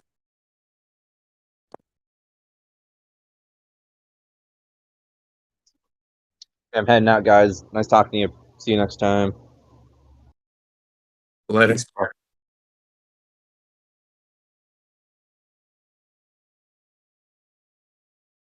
Everybody peaced out.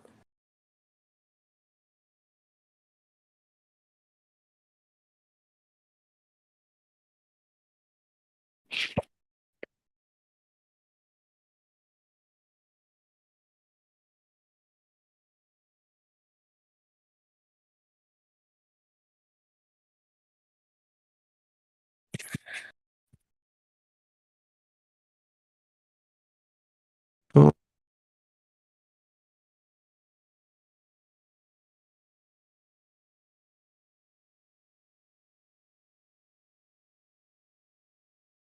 Yeah, so this fucker, Fritz Haber, in 1918, he won the Nobel Prize in Chemistry for an industrial process to make ammonia from nitrogen gas.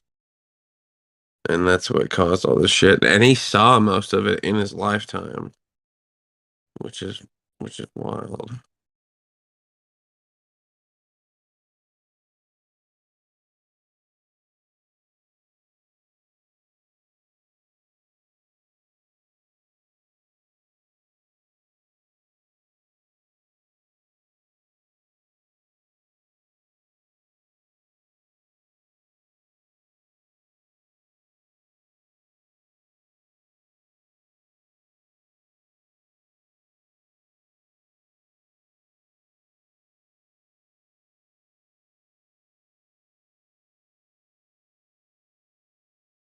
I don't know if any of y'all have heard of the company that's supposedly beating Elon Musk right now. They've got this chip that they implant. This is what they're proposing, what they're saying that they have.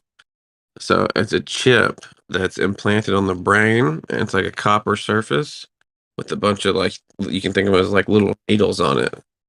And it basically takes a snapshot of the electrical impulses, and it's supposed to be able to like record memories.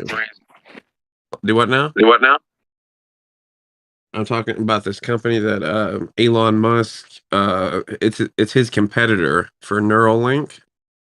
They just can't. They're starting to actually do human trials with this implant that goes onto your brain, which is like a copper plate with pins that records memories and will play them back. And they're fixing to implant it in the first human, I think, next year. That's the plan. And that's what they're saying. They've got. I don't know how basic it is, but it's begun, man. You're going to be uploaded to the cloud, dude. I don't know how old you are, but like if you stay around for about 30, 40 more years, you might be headed to the cloud instead of heaven, dude. You never know. I'll be back in a little bit. Is there any evidence that you can get a memory into a computer in the first place? Or you can upload anything at all from your brain to a computer at all? Is there any evidence of that? Oh, yeah. They do it with, there was a version of basically like whenever you speak, you do what's called sub-vocalization. And so they can actually there's two versions of this. So there's the first version was a very sensitive microphone placed by your voice box. And when you think, they can basically understand what you're thinking. Because when you think, you sub-vocalize. But then there's another version of that where they take the signal to the voice box, and then they basically are able to transcribe that information and get your thought. And this has been around for quite a while. But it's got to be tuned to each person. There's not like a universal language type thing. It's not plug and play, right? You can't hook this up to any human and read what they're thinking. You got to like tune it to them. And I don't know if the voice box part is part of the step or what, but Okay, that's not memory though. I said memory. memory.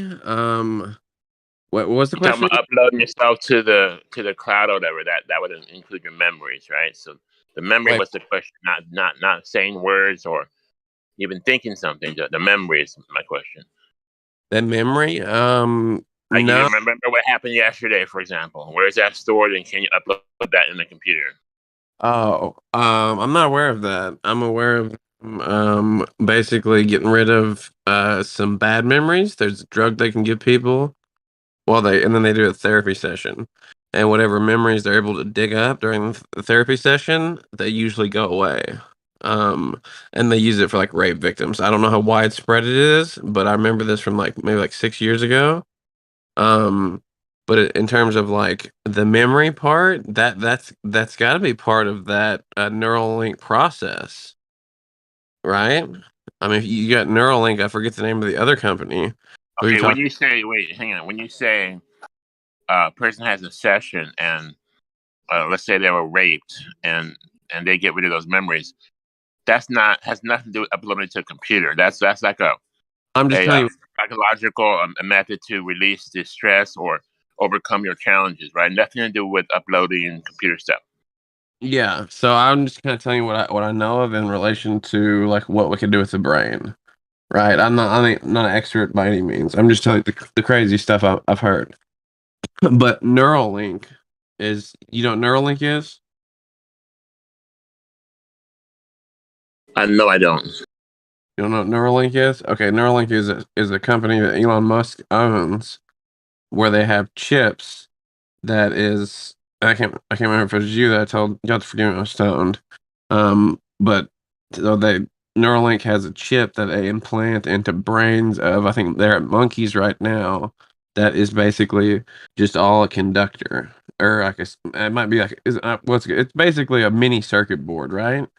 Or that's what it is. It's a mini circuit board. It's got a bunch of electrodes that actually physically stick into your brain, and they're supposed to be able to record the electrical states of a memory, and then basically upload that to the computer and then replay it to somebody else's brain. Now, a Neuralink hasn't done this yet. Their competitor is fixing to do human trials, and they're going to try it out to see if it for real will work with humans. They're saying it works, which is fucking nutty. I mean, I don't know if it's But true. if they can't do what they claim to do, would you consider them a fraud? Yeah, I'd say so. I mean, well, they're trying it. Well, if they're lying right now, yes. If they can't succeed because it's too hard, that's something totally different. But would you get Neuralink 1.0, or would you wait for Gen 3, Gen 10?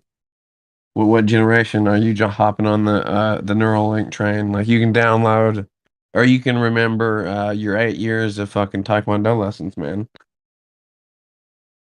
And I'm not joking when I'm saying this. It might sound like I'm joking, but that's where if this art pans out and they're actually able to develop all this technology, that it could absolutely be a possibility if what they're saying is true. You could maybe get the memory of having sex with I hear this stuff, and it's similar to like when they say they're gonna find a new Goldilocks planet. That's what I'm saying. I think it's just nonsense. They've got human trials on this one, man. They've got some teeth to back it up. They might, like I said, they might not be able to accomplish it. It might never come to fruition. That could be totally possible. I will be absolutely honest with you there, but it also could happen.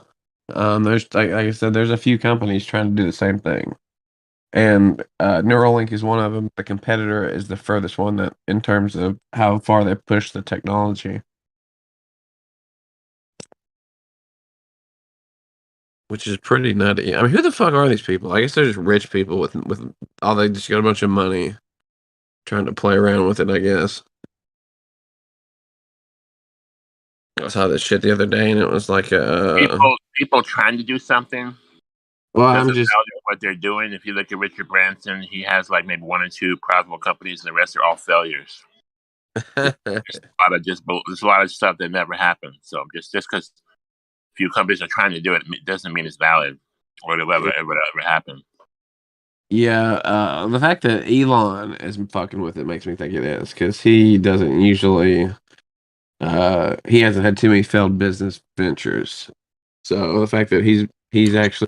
So you trust Elon because he's Elon. I mean, that's legit, right? you can't deny the man's accomplished a lot in his lifetime, and he's accomplished a hell of a lot more than me or you will ever accomplish. And anybody we know, probably anybody we know knows. He's, and I'm not saying it's because, I mean, of course he's a smart motherfucker. I think he's on the Asperger spectrum, but it's just he got really lucky. He happened to get in whatever markets at the right time and made money, and shit happens. But what if Elon's a fraud though? If Elon's a fraud, how could he be a fraud if he's got Tesla though? A fraud in what regard? He's got SpaceX and Tesla. A fraud like SpaceX has never sent anything to space. Well, I mean, okay, well he's still getting paid out of that. I think Teslas are real because you can buy a Tesla, but do I know? Space. Say that again? I think Teslas are real because you can buy a Tesla, but I don't think you can go into space. Yeah. Okay. Well, even if you don't think he's going into space, you believe he's getting contracts from the government, don't you? Yeah, I think he's a fraud. I think he's getting money for a business, which is a fraud. Yes. Well, they're doing something with the rockets, my dude. Similar to the Neuralink, if you can't really access the memory, then if he claims he can do it and you can't, then it's a fraud. People throw money at him, right? And they're being swindled. Yeah. Well, I mean, rockets exist. I mean, they're the most expensive thing basically humans do. Per any kind of transportation. Like rockets are the most extreme of every form of engineering, basically electrical, mechanical, fluid, all that shit. It's the most extreme of extreme. We don't need Elon to have rockets. We had rockets before Elon. Yeah, I know, but I'm just saying that exists for a reason, right? So we might not believe it exists for the same reason, but I think that you have to believe that it serves some purpose other than just show, I would think. You think it's just show? You think it's all show? It's an atheist satanic agenda show. Yes. So spending billions developing rockets was a show. The fact that a rocket can shoot in the air, that's true.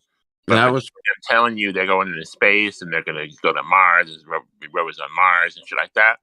That's all fraud. Okay, but I'm just saying. But you would. Doesn't that mean that you would believe? You don't believe rockets landing backwards? That's a fraud. Do what now? Say it again.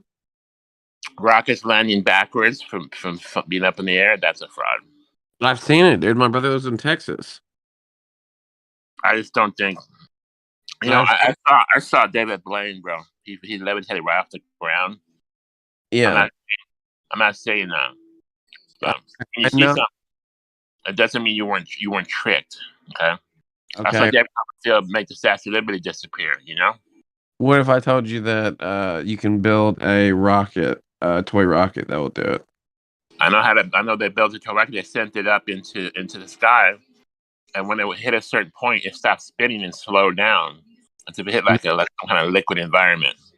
And that was an independent rocket. So I'm willing to believe that. Why would I believe NASA, which I think are confirmed liars? You believe the model rockets can land backwards? No rocket can land backwards. Period. No. Unless it's held on strings. Can I ask what makes you think that? I'm just my common, just using common sense. Like that, we just don't have the technology for that. Dude, you got common sense about rocket science? I sure as fuck don't. No rocket science, I think. Let me say this. I think if you did math, you could do equations to say that this rocket will land backwards. I don't think it'll happen in reality. No. So if you know equations or rocket science, that doesn't mean it can happen in reality. You can study that shit for years, and you can be again. And here's rocket science, for example, is a fraud in the sense that you're going into space, which is not happening. So it's a fraud. You can shoot a rocket in on the ground or go up in the sky, but again, it's not going into space. But if you notice, they'll bend over, and they'll go right into the ocean.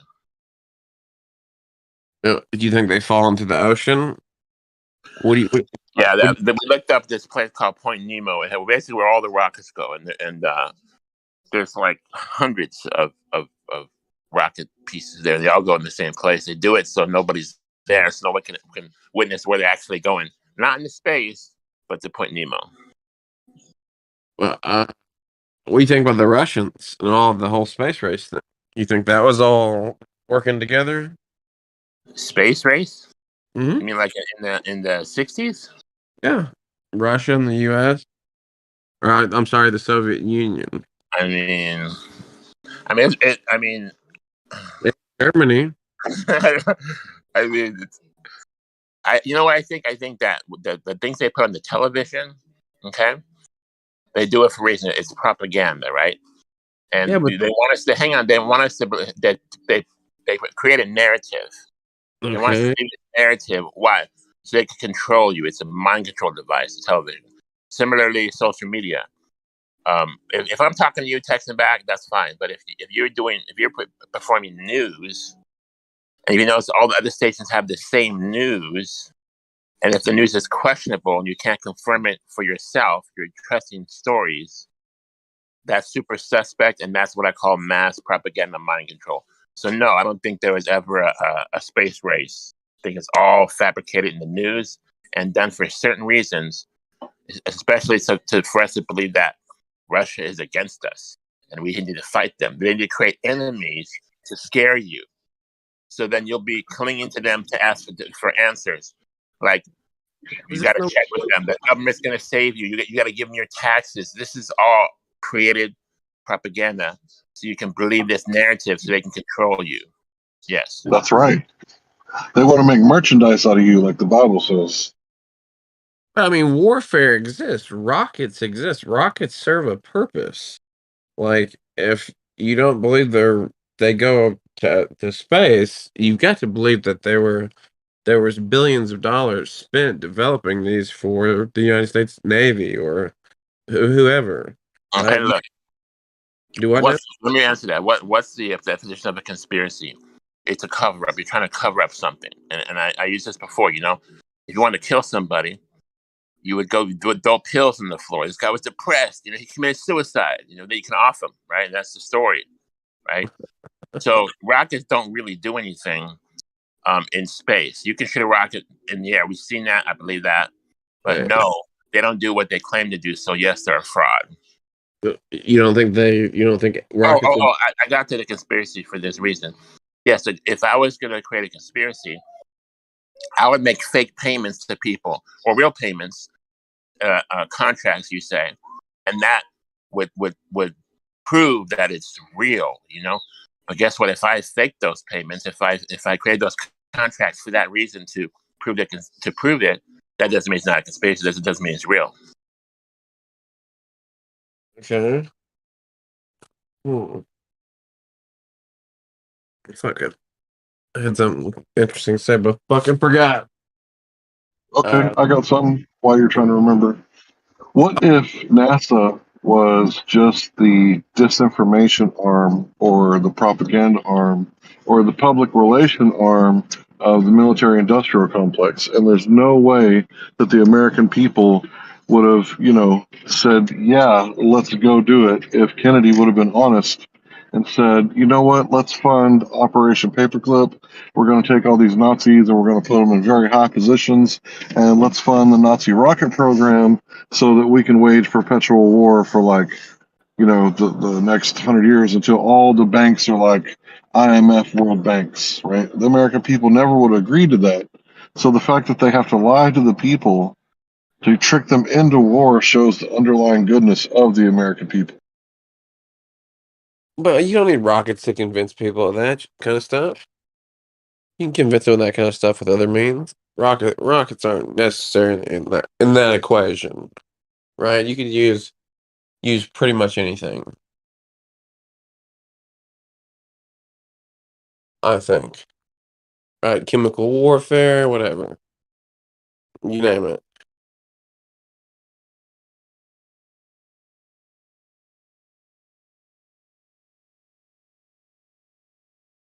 What the fuck? Hey, you said space race, right? Wasn't that before your time? Just wondering. Just a little bit, yeah. Yeah, so like you're you're believing these stories happened before you were born. I'm gonna just say no way to confirm them. I think hang on. I think that the media is a very powerful force. It's a tool, right? For the most part, we can't confirm what they say. So I just wanted to point out you're believing a story that happened before you were born, and you cannot confirm that yourself. So No, basically, you got a story. No, you have lines of evidence. You have preponderance of evidence, right? If you imagine a court case, right? I don't know if you saw that Amber Heard versus Johnny Depp court case. It's kind of like that, right? So that's how my mind works. It's right. What's got more evidence and what's more likely?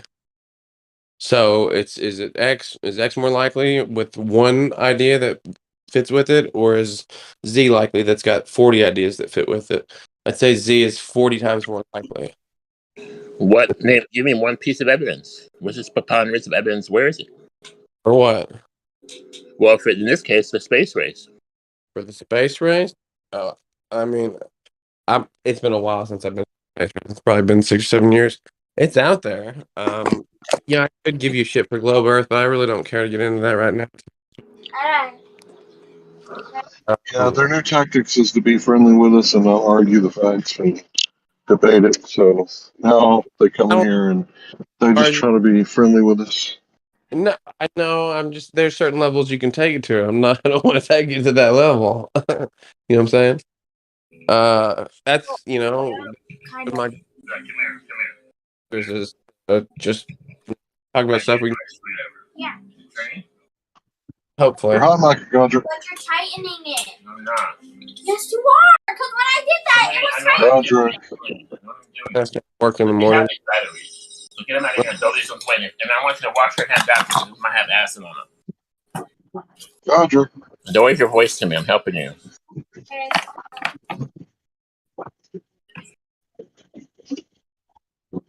Sorry. I was hot micing. Sorry. That's all right, bro. I just didn't want you to say anything, that was private. I'm on my phone, and my phone got wet, so I tried to turn off the speaker, and I couldn't, so I had to close the squid, open it back up, and then I was hot micing again right away. Sorry. No, you're good, bro. I just didn't want you to say anything private.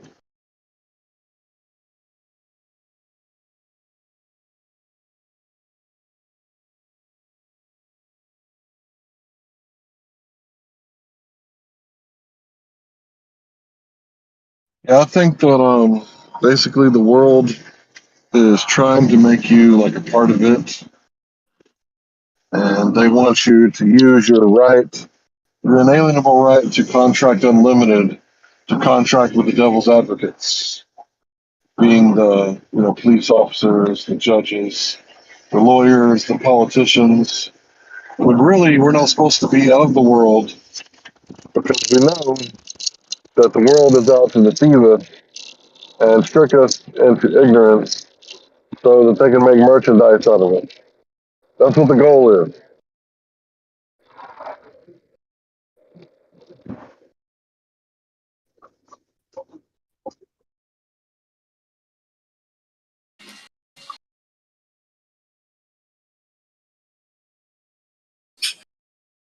Yeah, I like when Lobers say preponderance of evidence. But there really is none. And you say, what evidence? And they're like, well, I don't really want to get into that right now. Maybe later. Did you hear him? It's out there. He said it's out there. Great answer. It's out there, man. The evidence is out there. You gotta look for it. Don't you believe in Aristophanes? Like, don't you believe he saved us from the flat earthers? He saved us from the flat earth. Aristophanes is the globe earth Messiah.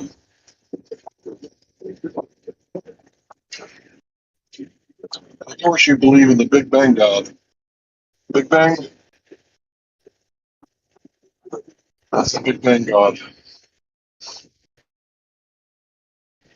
Big Bang created everything. And then gravity created Spaceballs. lumpy gas, right? In a vacuum, lumpy gas in a vacuum. That gravity is some pretty spectacularly interesting stuff if you think about it. Can you imagine in a vacuum you got like a cloud of gas, and then instead of the gas like pushing against each other, you know, with elastic boundary of friction bumping into each other, and instead of that happening, gravity just tells all the gas molecules to like, bro, chill, take a chill pill, bro. Like, sit down next to your fellow gas particle and chill out. We're gonna get lumpy. We're gonna lump up some gas together, and then eventually, the gravity is gonna become so intense. There's gonna be nuclear fusion, right? And that's how stars are made: lumpy gas in a vacuum.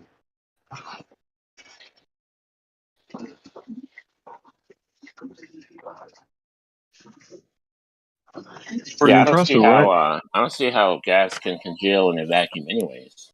I don't see that would ever happen. Oh, well, it's because you don't believe in gravity, bro. You got to believe in Eratosthenes, and you got to believe in gravity, and you got to believe in the Big Bang God. If you don't believe in the unholy trinity, then I don't know what to tell you, bro.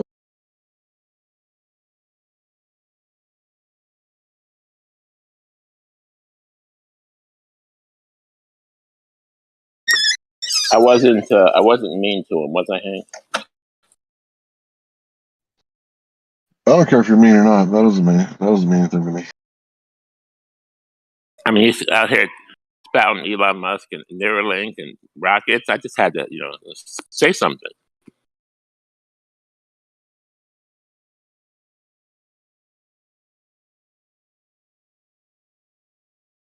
And I know you heard me, so you jumped in, which is fine. I think he was probably thinking like, what in the hell is this guy talking about? You don't believe in the space race? You don't Elon believe Musk is everything you see on legit, man. TV? I was trying to break it If you down don't to him, believe but everything you see on TV, then you're not an Aristotelian. he was fully like Elon's legit because he's accomplished more than you and me can ever accomplish in our lifetimes. Damn, like he's like a fan. He's like a freaking buy my ticket fan, show up. So are you globe earthers like Aristotelians?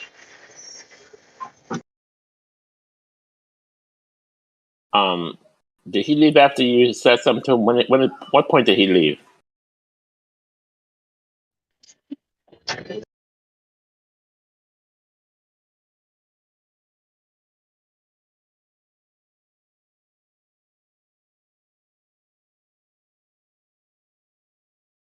I think some newcomers come to the server and other servers, and they like to talk their game, whatever their game is, whatever their spiel is, and then when they get confronted with some, I don't know, flat Earth or questions, they hear us, and they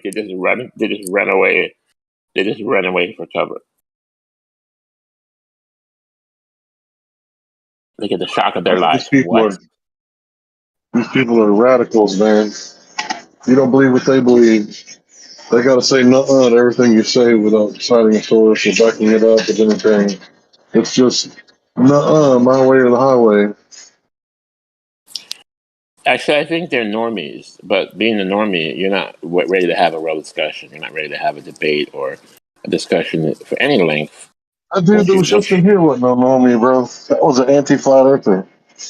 He's the guy that's been doing the research for the globe, but got nothing to share with us. Well, if he's not a I forget normie, then his name. why did he leave so quickly? No, he wasn't a normie. He's an anti-flat earther. That dude's been around for years. I can't remember his name, but I recognize his voice. He sounded really basic, a preponderance of evidence that there's government contracts. This is all legit. So if there's a government contract, that's definitely legit. If there's a contract, legit.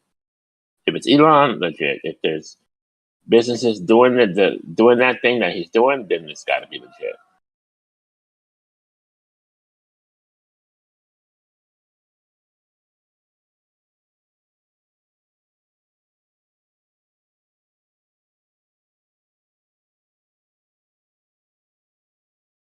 Are you still in 24/7, Larry?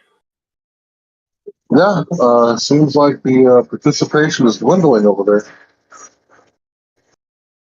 Yeah, I was talking the truth in Karen B's channel, and she was talking about how a lot of people got banned, including her. Yeah, a lot of people get mad. Yeah. It's unfortunate. I feel like it happens in every server. I feel like every Discord server has a few cowboys that like to ban people, and it's so common I hear, "Oh, we get banned." You know, it's like or they get punished or mod abuse. I guess basically mod abuse. You know, for the most part, and they don't have any kind of like if you're at a job, you were to get not punished, but what's the word when you get caught at your job for doing something wrong? They're supposed to have a sit down with you and so you can share your side of the story. You know, reprimanded, I guess. But in Discord, it's like, kick banned. You know, no chance to share your side of the story.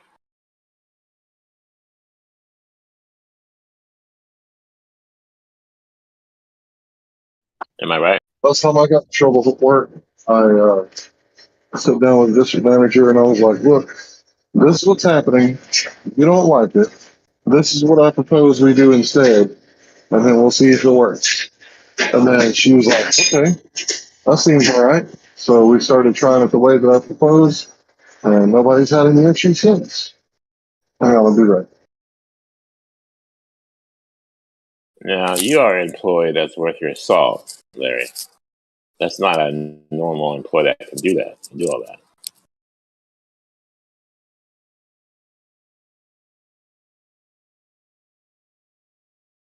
And sometimes they don't like you having ideas. You have, you know, ideas, and they feel maybe they feel threatened. They feel like they're not in charge of you anymore, and maybe they don't want to keep you around. You have too many ideas.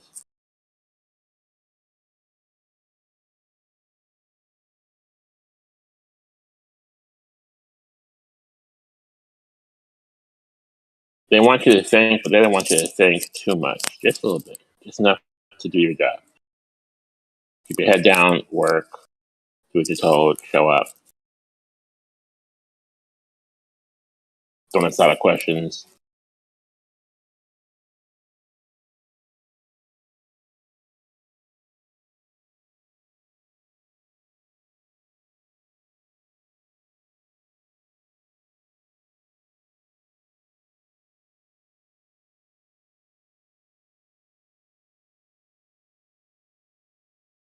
Have you been in Jam Panda's server, Larry?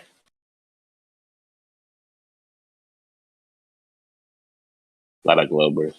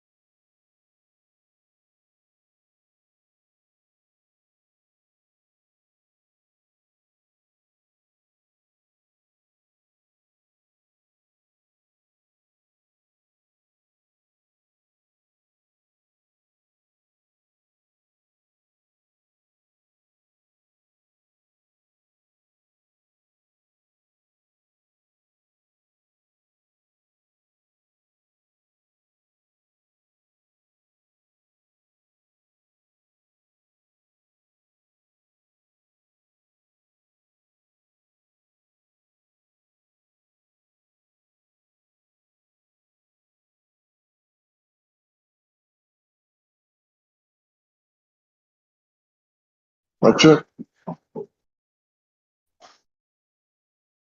Yeah, you're coming through. What's up? Are you also working? That's right.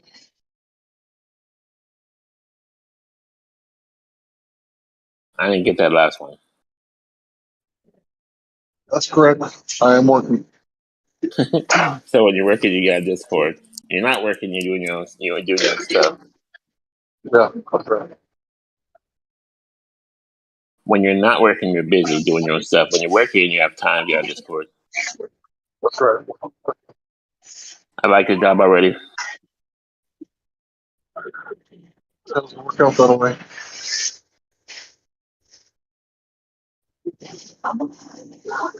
My job is very easy.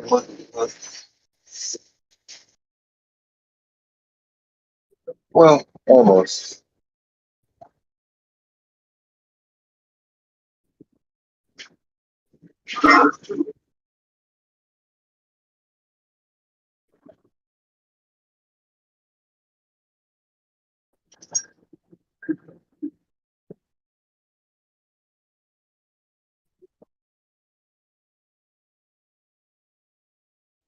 There's a lot of background noise.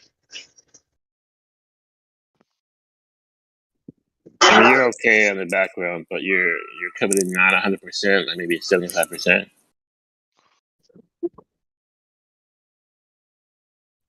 I mean, I can hear you, but it's kind of a little sketchy. A little muffled. Yeah. So where's the Globers at? Hey, look, it's bandsaw. Right here. Morning, all. Morning. Over. Bandsaw bandit. Are you a bandit? Yeah. Bandsaw bandit? Yeah. Are you like a criminal bandit? Yeah. Would you like me to be a Glober, Larry? Would you like me to be? Yeah, I got a question for you. Okay, fire away. So, do black holes and dark matter exist in the same universe, or are they competing theories? They're everywhere, aren't they? Yeah, they're everywhere, but let me do answer they that too. exist in the same galaxy? So can there be dark matter, black hole in the same galaxy? Okay, wait. I think dark matter has to be everywhere for gravity to work. So that's happening. And then black holes, of course, are in the center of every galaxy. So yes, together, working together. Yeah. So you're telling me gravity is so fucked up that we need dark matter and black holes to make it work at the galactic level? I'm not saying it still works perfectly, but it works enough to push it through science and education. Yes.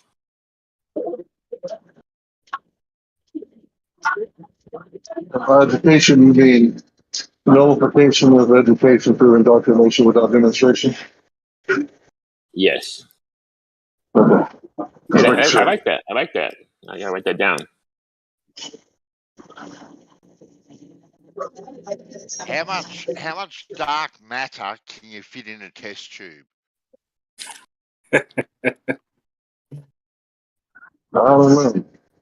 Apparently, it's the cutting edge of science, and it has been for like the past 60 years. I still have. My bad. Maybe this is off subject. I have a big problem. I came back because I just realized I'm still really hung up on this whole creator shit.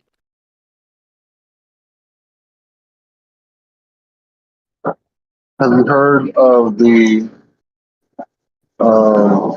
information theory? No. So, do you have a search engine available? Yes. Can you search the words functional sequence specified complexity?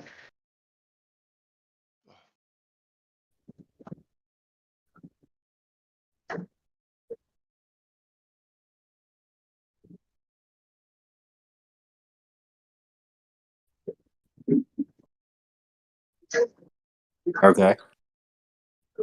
All right, what you get? Stuff about DNA.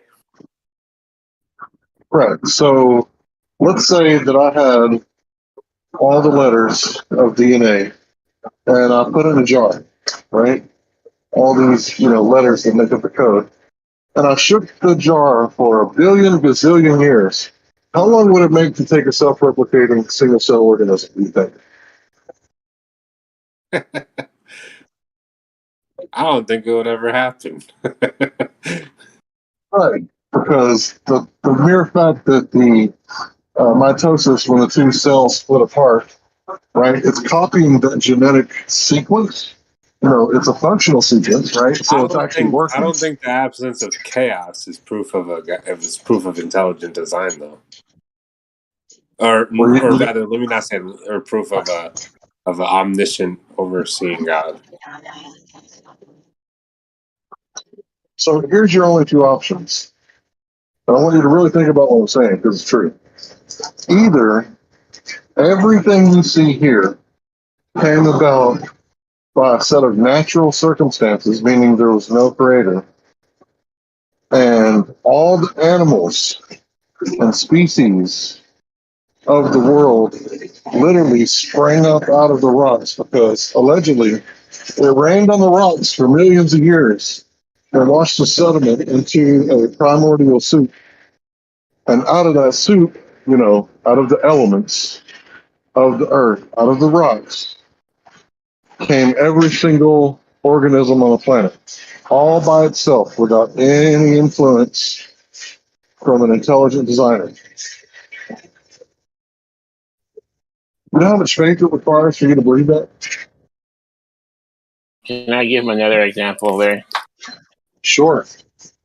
Okay, you mean to tell me that light, heat, and clay got together, and after a cajillion years, life just sprang forth. Got the first Moby cell of life, and it didn't die right away, which is a miracle. But it started living and breathing and eating, and started replicating, started evolving, turned into different things. Different animals. It started evolving, and it turned into you and me without an intelligent designer.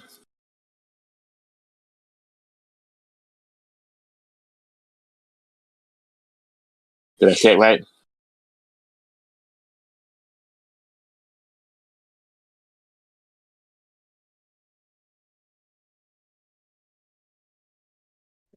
I think so. I don't miss anything.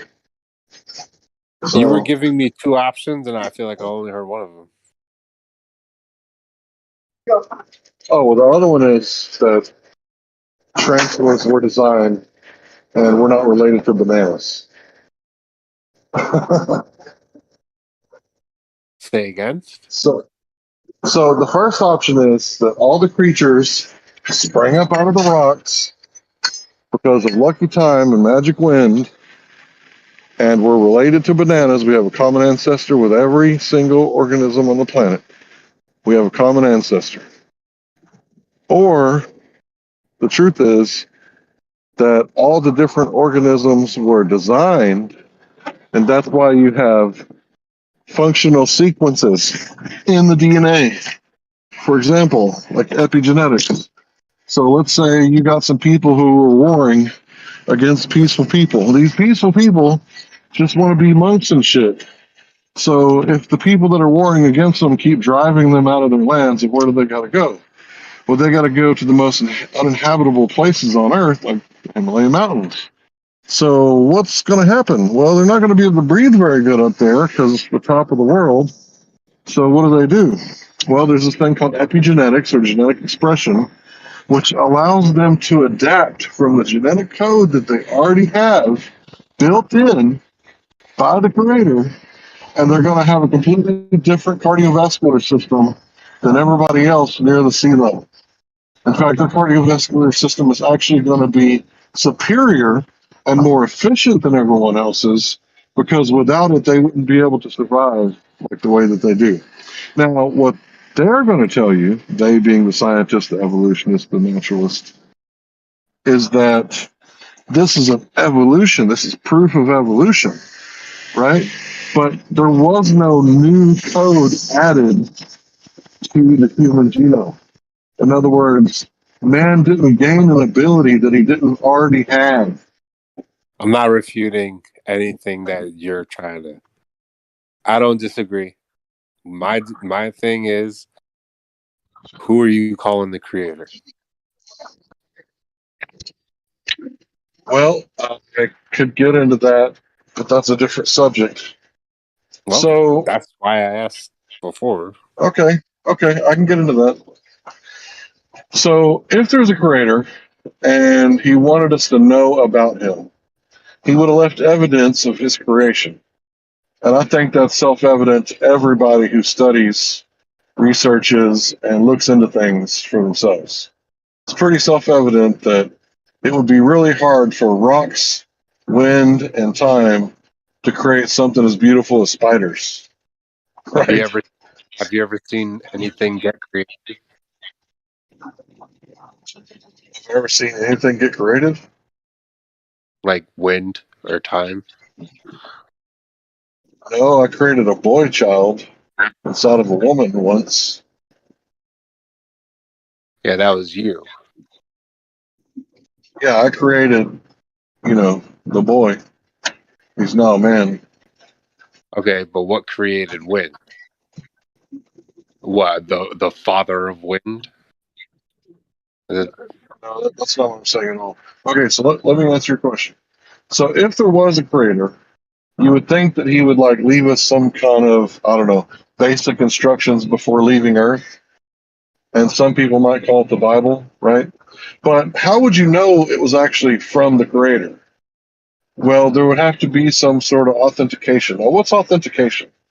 So let's say there's a guy that people call 007.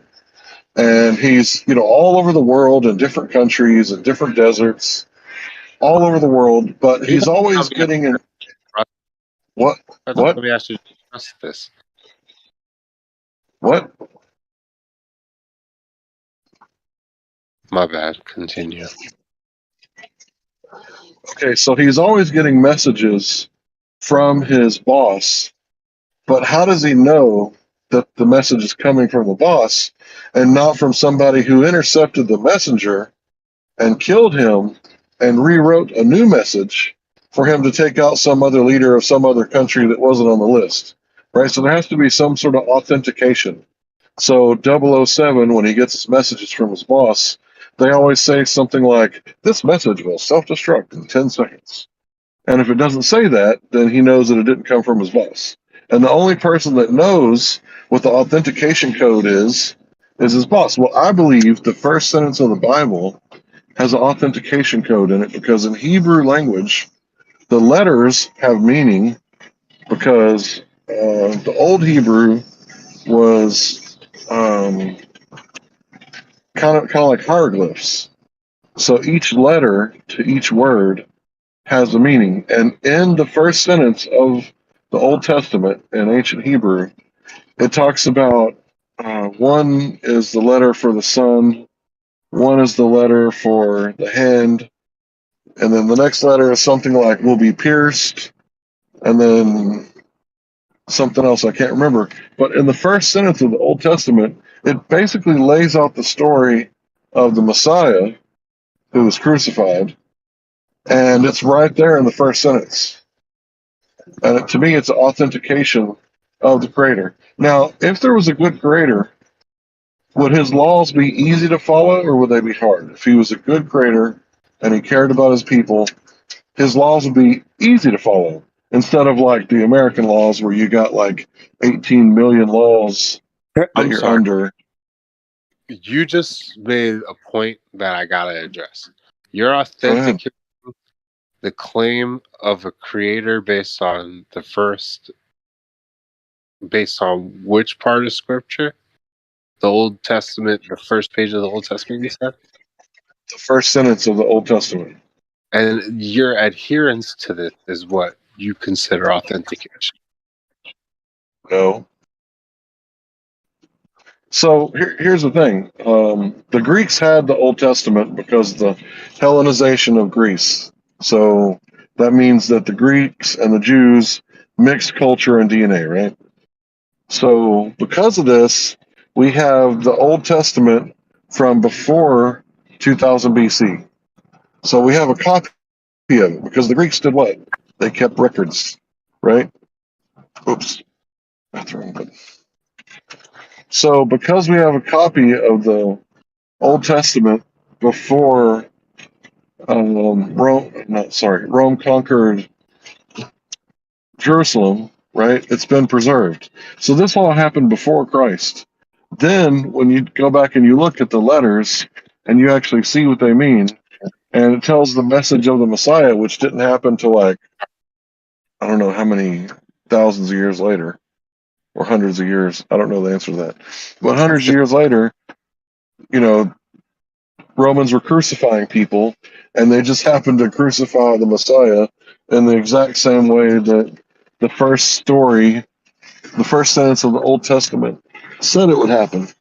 So to me, like if I come up to you and I say, tell me what's in your pocket, you're going to be like, I have no fucking idea what's in your pocket, right? But if you tell me, oh, you got like a knife made from cobra, right? You got a cobra knife in your pocket, and it's a switchblade, right? And it's got a telltale blade on it, right? I would be like, holy shit, bro, how did you know that, right? I would have knowledge of the unknown, right?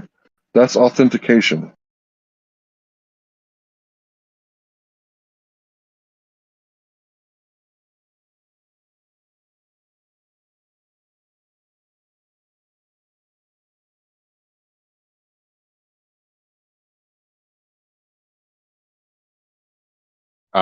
Yeah, I'm still here. Knowledge of the unknown is authentication.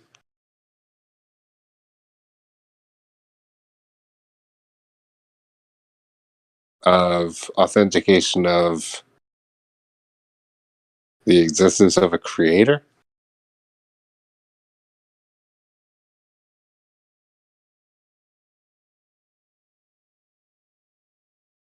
Matter of fact, what? Okay, so how would you know as a man what's in my pocket without searching it? Is that possible? Sure it is. Really? How's that? I can spy on you. Okay, what's in my right pocket right now? I didn't spy on you. Oh, okay. So you have to have some sort of knowledge, right? First, you have to have knowledge.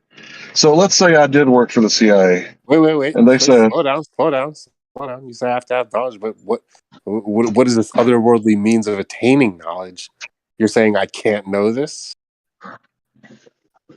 not from where you're at, you can't. You'd have to be inside my pocket to know what's inside my pocket, wouldn't you? If I really wanted to, I could have known what's in your pocket. Is that not true?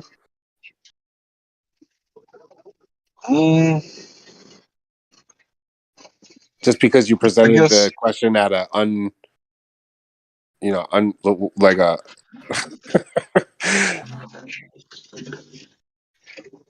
You'd have to be pretty sneaky to sneak into my house and get past my pit bull and get into my drawers while I'm asleep. You know. All right, let's say I do. Well, then I guess you'd be. Let's not say that I snuck in your house to check what's in your pocket right now. Let's say that I observed your behavior since you were a child to predict what's in your pocket. Like I know you like Nature Valley granola bars or something like that. That's getting a bit far fetched.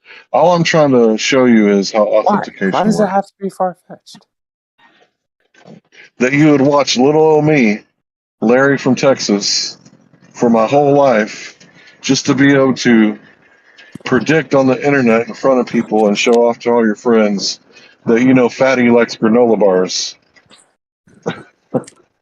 If you're going to ask a question, if it's possible for me to know what's in your pocket, I'm going to say yes. So back to authentication. So let's say I work for the CIA and I'm an asset and I'm doing what they ask because they're holding my family ransom and I don't want them to kill my family. So I'm operating in like South America and they send me a message. Okay, we want you to take out the president of Venezuela. He won't sell us any gas and that makes us butthurt. So when I get the message, how am I going to know that it's actually from the CIA and not from, let's say, another country like Israel? And they want me to do something different. Like I would have to have knowledge. Know what you're going to say. I would have to have knowledge that no one else knew except for me and what's the asset and the what's the other guy in the CIA? The guy who has the asset. What's he called? Handler. Yeah, the handler and I would have to have like a secret code. Like, okay, the secret code's going to be 8675309, right? And anytime you see this on top of the letter, you know that it came from the handler, right? If not, then anybody could give me a job to do, like go kill the president of the Future Farmers of America or something stupid like that, right? For example, right? Then I would be like doing the wrong job, and the asset might get killed and wasted on, doing the job that they didn't ask for, right? So in the same way, the authentication in the first sentence of the Bible lets me know that somebody has knowledge of the unknown, because this was written, the book of Genesis was written about 3,500 years, I think, before Christ. You talk about an authentication of what is it, truth? What is this authentication in the first page of the Bible that they're talking about?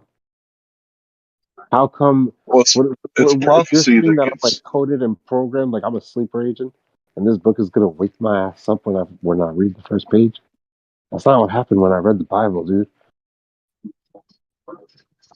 What happened when you read the Bible? I'm sure similar to many other people's experiences. Did you see the prophecy? Reading a book and making interpretations of text. Electric. Ask you a question. Sure, man. Are you really drunk right now? Never. I don't drink. Okay, I'm sorry. Just ignore what I said. Just kind of continue. Here's an interesting prophecy. So when Alexander went to Jerusalem, instead of them locking the gates and saying, "No, we don't want to do contract. We don't want to do business with you," well, what would Alexander have done? He would have sacked them, right? Like he did everybody else. But instead, they went out to Alexander and they met him openly and opened the gates and said, "Hey, look, we have a prophecy about you, right? Why don't you come inside the city and we'll talk about it?" And he was like, tricked by them, I think, about this prophecy, right? It's like, oh, okay, everybody lay down your arms. I'm going to go in and, let's hear about that prophecy. So it stroked his ego, right? So he went in and said, let's hear about that prophecy. And they said, we have this prophecy about you, right?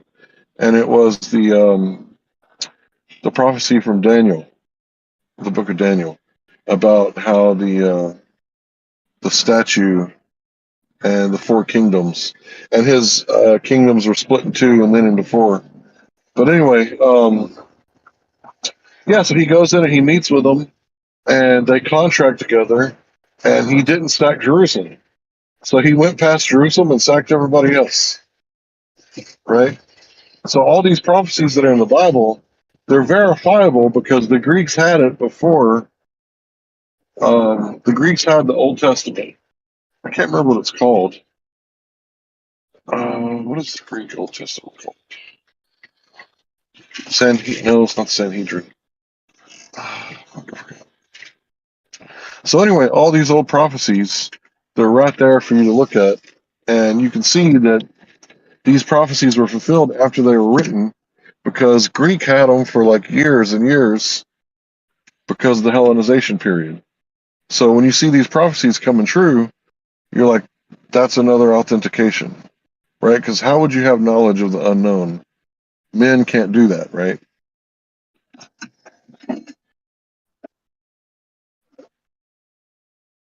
You're saying there's evidence that the Bible predicted the future? Yeah, it's called prophecy being fulfilled. Why isn't science like all over this? Science is not supposed to get into the metaphysical, meaning after physics, after physical, right? They're supposed to only stay within the realm that it can test. So, for example, a school thermometer is very accurate at measuring between 95 and 105 degrees. But you can't take it home and bake Jiffy cornbread muffins at 375 degrees, right? It's outside of the scope of the tool, right? And scientific method is a lot like that in a lot of ways, because you can ask a whole lot of how, why questions, but you can't ask a what is question, right? So not everything fits into the scientific method.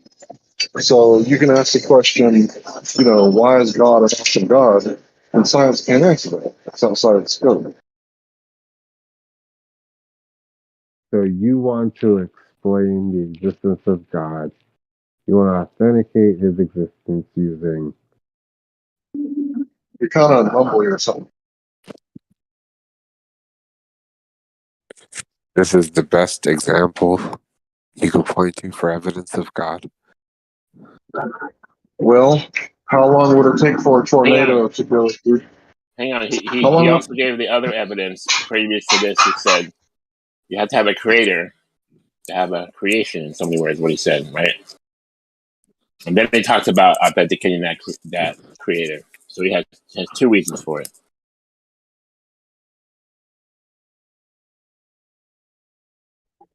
How long would a tornado have to go through a airplane graveyard in order to create a 747? There has to be a designer to get a functional sequence or a specified complexity, right? Because we know the different layers of complexity. The first one is a sand dune, right? Right, there has to be a designer, because a sand dune is normal. We all know that sand dune is just made by nature, right? But and take a look at the next level of complexity, right? We see stuff like crystalline structures, right? So you look at crystals and you might say, whoa, there's symmetry here. Like, this is beautiful. Look at this geode. Look at this crystal, right? Look at this crystal. It's amazing. But then there's a third level of complexity, right? So if you're walking down the beach and you see the words written in the sand, SOS, are you going to say, my God, how long did it take for the sun, the sand, the waves, and the wind to create this message that I can currently decipher, within my lifetime, because it says save our souls? How long did it take for nature to make that? Hell no, you're not going to say that. You're going to say, somebody here needs help. Call the Coast Guard. This message says save our souls. Somebody needs help.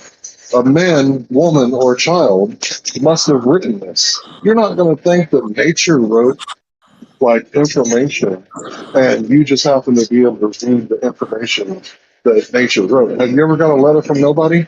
Are you ever going to receive an email from nobody? I don't think so. What's the point of that? I don't get that. You're saying this is evidence of a creator that I can distinguish that a man wrote something on the ground between nature doing it? Yeah, if you found the Swiss watch on the ground, would you think that nature made it? Would you think it was natural or synthetic? Man-made or not? I If you definitely found the heard Swiss you. watch.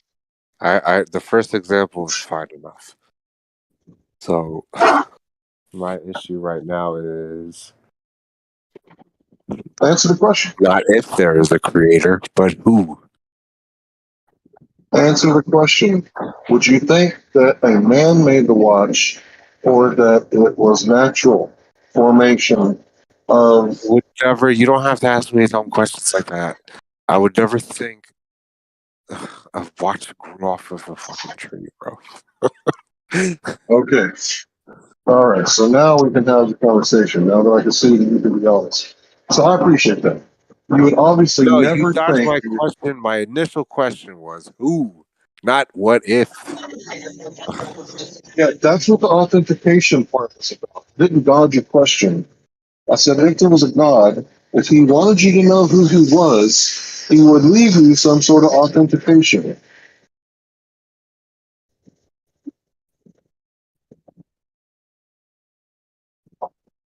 Does that make sense now?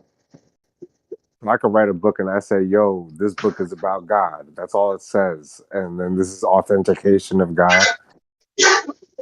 I don't think your book will be very popular, but however, there's this other book that's like, hundreds of years old, maybe thousands, and it's the most popular book of all time. You may have heard of it. It's called the Holy Bible. You know why it's the bestseller of all time? You know why people have died being burnt at the stake while their Bible is strapped to their chest because they had the audacity to go against the church's edicts and bulls and translate it into their own language, and they gave their own life to preserve the text. Do you know why that book is so important? Yeah, I know plenty of people that died for causes that weren't true.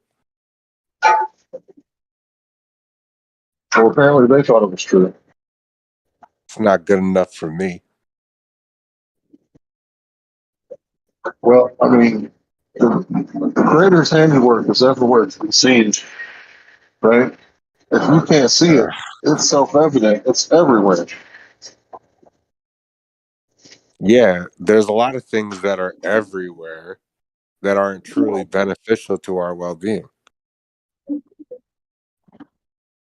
I think That's the not what question I'm is more saying. about. I think his question is more about not that there's there's a creator, whether or not there's a creator, but who is the creator. And I think it's also going into religion too, like what religion do we need to follow to get the right creator? I think that's what he's saying. I think Christianity creates more disillusion of what the creator is than being able to pinpoint him. You are now more comfortable saying you will never know the creator and that it is impossible to identify a creator. That's a cool belief you got there. You got any evidence to back that up? Do I have evidence of this religious claim? No, what you just said. You said that Christianity takes you away from the creator. Yeah, what don't you like about Christianity? Just to open that discussion up.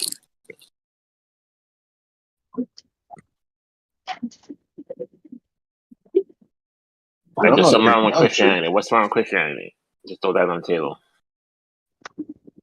You are attributing all things that are created to something that you can't truly identify, and you are comfortable in this position. That's called You've never seen anything that's created. You've never seen a creator create something.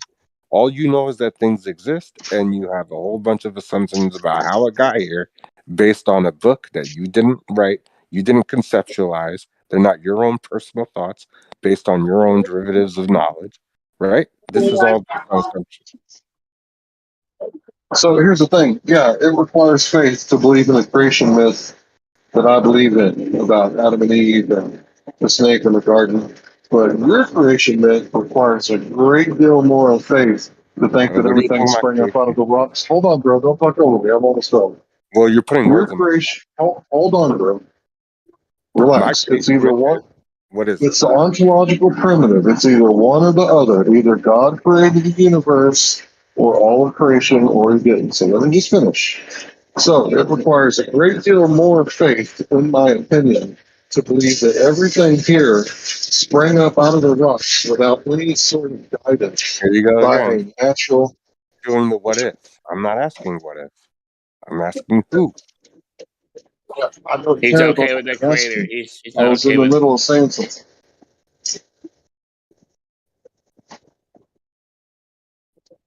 So, like I said, it's either one or the other.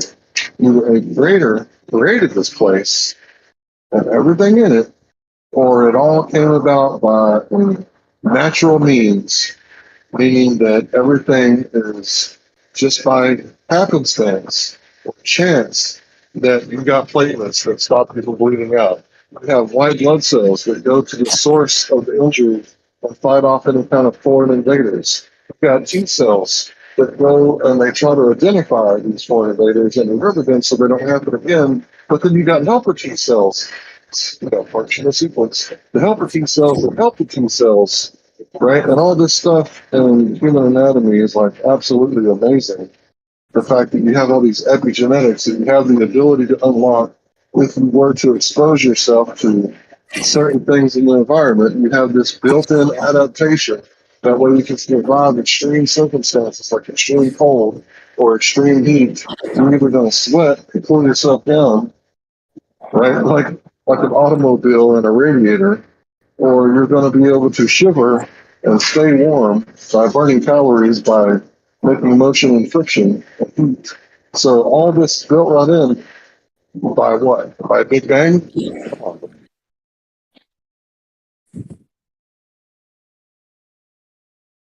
Exactly. You can't answer. By what? Let's hear from Electric for a little bit. Go ahead, Electric. Tell us.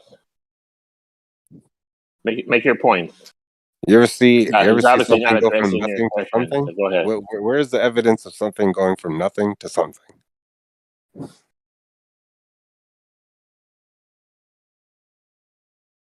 Where's the evidence of creation? I don't think there's. I don't think we don't see life being created. For example, we don't see that. We don't see life spring up, or there's we no don't see evolution. tangible evidence to say that creation ever actually happened.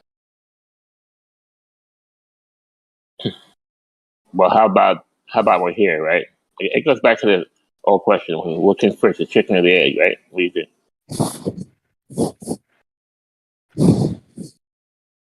Yeah, it's the same argument.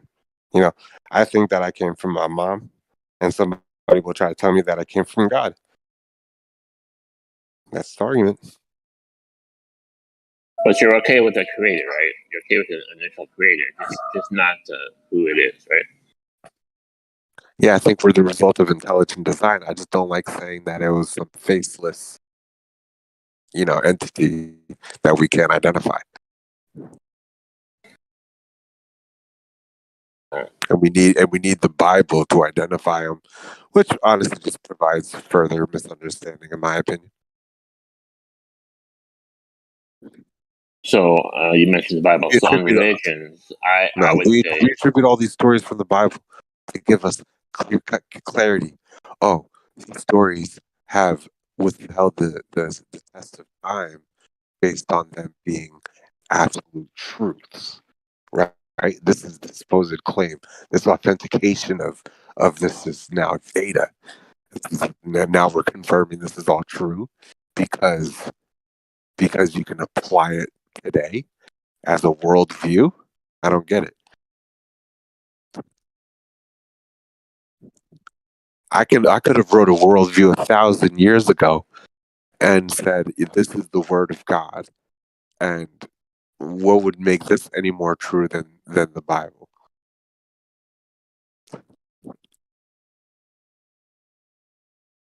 You have no way to provide evidence of my creation coming before your creation. Well, let me tell you a little story about two kingdoms. One guy named Alexander, he had a mighty military, and his kingdom was for sure it will last forever because he had brute force on his side. There was this other guy, and his kingdom wasn't of this world, right? He had no military, but he said that his kingdom was going to last forever, and his words were going to be preserved. Well, I think if you go back and look, the story of Alexander, I think it only had like 15 copies of the story of Alexander the Great in Greek, but the Greek New Testament alone had 5,000 copies. So why is it that an almighty, powerful king, Alexander the Great, couldn't preserve his stuff better than some guy who was killed at the beginning of his ministry and didn't actually make a very good dent at first, but later on, his kingdom is now spread all over the world. In every country, you can find people that call themselves Israelites because they were drafted in through the Messiah. So where's Alexander's kingdom? Can I go there? That's a good story there.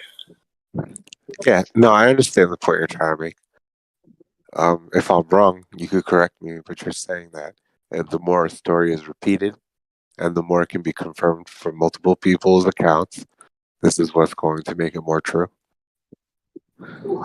No, basically, there's 3 criteria with ancient manuscripts to decipher. I'm sorry. Automatic no? That's that kind of bullshit. I can't.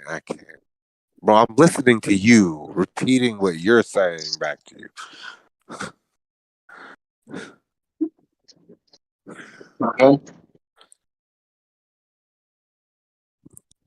So yeah, there's 3 criteria for ancient manuscripts to determine whether or not they're reliable or not. Right? So the first criteria is the number of years between the events happening historically and being written down. So with Alexander the Great, it's 500 years. With the Greek New Testament, it's actually less than 100 years. The second criteria is the number of copies. We already went over that. One is like 15 or something like that, like a handful, like not very many. Well, the other one is 5,000. Now, here's where the rub is, right? Because if you could change the original, like Dan Brown, you go in the Vatican, and you were to change the original, then everybody would believe, like, Jesus had like children and a family, and he didn't actually die on the cross. He actually moved to France or something like that, right? Well, you can't change the original because there is no original. The copies preserve the text. Because what you can't do is you can't dig up the unknown copies that haven't been discovered yet, like the mummy they found in Egypt where the Book of Mark was wrapped around his head. And you can't change that one, right? Because it hadn't been discovered yet. So, when you can't change the copies, and you compare the accuracy of the Greek New Testament is 99.6% accurate. So you can argue whether or not Jesus walked on water, whether he raised from the dead, or turned water to wine, but what you can do is argue whether he existed or not. So that's pretty good authentication. You're saying 99.6% of scripture has been proven to be true? Nope. I'm saying 99.6% of the Greek New Testament is identical. And where the mistakes are, they might say the Son of God, and then in another, they might say the Son of Man, or there might be a spelling error or something like that. But the discrepancies aren't doctrinal. They're so minute that it's more like human error.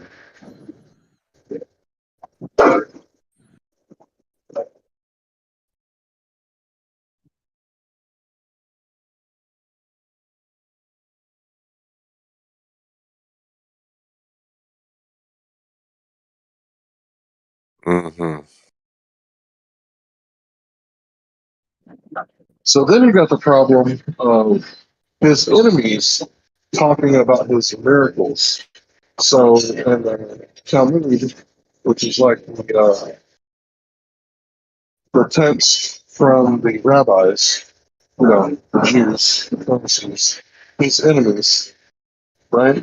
They talk about how he did his miracles on behalf of the devil, right? The devil was the one making him do his miracles. And they said that he was the son of a Roman soldier. And they said, this is word of mouth, dude. It's word of mouth. You really aren't listening. I'm listening for your account of a man's account of another man's account. Right. So why would his enemies boast his reputation by acknowledging miracles that he didn't do? Yeah, Iron Man is pretty boosted. Wolverine is boosted. Yeah, but it benefits the Hollywood people to boost these Hollywood idols so that they can make sales. Yeah, and it boosts these Jesuits to boost their sigil magic. Same thing. However, it did not benefit the authority, the so-called authority from the Pharisees and the Sadducees because their authority was of old, and the Messiah's authority was coming into power and taking over. So why would they acknowledge his miracles? Because in order to do miracles like that man can't do, God himself must have intervened. So why would they acknowledge his miracles? Does everybody back then acknowledge his miracles? Well, I don't know. Everybody does. But the fact We that his can't enemies... even prove this. We can't even say that these Hey, Electric. accounts of... What's up? Just want to know if you believe in miracles. Yeah. Yes. That I'm sorry. That a yes? Yep. Why? Okay. Why are you asking? I just want to see where you are as far as what you believe. No worries. Go continue on.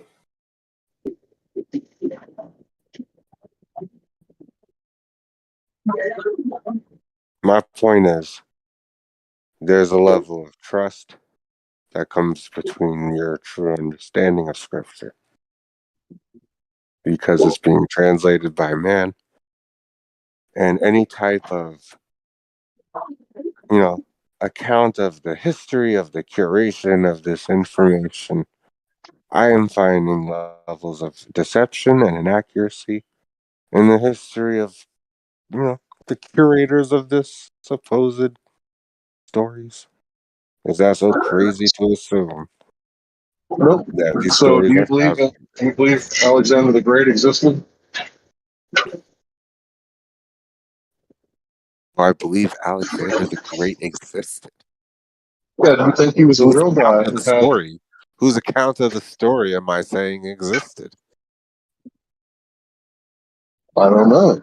Whoever wrote down... Because Christ was a principle before he was a person. So when you ask me, did Christ exist? I can honestly say maybe the person didn't exist, but the ideas and the concepts, maybe there was somebody that was Christ-like, but the story has been changed and it's not accurate. And my interpretation of the story can't be accurate. I'm not even saying his name. When I say Jesus, his name starts with a fucking J. You're telling me a story about a man that existed 2,000 years ago, and you're telling me to name him by a letter that hasn't existed for 600 years or something like that, right? So you do know that they called him Jesus. That was his Greek name. Also, now Jesus has a different name. Yeah, he has many different the story names. of Jesus am I supposed to be trusting? Well, you know that people who are known in many different regions have many different names. So how many versions of the on... Bible do I have to read until I have a really I think Jesus' trustable name interpretation? was Isa. Are we okay with that? Everybody okay with that, Isa? I've heard like 100 names for Jesus. Okay, Yahweh Shia and Yeshua and Joshua, Yahama was Shia or whatever. Okay, how many interpretations of his names do you need? Which one is the absolute truth? What were people call? Yo, I got one name, bro. My name's Jesse. Okay, nobody calls me John. Nobody calls me Jack. There's no random interpretations of my name. Well, are you world famous? Do people know you in China and Japan and small villages? That is a nice little variable you want to try to throw in. Can I ask? Because this guy is known by many different people, and nobody knows you, Jesse. Only a few people around you that live in your town, or maybe a few towns over, or maybe a few towns that you visited, but you're not known in small villages or in South Korea, right? So of course you only have one name. Iron Man is known worldwide. Wolverine's known worldwide. Right, so he has many different names from many different countries. How many kids know about Pikachu? Right, so I bet he's known by different names in different places. All these accounts of supposed evidence of Pikachu's existence. Electric. So you mentioned your name is Jesse, right? I'm gonna jump in for a minute. So yeah, it means Jesse, tree of life. I already know my name means. Wonderful. Will translate into Chinese or into Swahili differently. They wouldn't actually call you Jesse. They would use the name that's closest to Jesse, which is not Jesse, by the way. So your name would be translated just from the mere fact that different languages would say it differently. Is that fair?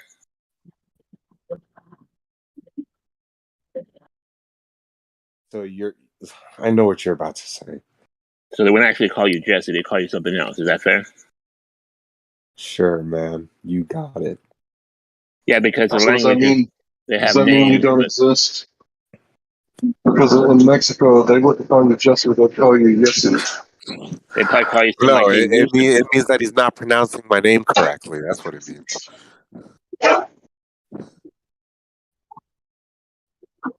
Well, is it possible that people have heard the name of Yeshua or Jesus or Historical Joshua inaccuracy to call me and anything pronounced besides it incorrectly?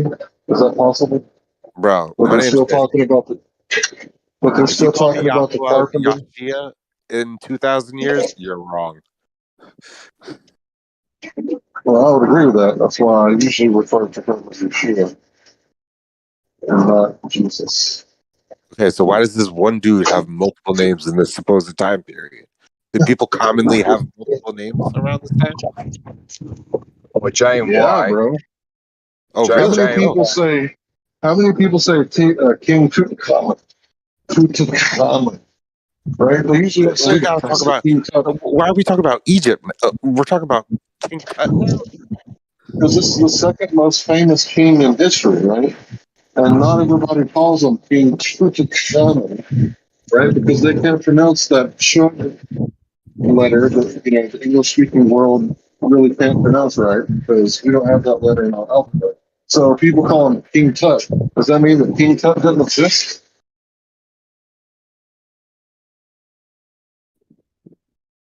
It's a weird way to argue my point. My point. I'm not is just arguing your pointing out- point. I'm I'm just arguing pointing my at point. historical inconsistencies, bro. That's not an inconsistency. Just because people call him King Tut and other people call him Character King literally his Tutankhamun. name changing to the point where they had to create a fucking new letter. That's not an inconsistency to you? Bro, they didn't create a new letter. There's letters in English that don't exist in other languages, like the letter J. And then there's letters in Arabic that don't exist in English, like the chutzpah. That first letter right there, that's not an English letter. We don't have that in our alphabet. Can enunciate it. I mean, because I'm I English. can that I can't enunciate it, but enunciate. that doesn't mean what letter in the English alphabet sounds like. Just because I'm English doesn't mean I can't fit my mouth to say your name correctly.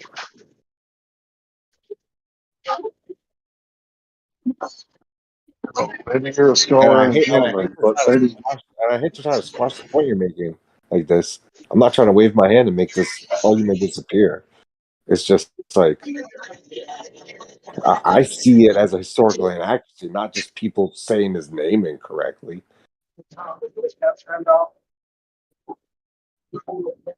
so maybe the illiterate people of the world can't pronounce his name correctly, or maybe English speaking people they don't say Yah, right?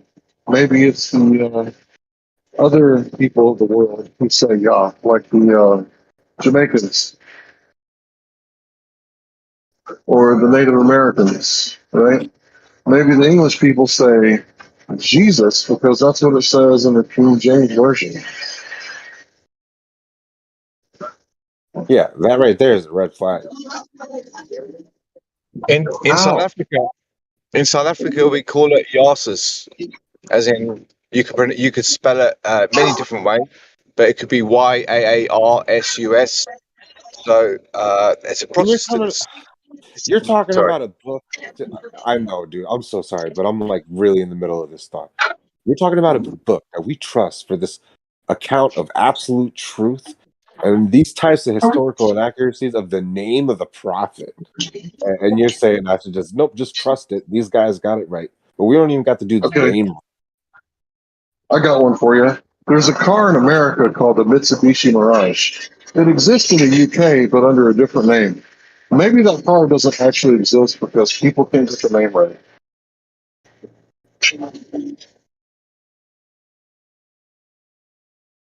Maybe that's just like a conspiracy theory. The Mitsubishi Mirage is made up because in the UK it's called something else. I told Electric his name Jesse would be different in Chinese or in Swahili, and I think he got it. Did you get that, Electric? Well, he keeps on saying it's an accuracy that he has many names. Well, he's so let's, questioning it, you so, know. so let's look at a different inaccuracy. You want to address other inaccuracies since this one's not good enough for you?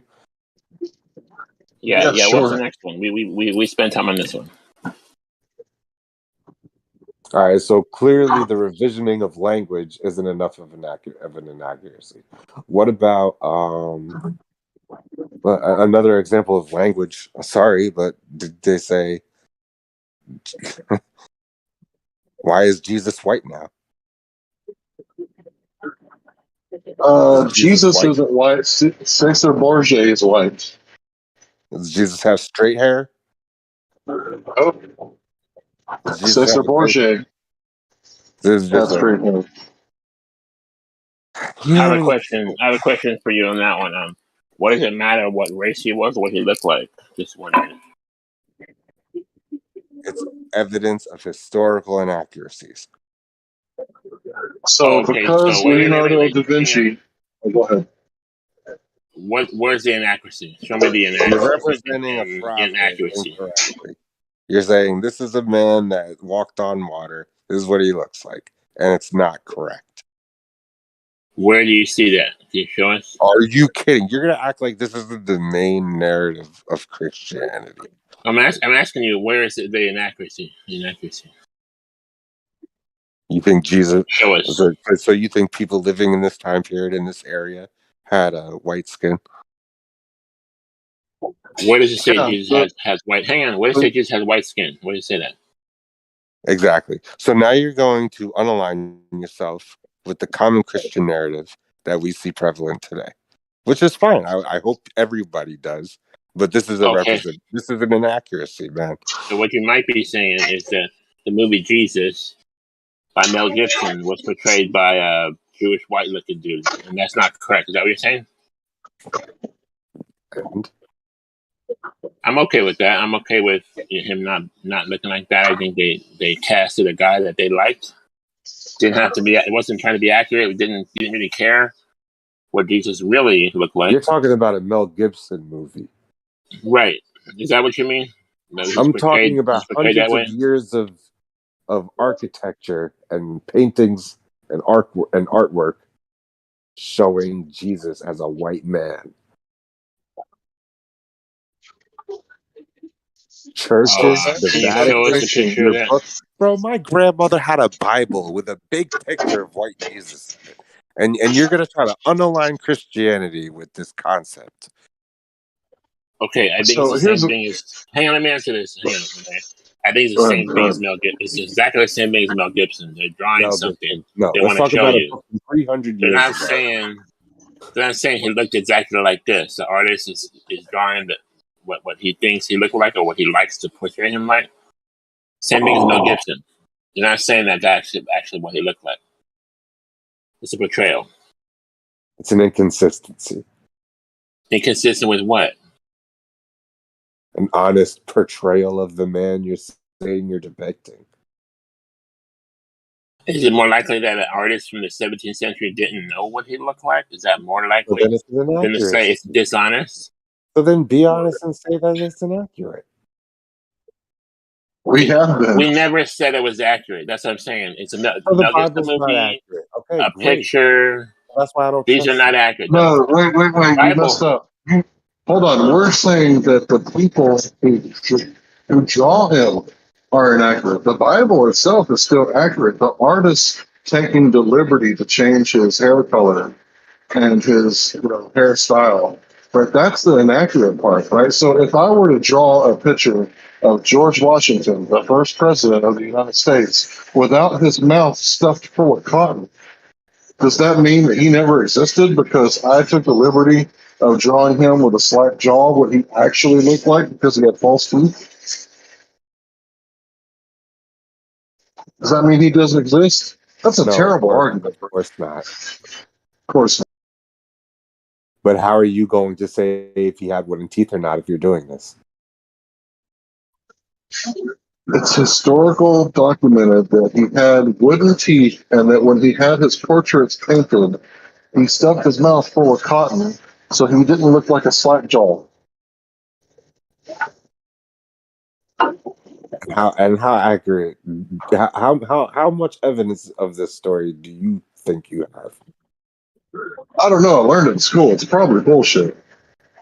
Okay. So you're able to discern that out of this, but not out of stories from the Bible.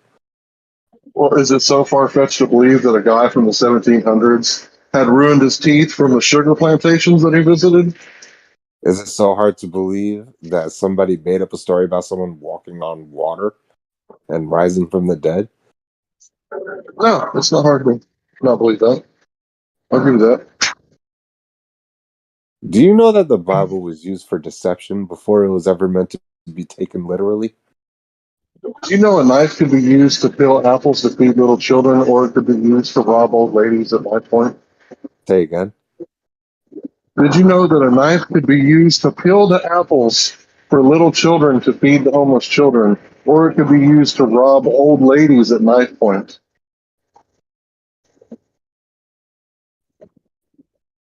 Mm-hmm. So you can use any tool for anything, good or bad. It depends on the person wielding the tool, does it not? What? Okay, so let's say you give... Immediately, I'm Go going ahead. to not let you run away with that. Okay, You're go comparing ahead. the Bible to a knife right now? Yeah. And just The calling Bible it is sharper than any two-edged sword. Yeah. Okay. So the two means of the Bible is just it's okay to use the Bible for deception and good.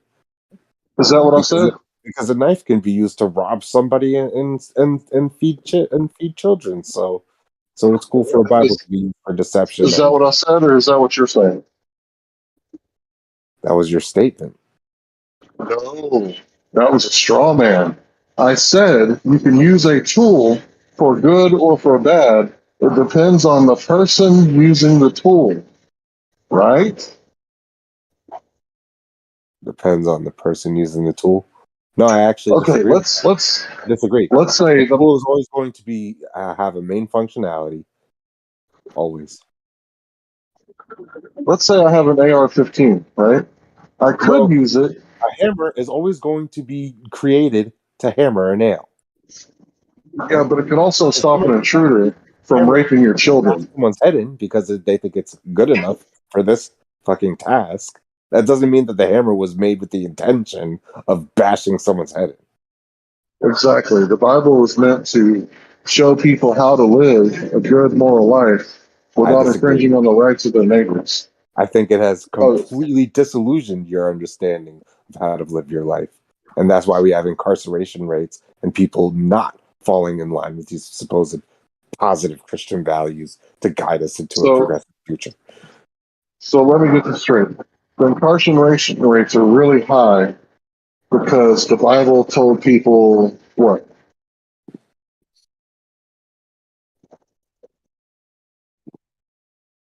Whoa. That's your claim. Adherence to the Bible in modern day, making Christianity your worldview, does not negate the possibility of incarceration and people suffering. They're it's not like one eliminates the other. You get it? They live hand in hand.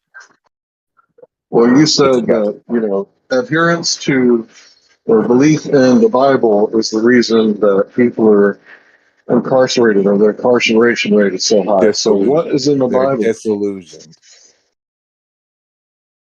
Why are they disillusioned? Because you are creating a dependency of your understanding of yourself and your surroundings on someone you never met that you can't prove ever existed. You are basing your own moral guidelines on things that you didn't create. Well, should we make up our own morals? Isn't that what the Bible suggests? A man No, the thinks down Bible. what you should be fucking doing, bro. The Bible suggests that we should all follow the same morals, and that morals are not subjective, right? So, should we follow the morals in the Bible or make up our own? You don't think a man can be sovereign in this world? So, should we follow our own morals, or should we have like a foundation to go by? Dude, we do follow our own morals. Nobody has to tell me to not walk into traffic. So, should we have like a foundation of the same morals that we guidelines? Just saying that's not immoral. Walking in traffic, that's not immoral. Okay, continue. Okay, so what is That's why I keep asking them the same question with different wording, waiting for them to understand what I'm saying. So, should we all have like a love one another? That's like a moral thing. Oh, so you're saying I can't love somebody else without somebody suggesting it to me? No, I'm asking you a question. I'm not saying anything. Let me ask again. Should we all by let me ask the question, bro. Let me ask the question. Hello. Let me ask the question. Should we all agree on the same group of morals, or should we make up our own each individual morals and follow whatever the fuck we make up? People sovereignly making up their own morals, I think, would create a wider, more general base of morals. Okay, and the reason cool. the reason why so many people disagree is because you have a widespread moral that is not being. Go ahead, bro. Whatever you wanted to say, man. Go ahead. Okay, cool. So Pol Pot, he made up his own morals, and basically he said 3 generations of imbeciles is enough. So he started this mass murdering campaign. He got, really, really good numbers. He must have got up really early in the morning to start killing the people that could, read and write, and whoever he wanted to kill, because he was upset that the freeways are stopped up or whatever, right? So he made up his own morals, and he basically said, let's kill anybody that opposes us because I'm tired of all these people. So I can relate to that. Sometimes I'm in Walmart and I'm like trying to do my shopping, get my shit and get the fuck out. And there'll be like some people blocking the entrance, which we all know is illegal, right? So I should just be able to, I don't know, do whatever I want to those people because I can just make up my own morals. Like they should know better than I to don't know block the why making up entrance. your own morals always has to have like a violent outcome.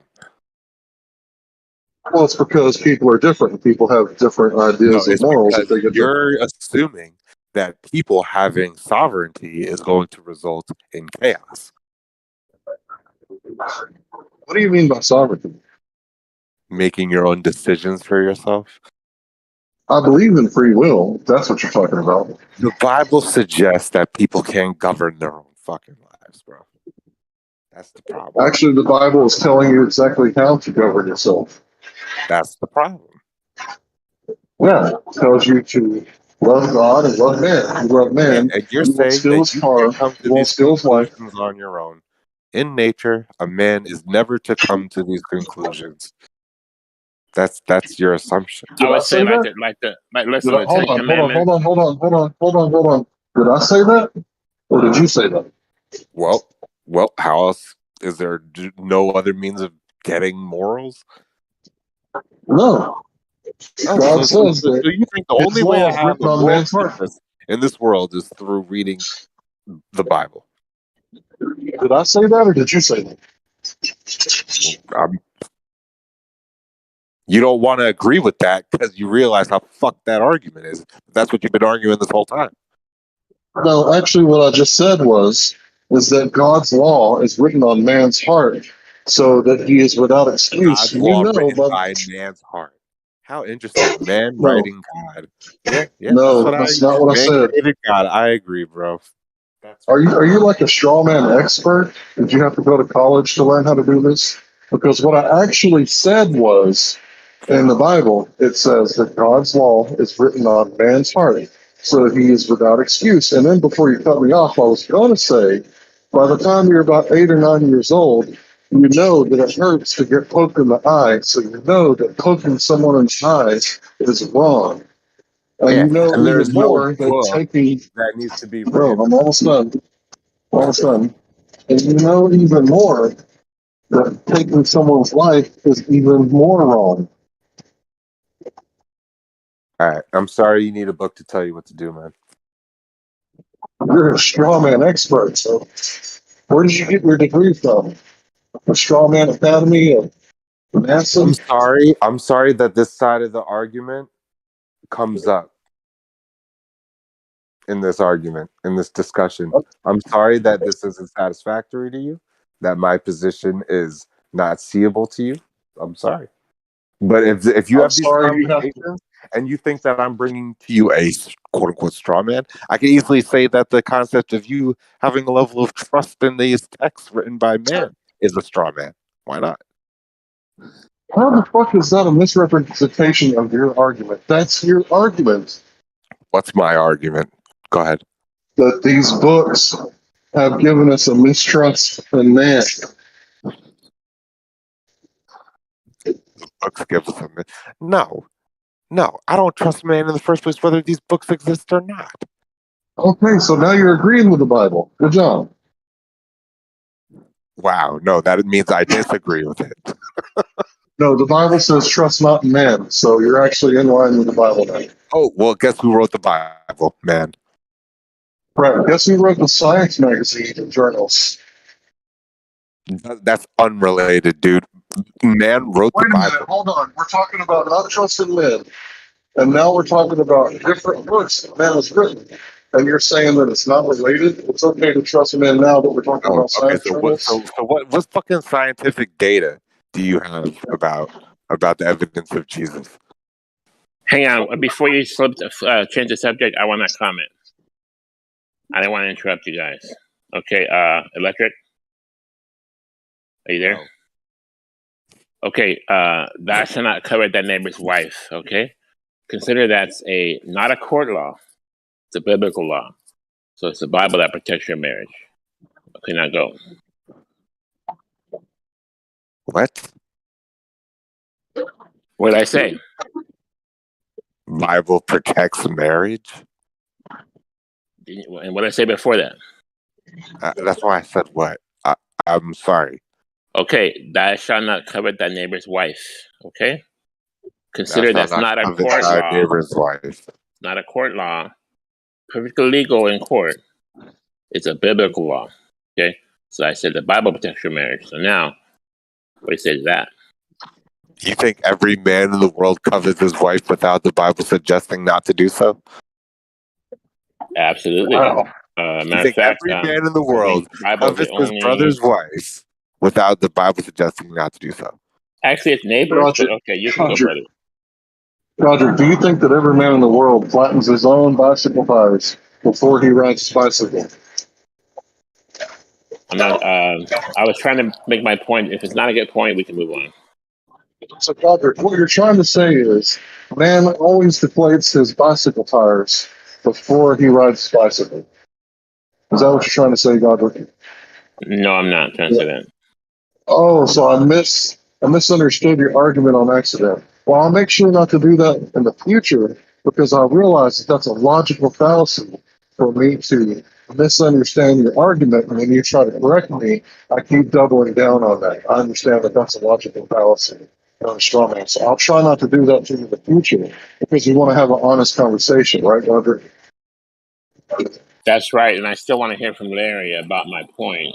If he gets it, or maybe it's not a good one, let me know why. No, you were making a good point. I was just making a point about not strawmanning people if you're trying to have an honest conversation. Yeah, what's honest is about you not directing that comment about at me. Nothing honest about that. I mean, you have strawman me like 5 times in a row. I'm kind of wondering if you can define strawman for me. mean, you want to talk about being honest? you could have directed that comment at me. Can you define straw man for me, sir? Yeah, you think your argument is being represented by something that I'm making up that doesn't truly represent your argument? Yeah, that's right.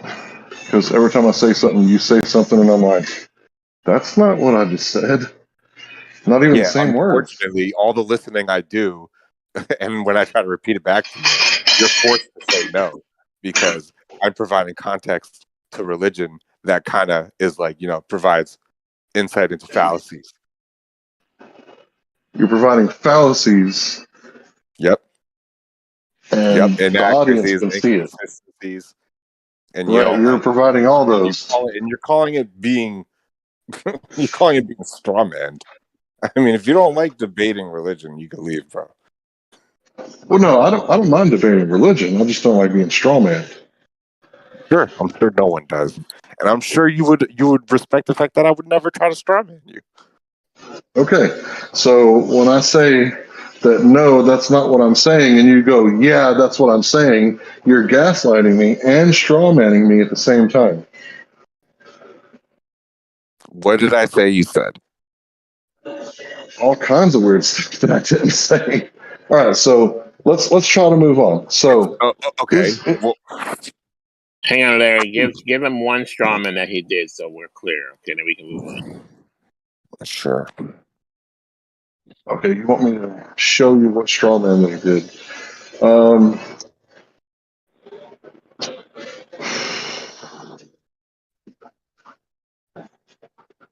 I guess I would have to listen to the tape. There was a bunch of them, but I can't think of one right now. Okay, So let me when finish. I said when Okay, I said in the conversation, did I say that or did you say that? If I could hear, that 3 minutes of conversation, I could point out what he's saying. I'm still okay. So I'm still hung up. Honestly, guys, you're not the first people I talk to about this. I've been on the fence about my understanding of the Bible. Like, I interpreted it myself. I read scripture.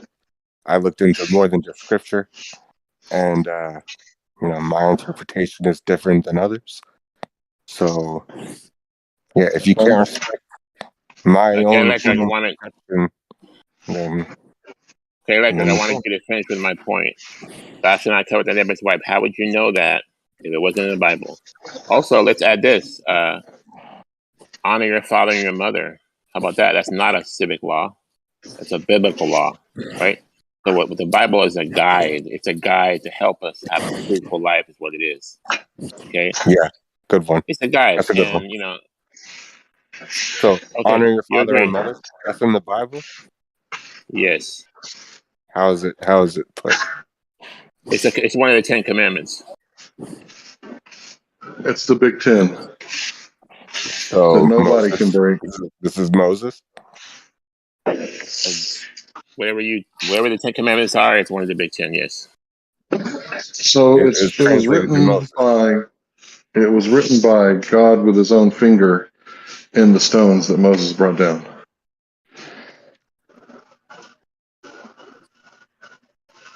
So it was written by God in needed a stone. man to translate his message. God couldn't convey a message to the people. It had to be through a man.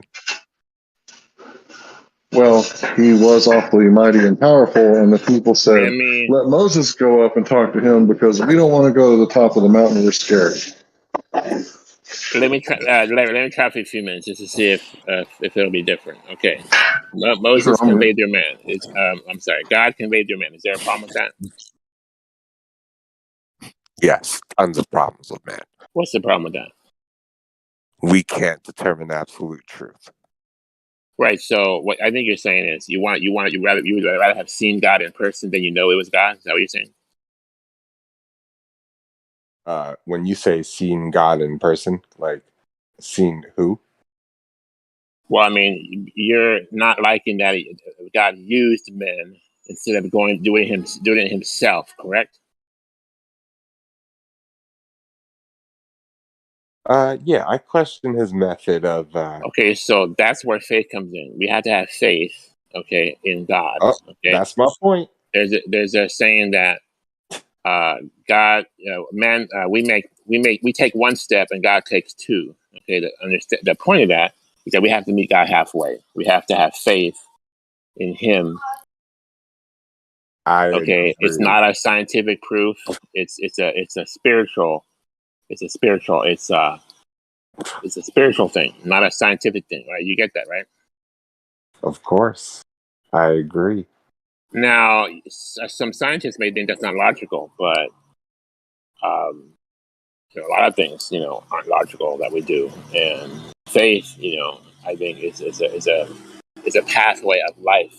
It's a You way could have to live faith your in life. something and find out later that what you had faith in isn't true. Right, like your girlfriend who cheats on you, correct, right? So now you have to compare that to God. If you love God, you have faith in God. Is He going to help you have a fruitful life, or is He going to steer you wrong? Right? Yeah, I was I'd steered say. wrong. I was steered very You were incorrectly by the steered church. wrong. Okay, you were Oh, steered wrong. You want to share about that a little bit? Well, first off, I was told Jesus was white.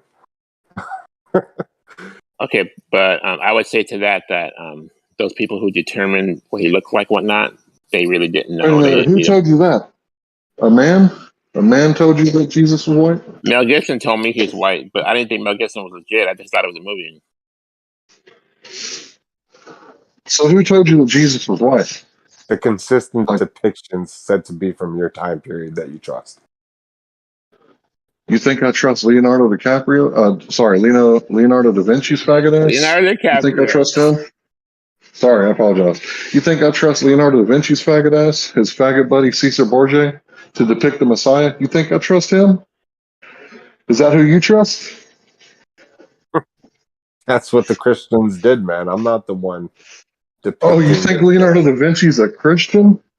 While he was butt plugging Caesar Borgia? Bro, okay. It's not my fault.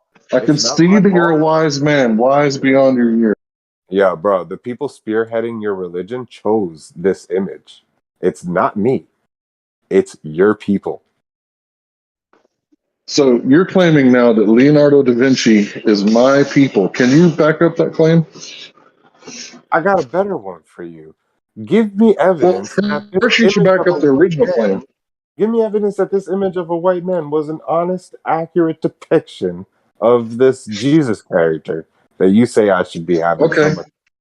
Okay, I'll give you that. So the reason that we know that this depiction of this man wasn't an accurate depiction of this Jesus character is because it wasn't. The reason we know it wasn't an accurate depiction is because in the Bible it describes him as looking like an average person, short, not very tall, not very attractive, and it said that he had hair like wool. But Caesar Borgia was the Pope's son, I believe, and it's actually a very accurate depiction of Caesar Borgia, Leonardo's gay lover. So that would be the evidence for that. All right, and all it's a these pretty well-known historical fact. And depict this man, all these churches that depict this man, and all these people's interpretation of these stories, and they use this white Caesar Borgia image. Like, you not see a problem there? Yeah, trust not in man, duh. Yeah, it's exactly what I'm doing. Exactly. Trust not in man. Because artist renditions, they're not accurate, right? You should never ask why.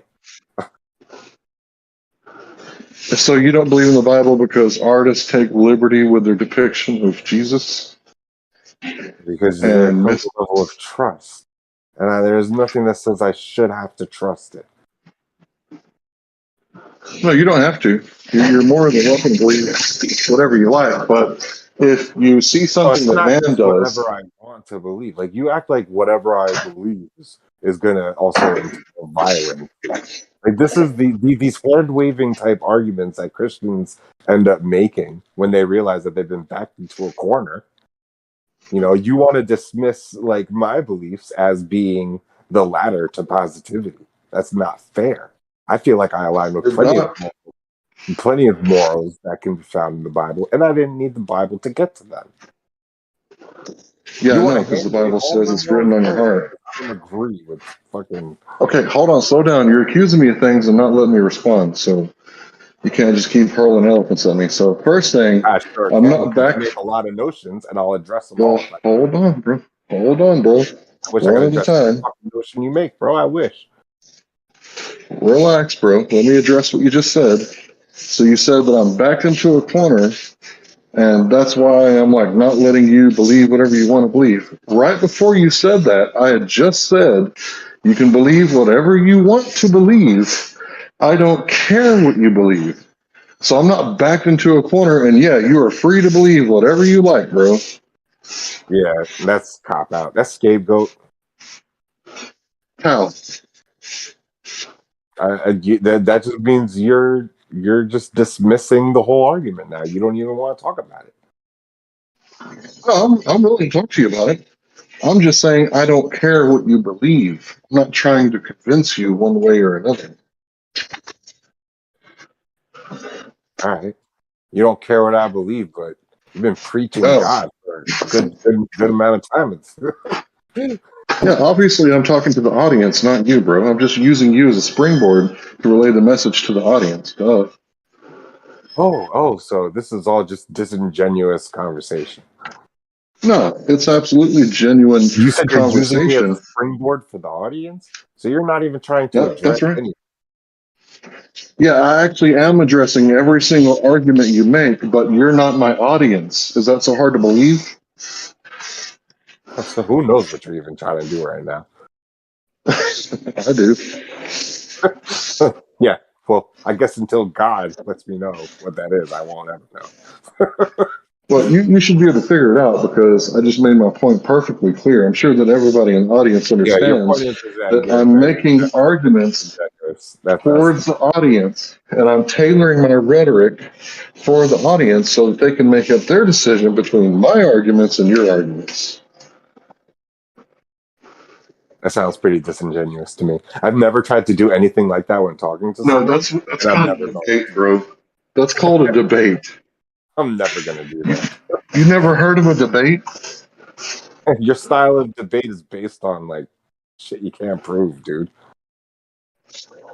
Yeah, it's called religion, bro. It's called faith. You know what that No, you had all means? these funny words for it, and so did the other dude. Authentication, and what else did you say? And all this is just like That was me. non-verifiable. That wasn't the other dude. Can't verify any of that. You said the verification is based through your adherence. I don't even know what you said. Yeah, you're not very good at listening to my arguments and repeating them back. I agree. They don't make much sense. Yeah, at one point Not you to were going you. on about being a 007 agent. I don't know if anybody caught what you were talking about. Sorry about authentication and how do you know that a message comes from the person who sent it or not?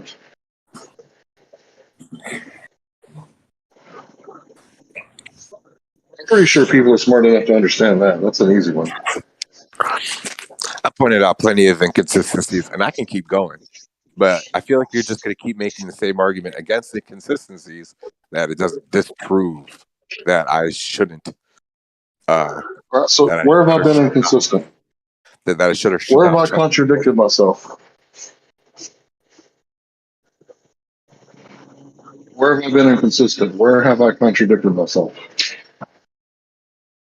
You don't have to be inconsistent. It's the Bible that's inconsistent. Okay, where is the Bible inconsistent? Where has it contradicted itself? Let's go for some more inaccuracies. Let's talk about Exodus saying that you should fucking kill people. Does Exodus not say that you should kill another man?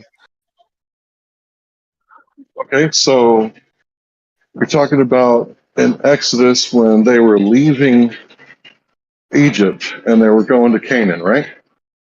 Yes. So do you know much about military strategy? Have you ever played any like real-time strategy games? Sure. Okay, cool. So I'm going to explain to you like some simple real-time strategy, and you tell me if you agree. So let's say you got a large You want to justify killing people? Yeah, it's called warfare. All right, great, got it, cool. Contradictory of the Bible's teachings. Got it. Wait a minute. No, it's not. How is that a contradiction? So the Bible doesn't say thou shalt not kill. Right. It's talking about murdering people. So you're making your own interpretation to distinguish the difference, just to defend your loose-based arguments. No, it's not a loose-based argument. We know the difference between killing grass. Kill, and then the next bit Hold on, bro. Hold on, bro. Relax. We know the difference between. Hold on, bro. Relax. We know the difference between killing grass and murdering someone. So when the Bible says "do not kill," do you think it means like don't step on the grass? Is that what you think it means? So if it's open to interpretation, why am I trusting your interpretation over my own? Well, I suggest you trust your own interpretation, but try to follow the question. So when the Bible says "don't kill," do you think it means don't walk on the grass and don't step on crickets? Or do you think maybe it has a deeper meaning that someone over 5 years old would understand that, oh, it's not talking about kill because it says that we can eat meat, right? You have to kill an animal to eat the meat. So that's not a contradiction. It means do not murder. That's great, man. That's your interpretation of the text. I'm pretty sure it's everyone's interpretation of the text. No, it's not. Is everyone... Okay, so are there people that don't walk on grass because they read the Ten Commandments? Can you point these people out to me? Don't kill. That means everything, right? Do not kill. Thou shalt not kill. Interprets the Bible the same? No. Are you saying that you should wipe front to back if you're a female? Dude, what are these weird... I know, bro. I know, bro, because I didn't say anything like that. What I said was that people will know the difference if they're older than 5 years old between thou shalt not kill and thou shalt not murder. Obviously, if it's thou shalt not kill, period, and you interpret that literally, it means that you can't walk on the grass because you might step on a cricket and kill it. But that's not what the Bible is talking about. It's talking about men. Do not kill, do not murder men. That's obvious to everybody, right? You know not to murder another dude, right? Wow. I never misinterpreted thou shalt not kill in my life. So for you to act like I did, like, who are you? Okay, so I don't know if you did misinterpret it or not. Hang on. Why did you say killing grass then? Why did you say It's almost like you just created a straw man. Why would you say okay, how did I straw man you? Why is that a thing? How did I straw man you? How did I straw man you? You're saying that, like, my... God, I hate that I even have to break this down. What the fuck? Dude, you just said that my understanding of killing someone is outside of your understanding of killing somebody? Yeah, we can have different interpretations. That's fine. Okay. Why did you just say everybody interprets the Bible the same then when it comes to thou shalt not kill? Okay, so when it says thou shalt not kill... Fuck you. I'm no, sorry. I didn't. That only comes out when I sense hypocrisy. I'm so sorry to say that, dude. I'm not trying to do that. All right, so let's get back to it. So I read the Bible, and when it says thou shalt not kill, I'm thinking it's not talking about cattle, right? Because the Israelites were eating cattle, and they had cattle with them while they were leaving Egypt and going to Canaan. So I'm putting two and two together. I'm using context clues, and I'm realizing that God has permitted them to eat meat, and you must kill in order to eat meat. But then he says, do not kill. I'm thinking this has a deeper, more fundamental meaning than just killing a cow. I'm thinking that everybody in the room listening above 5 years old with two brain cells to rub together should know that it has a deeper meaning. It means do not murder each other. Do not murder your brothers or your sisters. Yeah, and this has not prevented murder in any fucking way. Are you kidding, bro? There's been lots of times where I wanted to give somebody a swirly without flushing the toilet, but I didn't do it. Oh, preventing murder. Okay, we have such thing as murder. Murder exists. It didn't go away. Yeah, obviously people aren't following the Bible. because the Bible. Why is something so open to like wide interpretation? Is responsible for people's moral compasses. Where's the wide interpretation that says "thou not kill"? What do you think that means, dude? Why is it being misinterpreted? Why is something so fucking direct to the point? How come it doesn't just translate to real life? So, what do you think "thou shalt not kill" means? Well, I want to ask you what you think it means, because if it is saying "thou shalt not kill," and it doesn't say anything about murder, then even self-defense would be off the table, because you should not kill any human being. If we're going to take it off the grass and the crickets and everything, then thou shalt not kill, right? Like, if you cannot kill another human being, then self-defense would be even off the table. It should be thou shalt not murder. It depends on the translation and how you're interpreting it, because otherwise you couldn't even defend yourself. You are literally just supposed to let somebody just attack you and not do anything, and just be I agree. sheep that's getting eaten up by wolves. Good point. I agree with what you said. So it is all about the translation. I don't know what the Greek word that was translated to kill was, but I'm assuming that was one of the mistakes, and it should have actually been translated to murder, because it's in other parts of the Bible where God is all for people using self-defense. Now, Moses actually killed someone. He didn't have to, right? And that was considered a sin, right? Because he didn't have to kill the Egyptian guard. But David, as a young man, killed Goliath. But David didn't seek out Goliath. He didn't go to the Pharisees and say, "Your God's a piece of shit," and then ran back to Israel. And then the Pharisees, sorry, not the Pharisees, the And now you're saying that your Philistines. interpretation is better than the Bible's translation of it. Did I say that? Did those words come out of my mouth, or did they come out of yours, sir? Translation. So, I mean, I have. Sorry, can I get him to answer that? Sorry, hold on just a second, please. Hold on just a second. Sir, can I get you to answer that? Did those words that you just said come out of my mouth or your mouth? You said, "I don't really like how the Bible describes this. I think this is better." You think your own interpretation is better than the Bible's. That's how I feel too. No, what I'm saying is that I think Immediately, everyone no. should. Always a no. That's the automatic response. Okay, well, if that's not what I meant and it's not what I said, instead of doubling down and gaslighting me and say, "Yeah, that's what you meant," you should listen to me when I tell you that's not what I meant. This is what I meant. Because when you straw man me, then gaslight me, it makes you look dishonest. So what I was saying is that everyone who reads the Ten Commandments and the rest of the Bible, they know that David, his only sin was that thing with the redhead and him sending her husband off to war to die so that he could take her as his wife. He wasn't charged with a sin from God for killing Goliath, because self-defense is legal. It's lawful according to the Old Testament law. Old Testament. So what's the New Testament? That would be the testament of Jesus Christ. That would be the adjustment of Scripture. No, that would be the new information, because history doesn't just stop; it keeps going.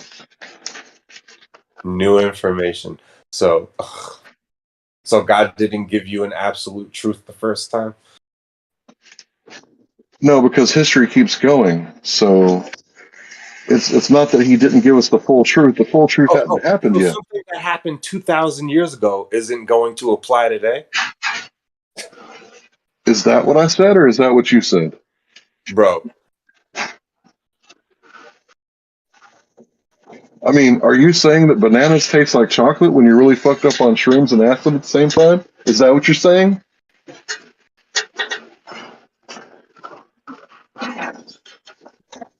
I just made 3 great points in a row, and you're trying to act like they don't exist, dude.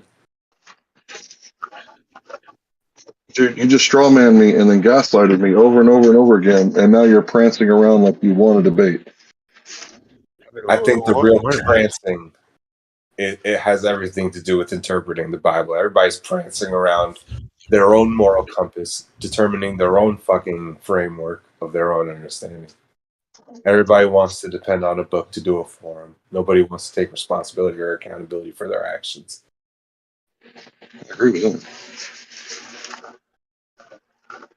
and you just literally interpreted the Bible differently than most people or most interpretations I've ever heard. Okay, And so most people don't eat meat. For stating your interpretation, you said, "I think this is a better."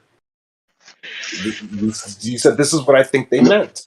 So they wrote it down inaccurately, and here you are with a better, newer version of this fucking information the Bible supposedly presented.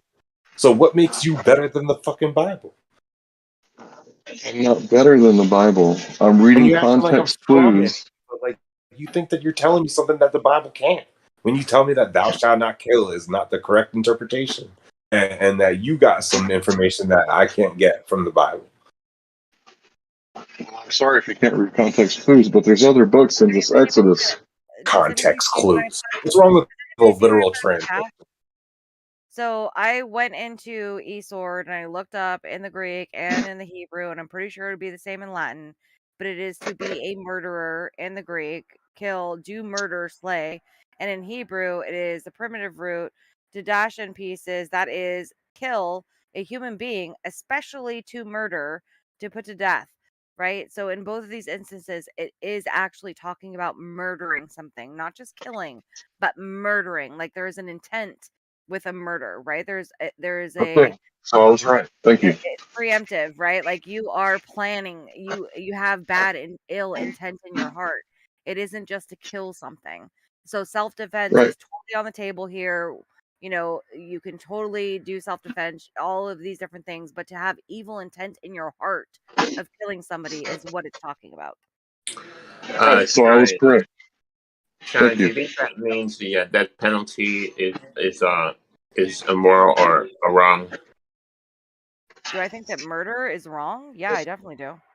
No, I said, do you think the death penalty is wrong or murder? No, I don't. No, I don't think that is murdering. I think that is self-defense. So if you have somebody that has already raped children or done horrific things, that is protecting people from a monster like that. So no, I do not think that the death penalty is wrong in that case. If you have somebody that you know cannot be rehabilitated, that they are completely evil in their hearts, yeah, bye. Like I don't Okay, think now, I want one more follow-up question. Let's say you're the guy who flicks the switch, right? And you heard this testimony. You for whatever reason, you think the guy's innocent. Like maybe he didn't do it. You know, he said he didn't do it, but they're saying he did it. Maybe the evidence is shallow. Who knows? But the point is that you don't really think he did it. So now you're torn now, and your job is to flip the switch. So now what do you do? Well, no. So if I was actually investigating and if I were to be that person who flipped the switch, I would make sure that I knew exactly what was going on in that case, exactly what the evidence was, exactly what was going on, and then I would have no problem flipping that switch at all. I just gave you the scenario. This whole innocence fraud project that's going on, like, oh, these people are actually innocent. The Central Park 5 were actually innocent. These people were innocent. They're fucking liars. If you actually research these cases, they're letting murderers out of fucking death row. Like, it's crazy to me that people don't do their actual research. So yes, anybody who is flipping that switch should be doing their research, should know exactly what is taking place, exactly what is going on, and I would have no problem flipping that switch if I knew exactly what was going on. I would Again, if you're the person flipping the switch and you're not sure if they're guilty, the person says they're innocent, and from what you heard, he may be innocent, may not be innocent. It wasn't really one way or the other. Yeah. So if it's not one way or the other, and we aren't quite sure, which is very rare that actually takes place. Like, quite honestly, people don't just end up on death row where we're like, oh, I we're don't not think quite it's sure. Oh But man, you know how many most innocent likely people are in anyway. jail? Maybe they're not getting death row, but innocent I don't people think end it's up in rare at jail all. all the time. Yeah, okay, we can get into a debate about that, but I'm telling you, people on death row usually 99.9% of the time are actually guilty, and they can try and appeal and spend years, saying, "Oh, I was innocent the entire time," and it's absolute waste of tax dollars, waste of money. Like it's absolutely insane what we deal with the death row people. That it's fucking crazy to me. But yeah, if there was something where it was like, we aren't quite sure about this, then I would be standing there fighting with them. Like, let's figure this out. Let's figure out more information. I think we need better lawyers that are actually fucking honest and aren't just in there for a cash prize of, oh, I'm going to be this side of lobbyists, and, oh, because they're this color, I want to make sure that they're freed or whatever. It's all a bunch of bullshit. Like, we need to make sure that if there are dangerous people in this world and they are truly fucking dangerous, bye. And I would not have a problem flipping that switch. Now, if I wasn't sure, I would definitely not flip a switch and say we need to keep them in a jail cell until we figure this shit out. It's that simple. I agree with the Okay, lady. thank you for that. That's fine. No, I would like to add that. Sorry, go ahead. No, I was just saying thank you for the questions. Like, it's an honest question, and yeah, I totally, definitely, we need to make sure that what we are doing is correct. And if we definitely know, do it. If we don't know, we need to just keep them safe, keep them away from everybody else, keep everyone else safe, and figure it out. And if that means that they spend their entire life in a jail cell, then they spend their. Why do you disagree, Bandsaw? What do you disagree with? All right. We Yeah, usually never I disagree, so I disagree would love to hear heavily that. with something being implied here. Like as if like the only means of self-defense is killing. The Bible's really old. We got stun guns. We got preventative measures. That's not what we were just talking about right now. Yeah, we don't always have to kill somebody to defend ourselves. We're talking about psychopathic murderers on death row. We were talking about the death penalty. So there is definitely a difference between, do I need to kill somebody who's just trying to come at me with in a fist fight versus somebody who is like a serial fucking killer or serial rapist, pedophile sicko that's going to go after people, right? Like, there is a major difference there, and I agree with you. Yeah, All right. self-defense, So you don't need to kill does people in punishment self-defense all the time. does punishment create like good people? Does punishment create good people? What does that even mean? Does administering the death penalty allow for better behaviors? Yeah, it Oh actually yeah. does. As we can witness, if people are actually prosecuted for doing horrible and horrific things, people think twice about doing horrible and horrific things. As we're Okay, but witnessing but today, but there's still people to kill. as we You are didn't get witnessing rid of the you didn't today, get rid of the rape. all You of just these got more of them to kill now. all of these people being let out off of all of these crimes and then recommitting crimes and doing horrible things. They know they can get away with shit. We're seeing such an influx of crime right now because none of the DAs are doing shit about anything because we're so worried about, oh, we don't, want to step on anybody's toes because we're so politically fucking correct. Now all Being we have paid by is criminals Soros. running wild. Like, yes, there needs to be punishment. Just like a parent will punish a child for doing something wrong, put them on a timeout, do something to make sure that they are not going to do that bad thing again. If these people fall through the cracks and then make it into adulthood and do even worse things as adults, yes, they need to be put on timeout. They need to have jail sentences. They need to serve heavy freaking time and understand that you cannot get away with running the streets rampant like this. All right, but Otherwise, who you're going to guided have these like people we into have these right now. behaviors? Do Their people parents. choose? Do Their people parents. choose these behaviors and lifestyles Oh my growing up, God. or are Yes, they it's circumstance. manipulated? Okay, yeah, let's just forgive them all. Everybody's just totally innocent. It doesn't matter. You can just run around raping and murdering people. It's all good. They're just innocent. They just had a rough childhood. Let's just give them a cookie and give them a hug and make sure that they're okay. Fuck that shit, dude. No, I'm good. All right, well then I you're agree with never the going lady. to figure out why there's such thing as these people.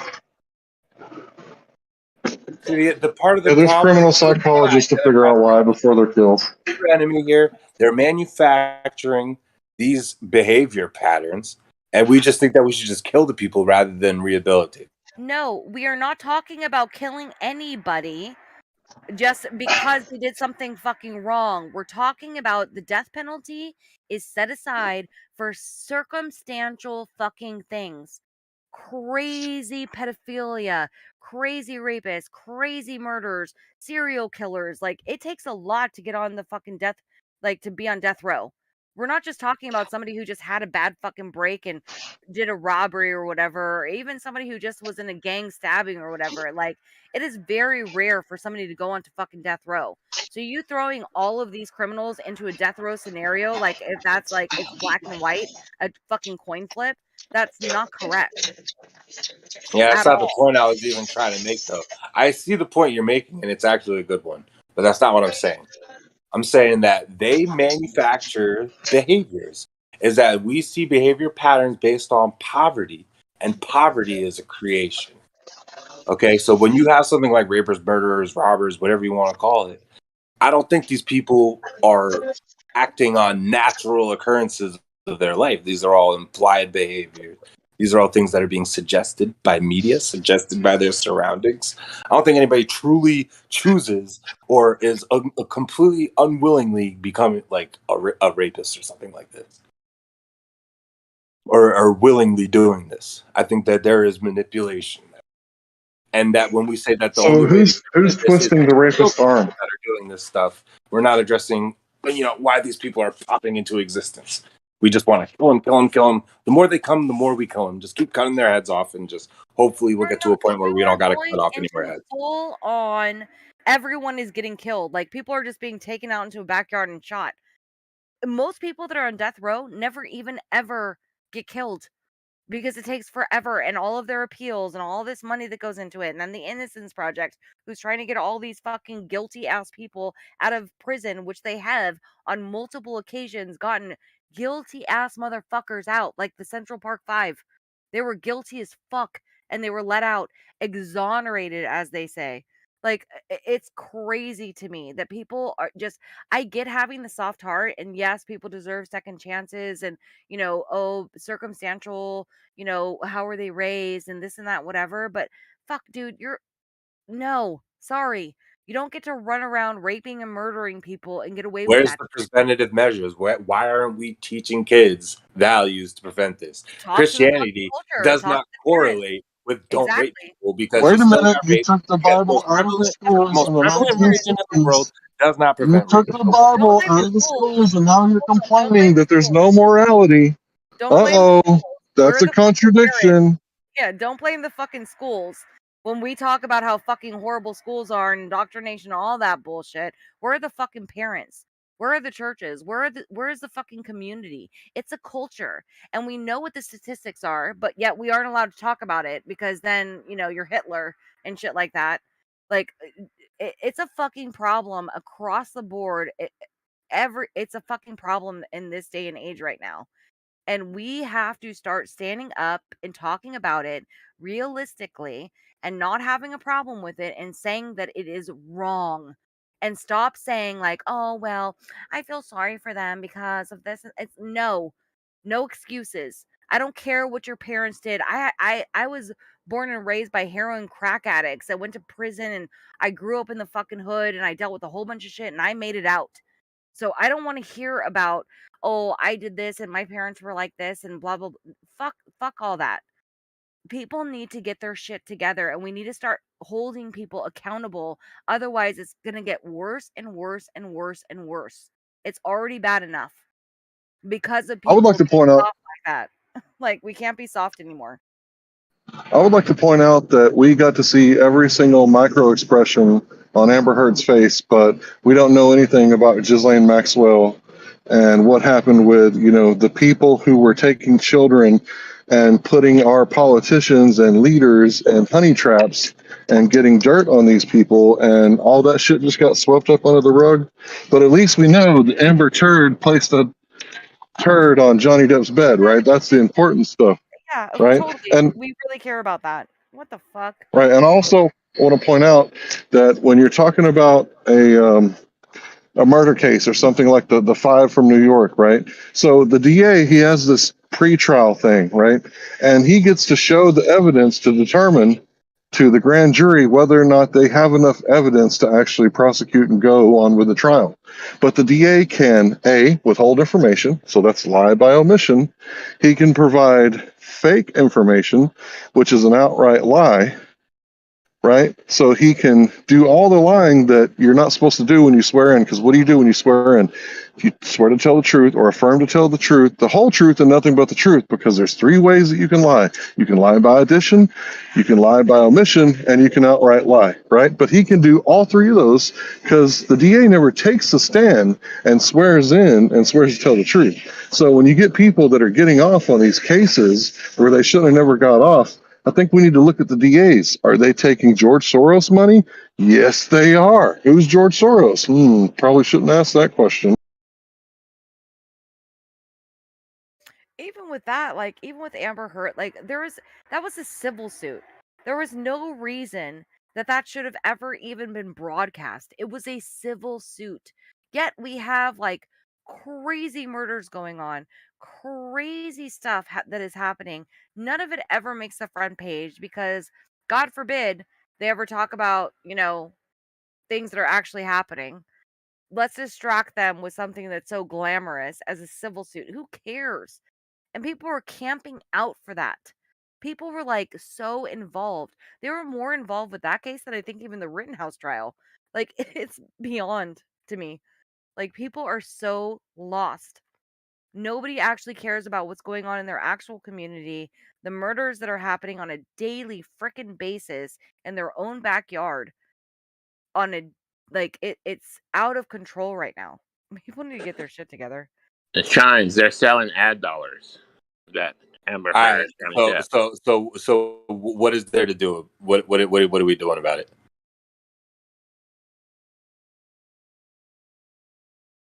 You want to be mad at people for not responding to a prevalent to an issue, right?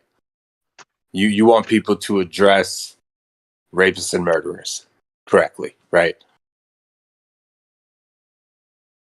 Yes, we should definitely be cracking down hard on that.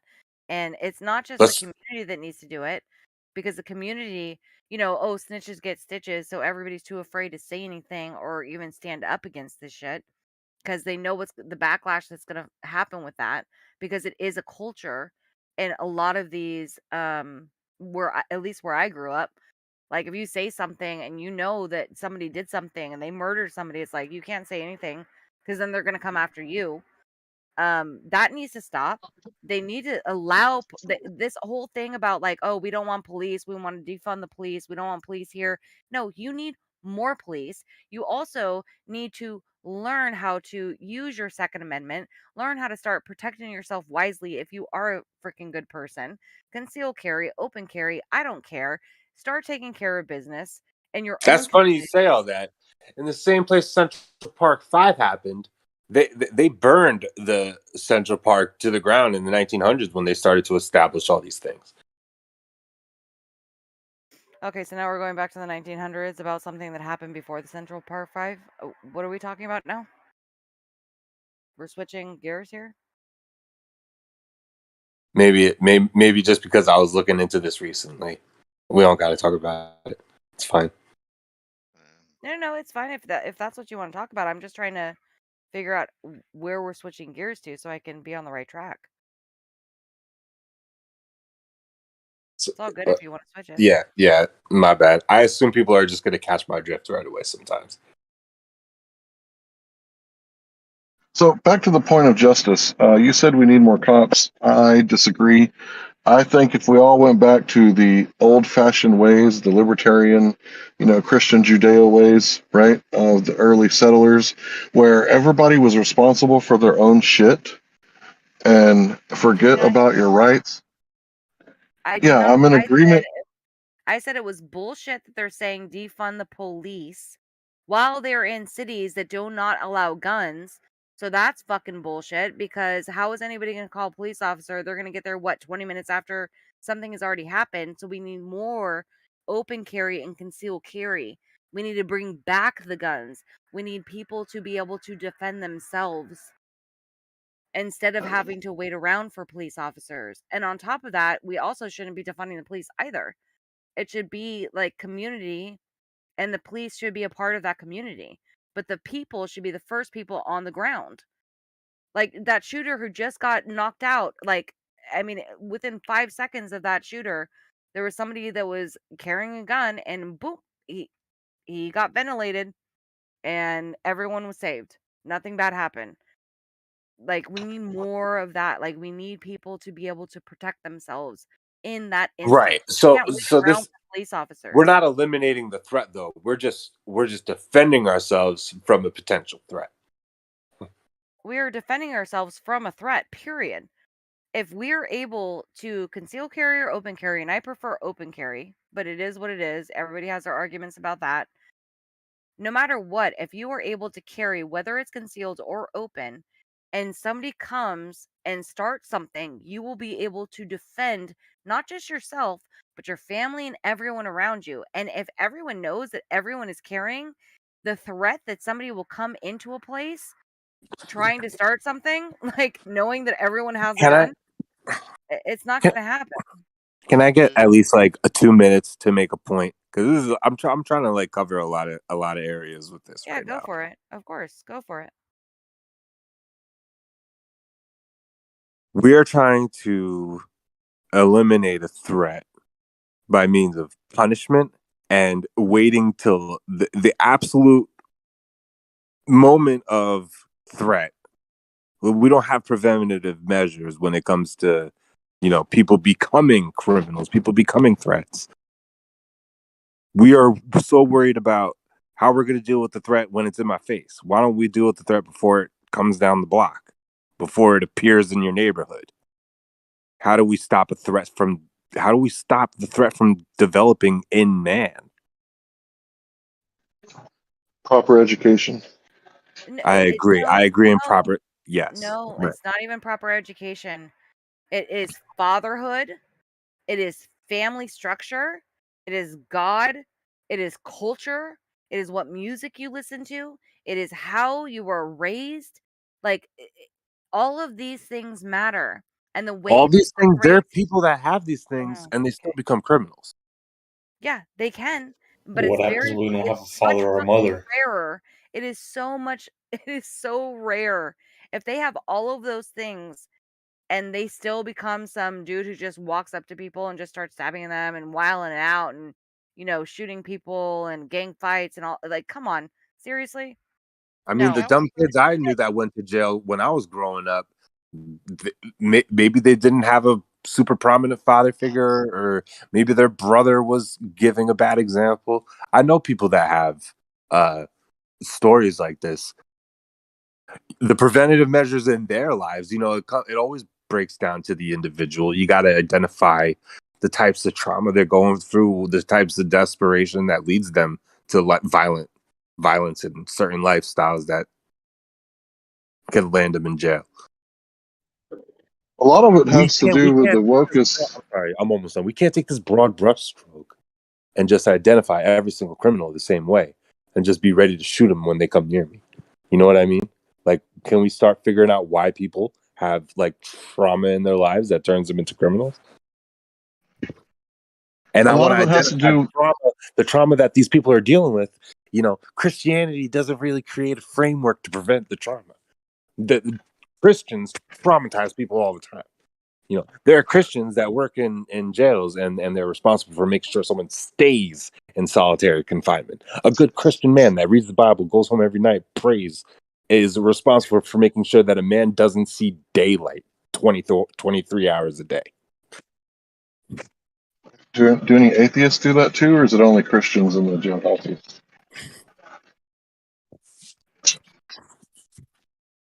What I'm saying is that when you have a mean of punishment, it can strip you from your true morals. Because you're compensating for a threat that truly can be eliminated by better means.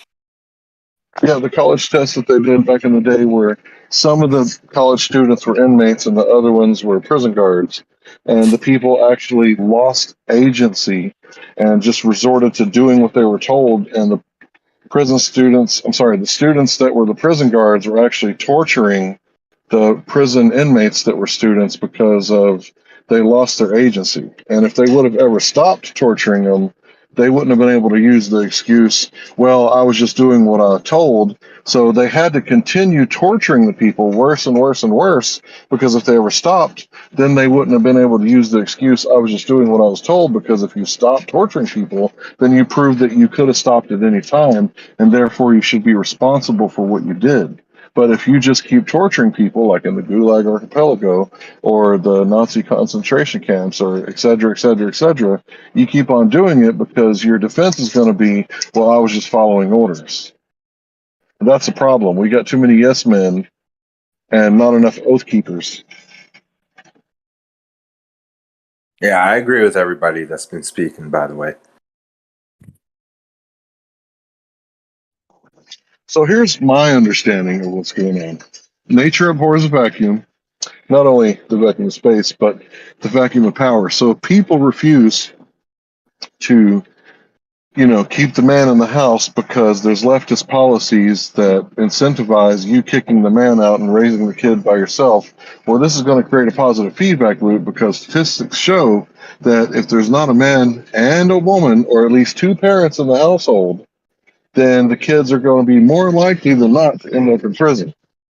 So this leftist policy, instead of making people work for no money, makes them a slave. It also turns out that it's an easier way to make slaves by giving them the money, because they can obviously earn more than what they're being given. It's also going to get the young men in prison. And once again, if the young men are in prison, they're not going to be there to raise the kids, and those kids are going to grow up and go in prison. So even though slavery is one way, by taking their money and making them work for free, you can also give the mother money, and then her children will go to prison and work for free. Either way, it's slavery. So what I'm saying is, these privately owned prisons, these privately owned courtrooms, are like a McDonald's chain, and the prison industrial complex is just as wicked, if not more, than the military industrial complex. So what has to happen? What? No, go on, finish. I thought you were What done. has to happen is we have to close this vacuum of power and stop adding more police by taking responsibility for ourselves and police.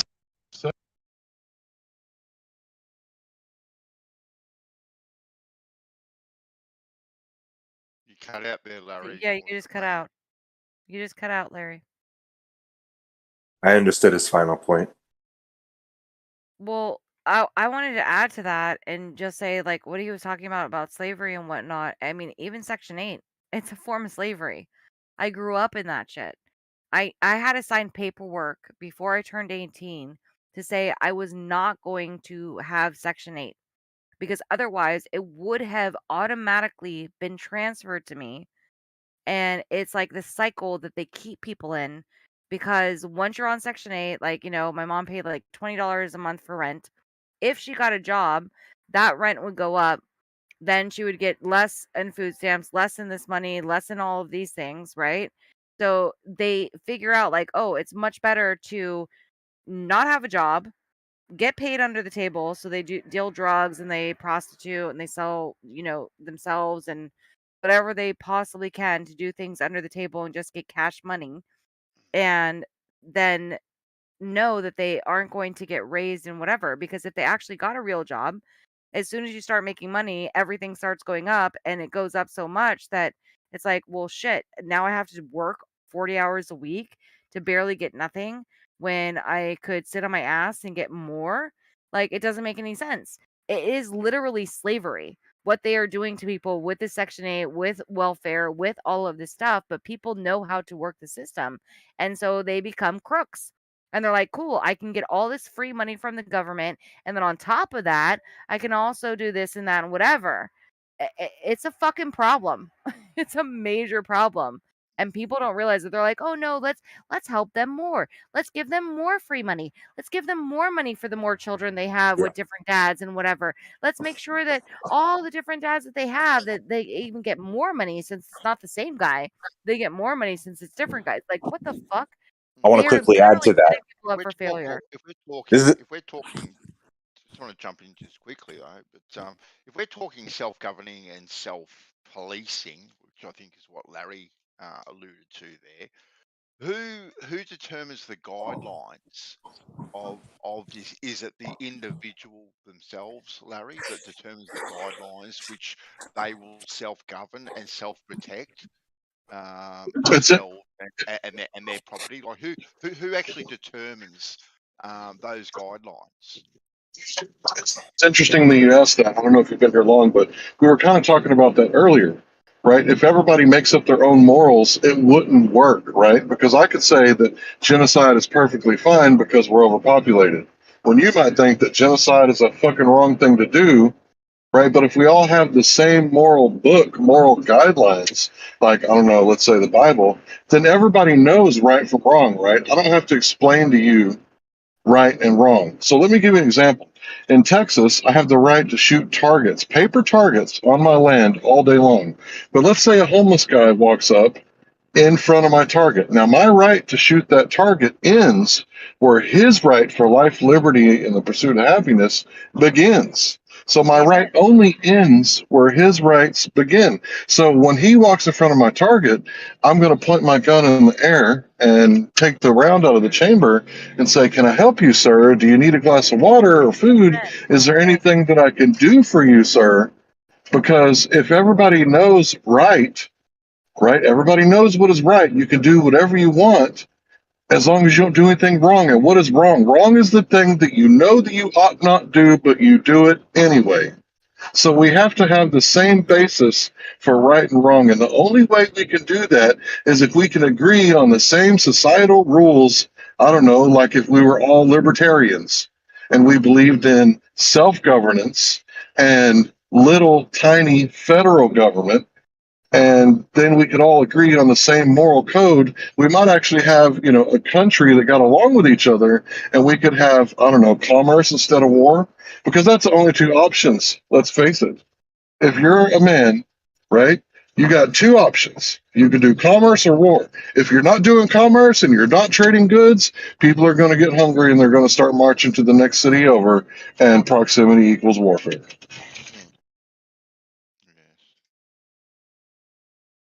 Sorry, Electric, I chopped you off there, mate.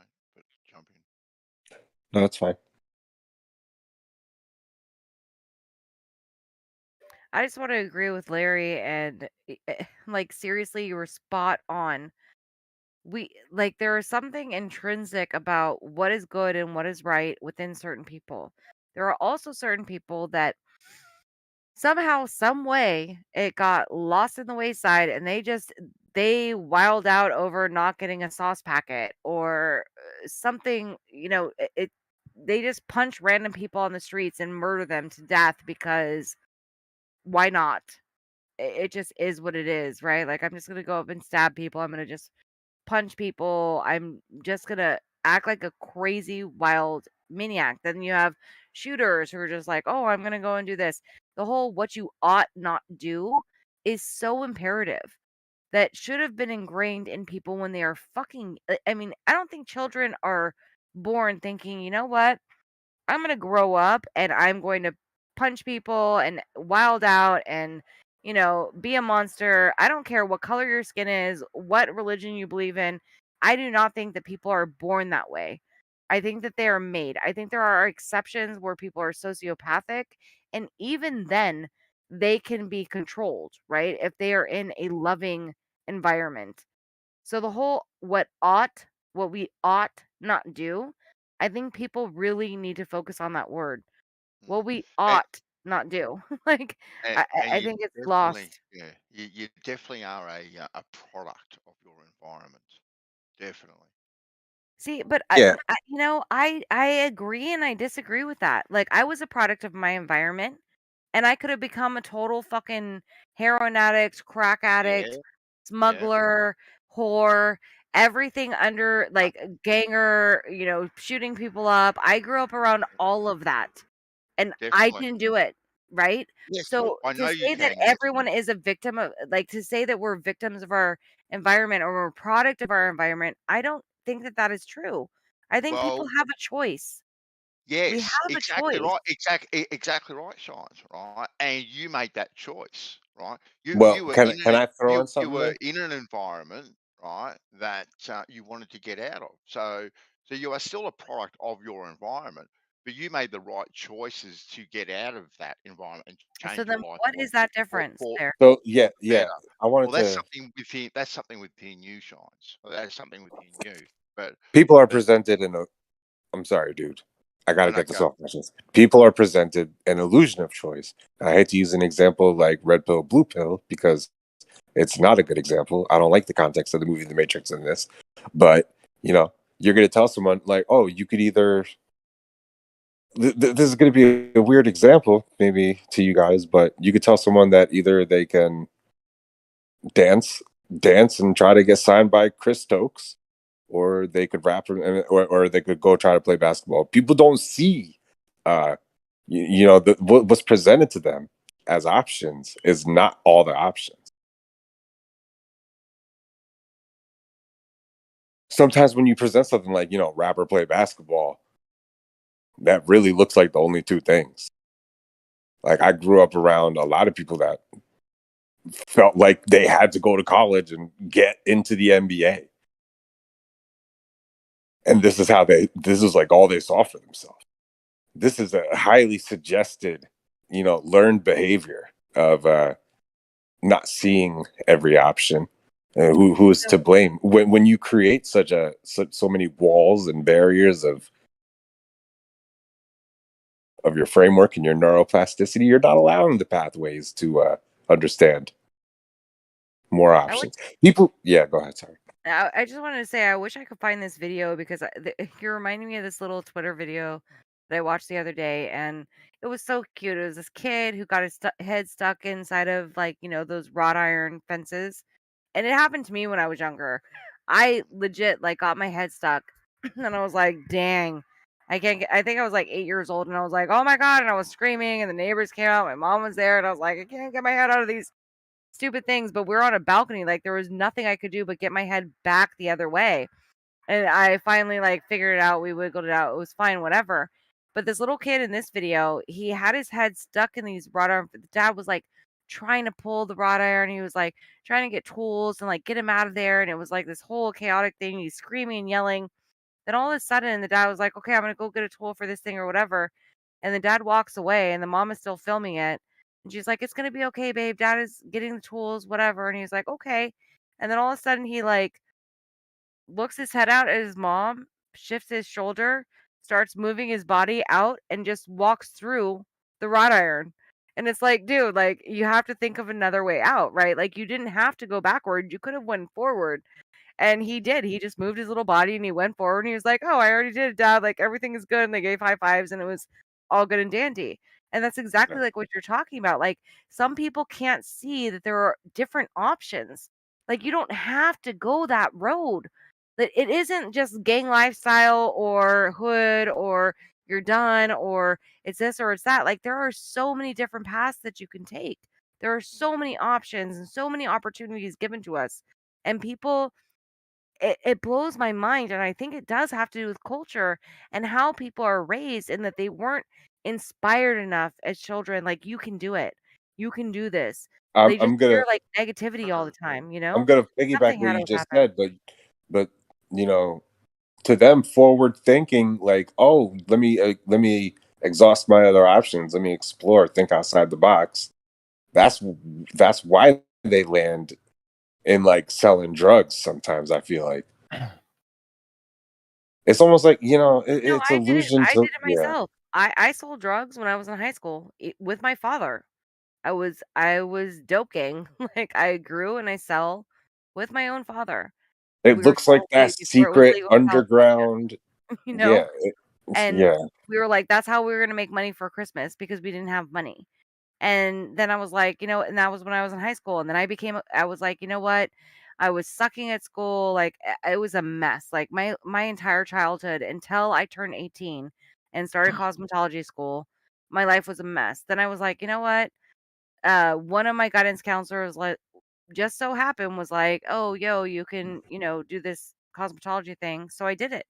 And then I started making hella money doing cosmetology and doing hair and became an Aveda color specialist and did all these things. And then I ended up meeting my husband in this great freaking seminar and all these things opened up for me, right? Like, all it takes is just one person to inspire somebody in one way. Yeah. And if we can, maybe the family doesn't do it because it didn't happen in my family. Nobody from my family was inspiring me, right? It took a guidance counselor to say one simple thing: you can join cosmetology. Why don't you give it a chance? I was like, that sounds cool. I'm into fashion, whatever. Yeah. I like, buying the newest things and looking good. Cool. I'll try that. And it stuck. Somebody might become a chef. Like, the trade schools are so imperative right now. Like, you can become an electrician, a mechanic, a this, a that, a chef. Who cares? Just one person in their life showing them they can do something different than what they're doing, and that you can actually live a really good life off of it. Yeah. Right? And That's all it and takes. yeah, and I want to add, with what you said before, Shines, like, when I said you're a product of your environment, right? And you said, well, my environment was this, that, and the other. And I had my best friend um, had a horrific childhood, absolutely horrific childhood.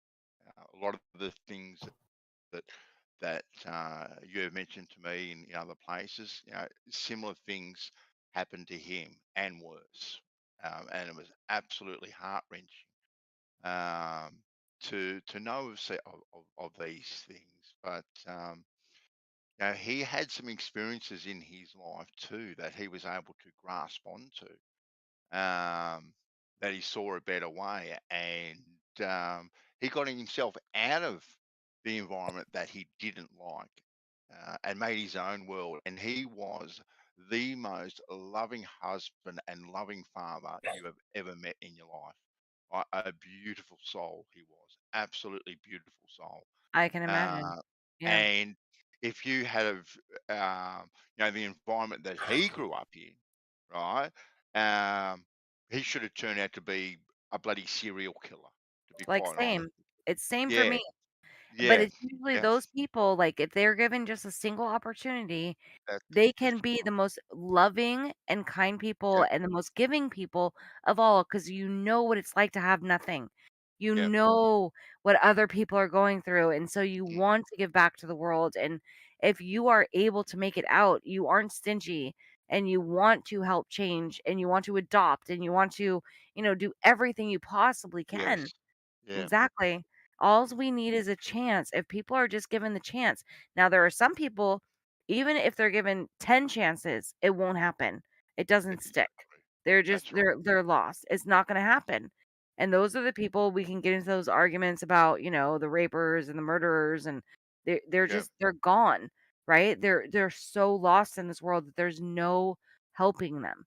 But I would say like 95% of the people that are just fucked up, they just need, like, they need a change. They need a change of perspective. They need a job that actually pays enough. They need something, something to bide their time to help them fulfill it. They need to know that it's not all about TikTok and Instagram and whatever shoes you're getting, and oh, I need these Nikes, and all these other things, or whatever kind of chaos that's going on in their mind, that it can all settle down and you can have a really good life and help other people. It would yeah. be great if that could happen. It would be beautiful. Like, there's a beautiful passage in the Bible, and it's called the narrow gate. And I'm not a Bible person or whatever, but there's a beautiful passage in it, and it's called the narrow gate, and it says, "Enter through the narrow gate, for the gate is wide and the road is easy that leads to destruction, and there are many that find it. For the gate is a narrow and the road is hard that leads to life, and there are few who find it." And it seems like a lot of times that this life that leads to happiness for too many, it seems like it's actually too hard, and easy choices, which are generally the wrong choices, um, are many that people actually take. But when you actually start taking the right path and doing the right things, you actually find that it is completely the opposite. Because when you start making the right choices and doing the right things, it is so easy to actually continue to do that. the choices are very, very easy. They're not difficult at all. It And it's becomes like a drug. actually, Yeah. that's right. It's actually a It's a harder better path. drug. Yeah, It's a yeah, harder path exactly. to take to make the wrong decisions The because you know guilt. Yep. exactly where it's going to go. But there are too few people that do realize that, unfortunately. I think it has to do with conscience, like, because exactly what you're saying, like that narrow path, and it's hard for people to get out of that lifestyle because it's so easy, right? Like, oh, I can do Mm-mm. this, I can do that, I can get over on people, I'm stronger than you, I do this, I do that, whatever. But quite honestly, like when you are doing good and you are doing well, it is hard. And Yeah. yeah, you might not be making that great of money at first, but then it's what do they call that? So there's instant gratification and delayed gratification. Yeah. And Yes. delayed gratification is so much more superior to instant gratification. Like, flipping your little thing on TikTok, your new pair of shoes, who cares? Hmm. If you Yeah. actually build something, if you, raise something, if you take care of an animal, if you do these things that take a long time to accomplish, a hardworking job, a family, all of these different things, it is so much more gratifying than any kind of swipe or, oh, I got a like on Instagram or I have 1,000 likes or millions of likes. Who cares? That kind of stuff does not matter. All of that will just melt away. And it's like, I just want to be around people that are in the same boat, that are in this delayed gratification with me, because we Mm. get it. We see it. We see what delayed gratification actually means and what it does for not just ourselves, but for our families, for our friends, for society. Delayed Hmm. gratification is everything. And it's the best drug in the world, Sean. It is. It is by far Yes. the It's best the drug dopamine you get from in that. the Yeah. world.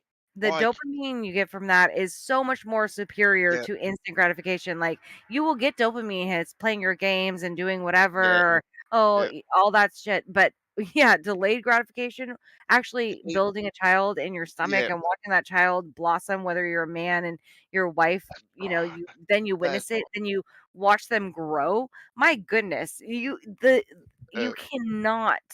That is such a drug. It's yeah. amazing. We'll be Building a we house, yeah. yeah, of an evening or a morning or whatever when we're out outside sitting on the back porch there, just looking over the ocean, my wife and I, and we'll just be sitting there like looking, and she may be grinning or I may be grinning, and I'll say to her, "Oh, what are you grinning about, babe?" And then she'll say, "I was just thinking about Zach when he did this, for argument's sake," and she'll tell the little story of Zach getting into some mischief or whatever, and we'll both just be chuckling, just laughing and kind of going through all these memories and stuff, and it's those sorts of things that we think to ourselves when we're 102 sitting on the back porch in our rocking chairs, rocking and frothing, right? It's these memories that are going to Yeah. keep the smile on our face, keep us satisfied, Now keep us happy. you're already a Right? grandparent, right? Yeah, So exactly. imagine the delayed gratification of being a parent and watching your Yeah, child grow. Then that yeah, child having a child, and then the yes, delayed gratification of holding your grandchild. yeah, That's the best drug in the dopamine that comes from that. yeah. You Oh, cannot compare it to you anything can't. else in this fucking world of being a That's called grandparent. My oxytocin. God, that's Yeah. everything. It's Oh, everything. exactly, Yeah, the exactly. oxytocin, the dopamine, the Yeah, serotonin, like all of those hormones that hit you of being a exactly. grandparent. Yeah. My Oh, God, yeah. like robbing a store, hitting somebody up, this date that you got to get, this hot All right, app, like, all right. yeah, So doesn't compare at I all. know so many people that'll never get these kinds of opportunities. How do you mean? The illusion of choice doesn't, like, the pathway doesn't open up to them. They don't see opportunities when they come. I think you're judging a lot of people without giving them the credence that they actually. If I we're think you're going having doubt. to, if we're You can't going say a to lot of let, people. It's very rare that if people are given this opportunity to have a good life, that they wouldn't take it. It is a right, special few that will really sincerely just continue to fuck their lives up. If people are honestly given that opportunity and they still continue to fuck it up, that's a problem. That it isn't something that is like, this is far and wide. People are really given an opportunity, they usually tend to take it. You're assuming that these people are being given opportunities.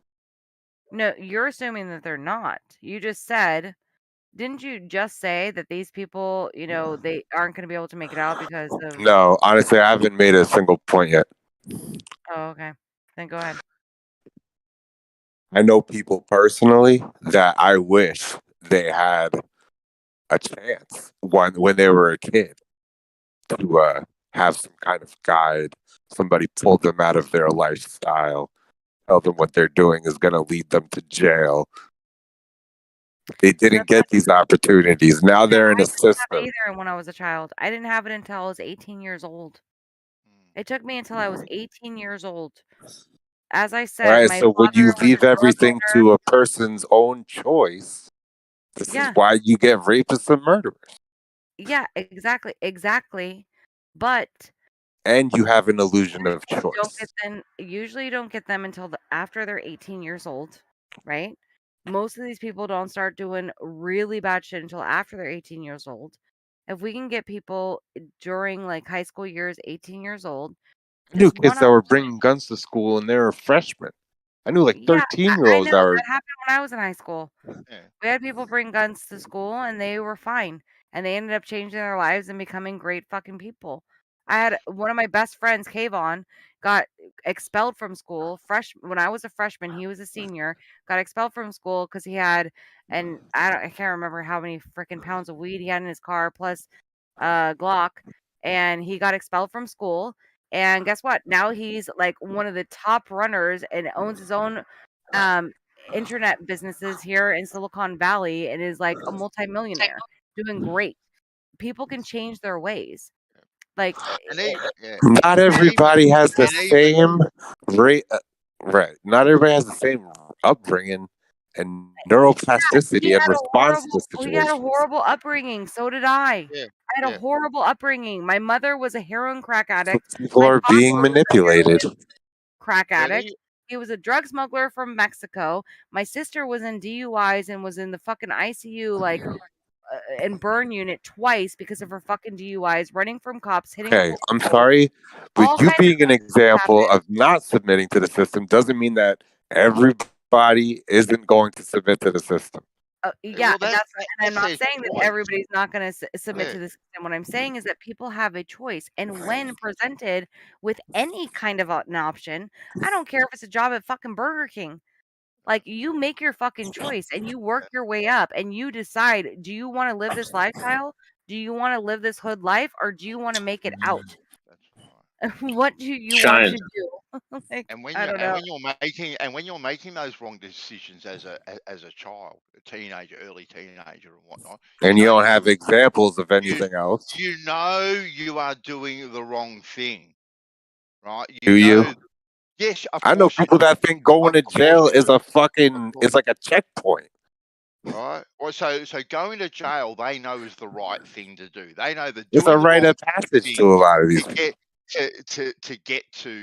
get to jail, right? That is doing the right thing. Shines, I noticed you mentioned a lot of times. This is misguided. You mentioned, can you hear me?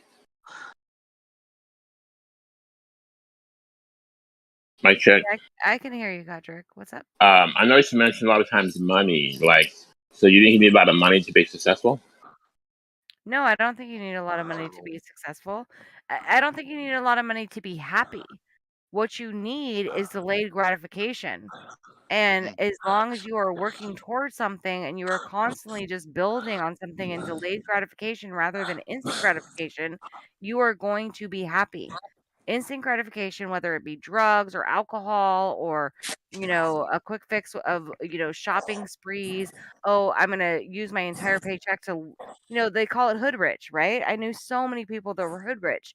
Like, oh, I got this car, I got these clothes, I got this and this and this, but I have nothing in the bank. I have no house. I have nothing, but I look fresh. So that's instant gratification. Like, instead, you could have put all that money inside of your bank account, put it into 401ks. You could have, put it in the stock market and Bitcoin, like whatever. Have a delayed gratification on that. People want instant gratification, especially in today's age where it's TikTok, it's Twitter, it's these likes, it's these games that you're playing. Like, you have to like constantly Social have that engineering. dopamine fix instead These are of taught and learned behaviors. yeah, it's this quick dopamine fix, and it's making people crazier and crazier because they need that instant gratification rather than understanding that the longer you wait for that hit, the longer you wait for it and the more you work towards it, the stronger it's actually going to be and the more gratifying it's going to be, the more that your hormones, like, it is a drug. These hormones are drugs that we're taking. Popularity. Yeah. Popularity is a Yep. drug. Yep. And they seek popularity the wrong way.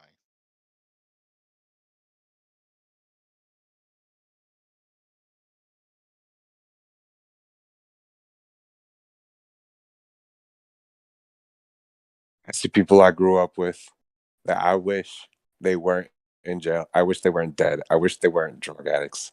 And I I look at hear like, you. I what have led the him to it? same. What led him to it? The guides, I don't even know the where my elite. brother is. My mother is already dead. My father is almost dead. I have so many people that are already dead. I can't even count them on both of my hands and my toes. I understand what you're talking about. I get it. It fucking sucks. That is still no excuse to sit back and be like, well, we're, it's I'm our the fault last person to and sit they back. shouldn't. Matter of fact, I feel like I'm totally aware of the weapon being formed against people Good. that is Good. causing them to learn these behaviors. And this rite of passage that people seek for popularity. Status and recognition and Yeah. just how you're represented amongst social media or just people this is social engineering. This is true Yeah, they act like it's manipulation of behaviors. And this is the Okay. problem. They act like it's reality, right? Like, oh, my Twitter score says something about me. I didn't get this many likes on my photo. Or, Now, oh, I they don't say relate something mean to me to the online. whole Like, social all of this media side of it because I'm 33 years old. But growing up, like what I saw influencing people was like their brothers and like nobody being around to tell them otherwise. Well, there's a rite of passage with many of things, whether it's on your Snapchat, Instagrams, or whether it's being part of a gang. There's a rite of passage for that popularity in The that power of particular. suggestion. Feeling These kids are accepted, not being feeling like offered you other belong. options. Yeah. They go outside, they see the store, they see the basketball court, they see the school, and then they see their friends hanging out on the corner. Yeah. And these are the options. Okay, it's not like college And is an especially option to them. It's if, not like and it's somebody's also going if to swoop mom through and isn't teach them home. how to play piano. I wish No, something this like is that would have also the happened to my problem, friends right? or me. Most of them have single mothers, and that mother is either, on drugs or that mother is a hardworking individual, but there's no father around. That's usually what's happening in these scenarios, at least when I grew up in the hood. There was no fucking dads around. It was usually like dudes came around to like fuck and shit like that. Or they came around and they were a stepdad or they were, it was always a problem when there was a man around. The men usually were not good in these scenarios, right? The mother was either on drugs or she was a hardworking individual. No matter what, that means that the child was left alone. And so you're hanging out with friends and you can get sucked into very dangerous situations because not only are you hanging out with friends, but there are older individuals that are trying to talk you into doing shit that you shouldn't be fucking doing, right? Because they know that they can manipulate you to either be the person that's a fall guy that so you get arrested so that they don't have to do it, or if you're a girl, then it's sexual shit or like whatever. It's a fucking problem in the hood. And it is a very dangerous problem, right? So I get it. I get what you're saying. All that said, everyone has a fucking choice. Everyone has a choice. And I know for a fact that every single person growing up in the hood, even under all of these horrible circumstances, same ones that I went under, you can say no. right? And if something bad does happen to you, then you can say, "Hey, something bad happened to me." And then you can deal with the repercussions of that, whatever happens with that. And usually when that happens, I'm not going to get into it. The point is, you can fucking make it out alive. You can make it to be a teenager. And then when you're a teenager and you have enough wits about you, just enough, right? The same kind of wits that, built countries and, all these people did shit when they were fucking 15 to 18 years old, that kind of brainwaves, you can make it out.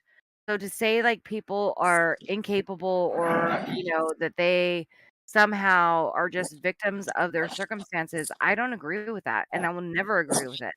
You have a fucking choice. If you made it to your teenage years out of the hood, then I don't think there's any fucking excuse. Like, you should know better. Period. And especially in today's day and age And where that's there's why the the internet. problem still Now exists there's the today, internet. because you're not identifying the weapon being formed against you. What? They're manipulating behaviors. Today we have the Saying that that I'm I'm 41 years sorry. old. I'm 41 years old. There was no internet. There was no nothing to save me. There was no me looking something up. We would call 411 to be like, can you tell me how to like translate cups into whatever as like a joke? And maybe once we would get somebody who could actually answer the question. We didn't have anything where we could look shit up or people we could go to figure things out. Any fucking person right now can get on their phone and be like, this is what's going on with me. How do I do this? How do I do that? There is no fucking excuse. If we could make it out and we could survive and live better lives before the internet and cell phones, I don't want to hear any fucking excuses about people today being victims of circumstance. That's crazy to me. We But are our All cell right. phones, Well, our your cell, people stance right now. It's doesn't change hilarious. anything. You're saying that we should just leave it on people's individual choices and do nothing about the learned behaviors What do you and think you're the gonna amount of do? What disillusion. do you think that you're gonna do? If the parents aren't doing anything, if the community around the only thing you can ever do Oh, is it just take means that care of you're your cool with friends. it. No, You're no, cool no. with killing the people that turn into these types What of are people. you talking about? That's what you Look, said. the best thing you can do as a human being is to take care of the things that are closest to you. Number one, your family, then your friends, then your community. Then, if you are able to take care of those three things, then you can reach out further into other things. But if you aren't able to take care of your family and your friends and your community, then sit down. There's nothing you can do. Like, you need to be able to take care of those things before you start judging other people for like, "Oh, you should be doing this and you should be doing that." What are you doing? What are you doing? How are you gonna solve all the world's problem? You can't solve the world's problems. The best thing you can do is take every single person takes care of what is closest to them. And if everybody did that, the world would be a better place. But people are sitting here ranting on the fucking internet about how you're not doing this and you want to fucking do that and like then take care of your own. That's all we can do is take care of our own. That's closest to us. Period. I think it's harder today with cell phones, especially for the kids. Well, I think that's a grand excuse. exactly. Because that it's a distraction. They're playing games. They're not even. They're texting each Yeah. other. They're not even talking to each Oh, other. of They're course, they picking don't up know phones how to and get their in the state filters. of They don't know how society to do today, other things. That in the those state of games in the are just so state that society is in, the Who state that gives the kids a society is phone? in today, you cannot leave things to choice with the amount of disillusion and deception and wrongful choices being presented to young people with no true guidance. To say that it's up to a young child to choose. I know somebody that had to start stripping when they were 16. Yeah, this was not, they didn't have a choice. They couldn't say, "Oh, well, let me go to an outreach program and find out about a counselor and wait 6 months until I could get into a place." They had to go fucking make money that night, or else they were sleeping outside.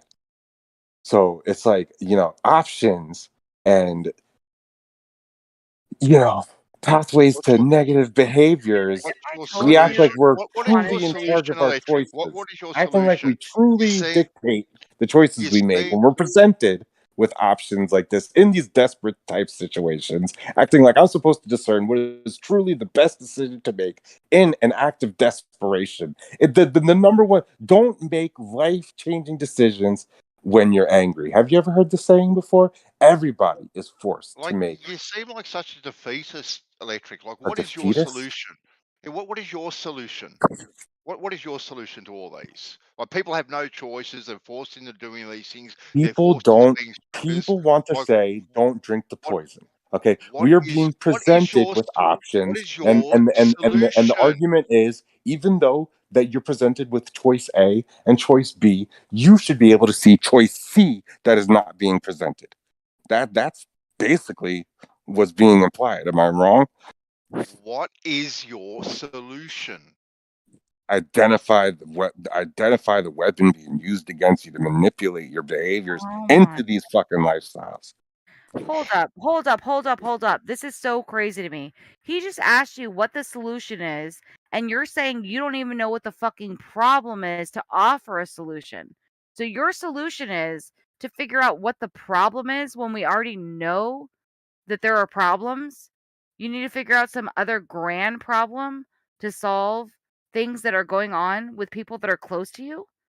What are you talking So, about? so if you have the solution, like, why aren't problems going away? Okay, so the solution is leave the choices to people.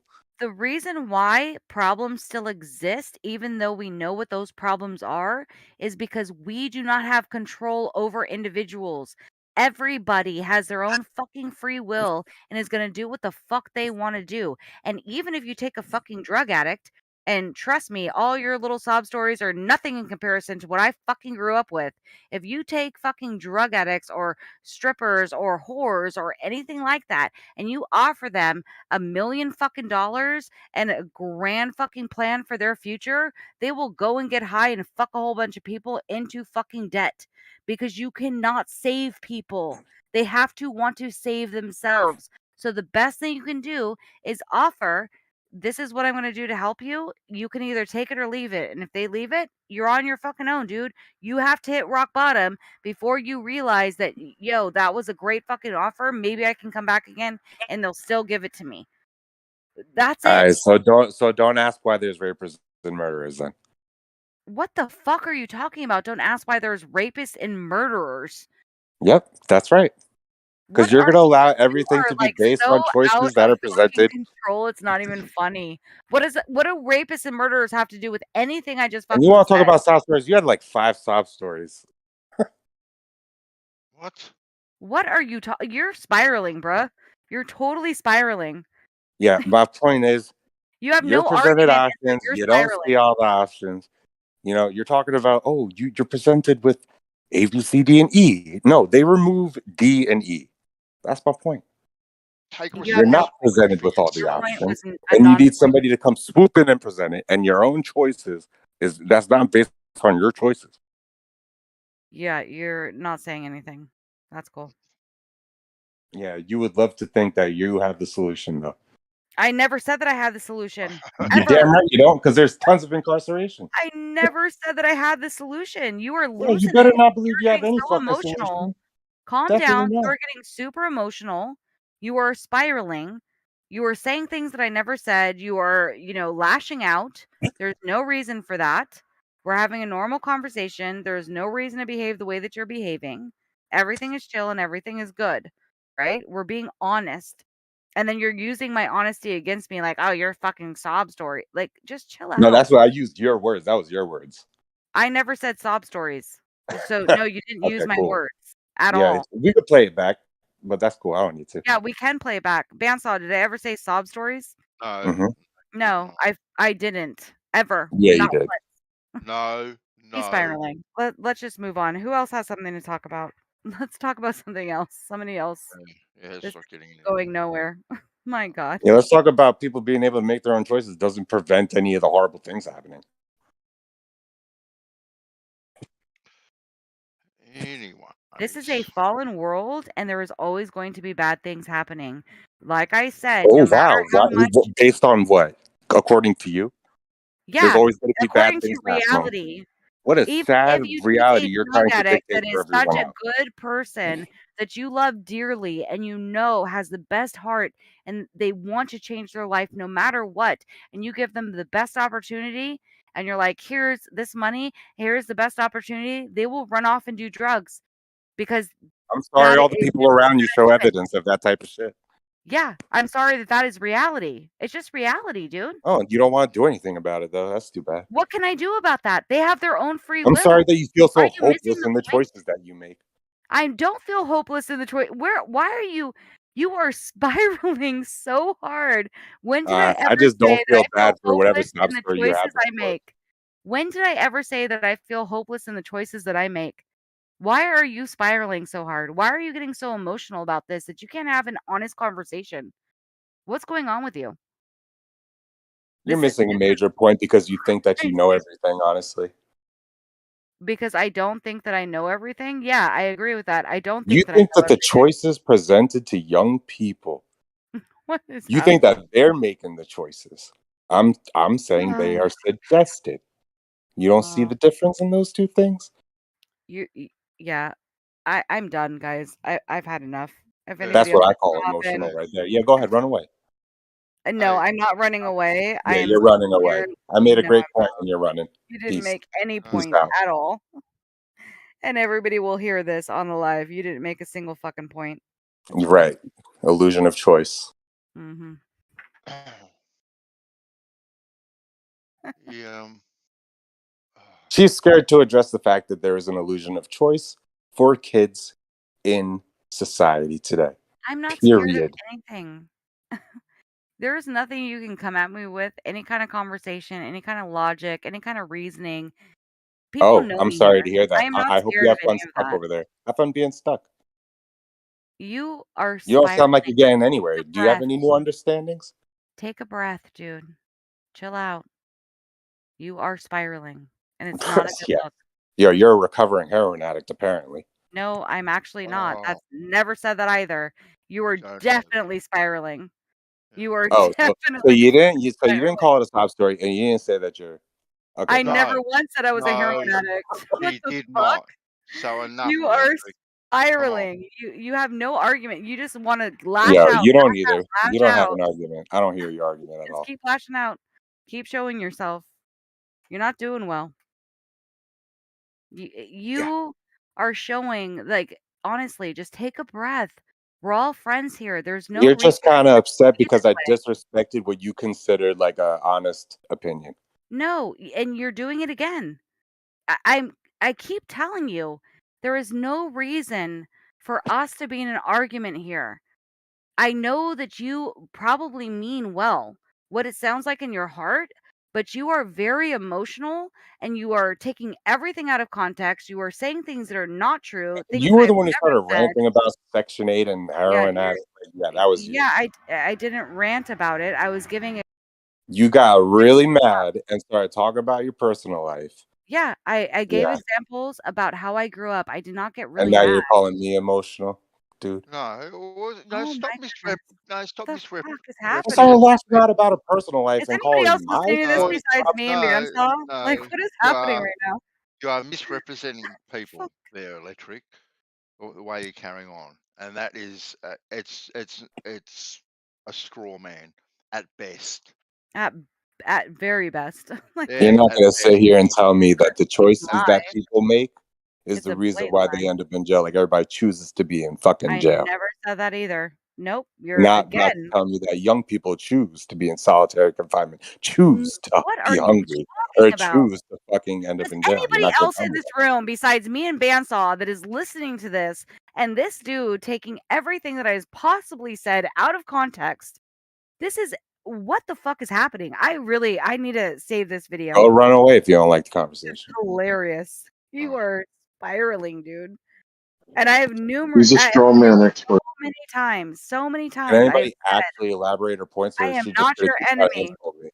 We probably agree more than we disagree. How many times do I have to say that? And you're just like, "Rah." you're a horrible person and you want to murder people and you want to have kids in solitary confinement and you're a That's heroin a straw addict. man. That's a Like, straw man right dude, there. you just said all of those things. I just said exactly what you said. This is hilarious. I can't. I'm done. What the Yeah, fuck? run away. Nah, I'm not running away. I just said I'm done. No, And that somebody is running away. Sorry, it is. You can't somebody else finish. You have can't finish whatever you're talking about. Good job. Peace. Anyway, my point is, yeah, Wow. children aren't presented with proper choices to propel them into a positive future for themselves. You don't have these options in certain communities and societies. So Children is are it not the school's presented fault? with the options to better themselves. Wait, Oh, hold on. you So want it's to the interrupt me? school's I fault? thought you ran away. Yeah, no, I do want Go to ahead. interrupt you. So you're saying it's the school's fault, not the family? It doesn't start with the family, it's the schools. All So right. So you are you a so flat you earther? want to I make need to ask you a individual question real cases, quick. Are you a or flat earther? you want to use a broad stroke? Are you a flat earther? That's unrelated. It is related. Do you believe in indoctrination and schooling and indoctrination? So you're blaming the That's been schools my argument the that the whole schools time. didn't indoctrinate them properly? Like, what is your argument here? Are you saying the schools didn't indoctrinate them properly so the children are failing? Is that your argument? What's your argument? How you come back to talk about? Yeah, see, you can't answer it. No, because you're So just bad. What are you saying? I just asked you a question. Are you saying that the schools did not indoctrinate the children properly and that's why they're fucked up? Is that what you're saying? That it's the school's fault for not indoctrinating them properly? Wow, a lot of notions there, It was a but simple question. Not a no, notion. it's It's a not. simple question. But you can pretend it is. But I'll make sense of what you're trying to say. When you say the word indoctrination, to do it properly in a society that doesn't want you to win, that wants to keep you at a low level of understanding and not a true high success, they don't want to create an elite class of average people. Okay, so they're keeping you in a level of surface level thinking where you're not going to propel. And you're saying that education is improperly indoctrinating kids. No, it's doing it perfectly right. They are indoctrinating kids exactly how they want to, providing illusions of choice that don't put them in paths to a proper future. And if you disagree, then you tell me why there's so many fucking people in jail. Or fucking run away like you wanted to before.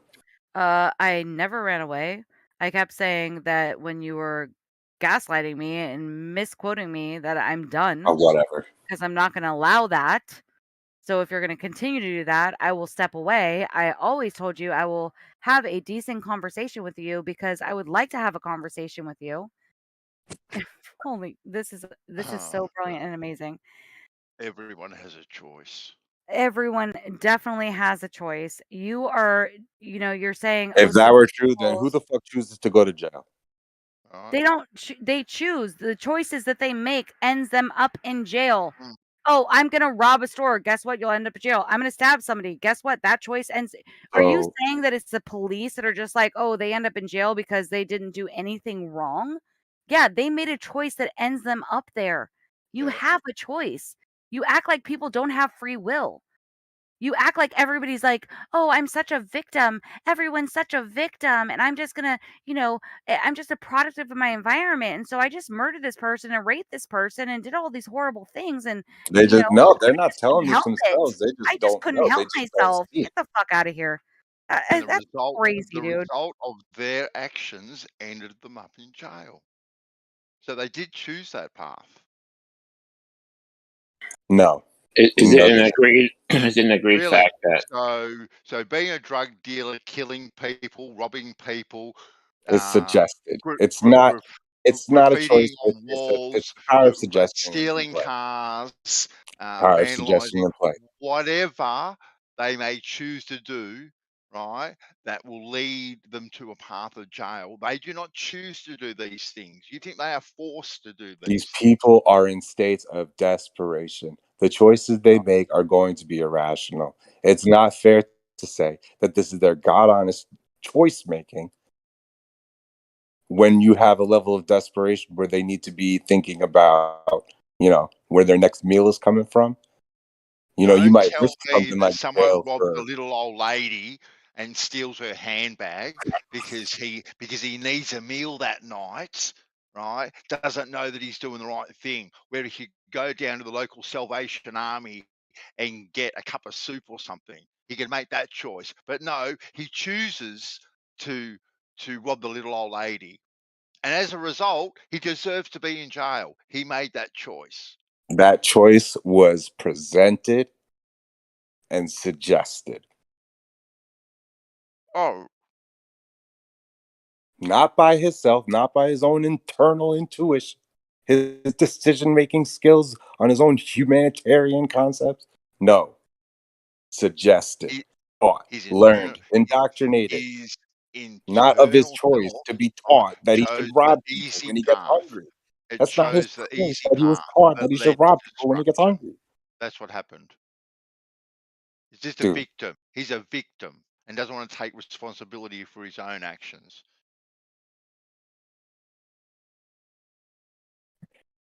if you want to pretend that there isn't something being suggested that is coercing a decent portion of society into incarceration, then have fun watching this happen for the next 80 years while you're still on this fucking planet. I don't know how old you are. Probably a little bit older than you. Acting like something isn't coercing people into these Probably a decisions little is bit why it's older still than you. happening. Okay, All right. when you act like that humans are so sovereign and of free will that the decisions that they make are of no outside influence, that's crazy to me. We all make wrong decisions, and we've all taken them Yeah, on board. and we all make right decisions too, right? But you've got to continue to make the hard decisions, which end up being the easy decisions, and you've got to take responsibility for your own actions. Be accountable for yourself, and not point the finger at everyone else, because everyone else is the problem, not That's me. what this But it's concept everyone of else. everyone Everyone has their own else choice is does. the problem. Spot on, Vans. Right? Spot on.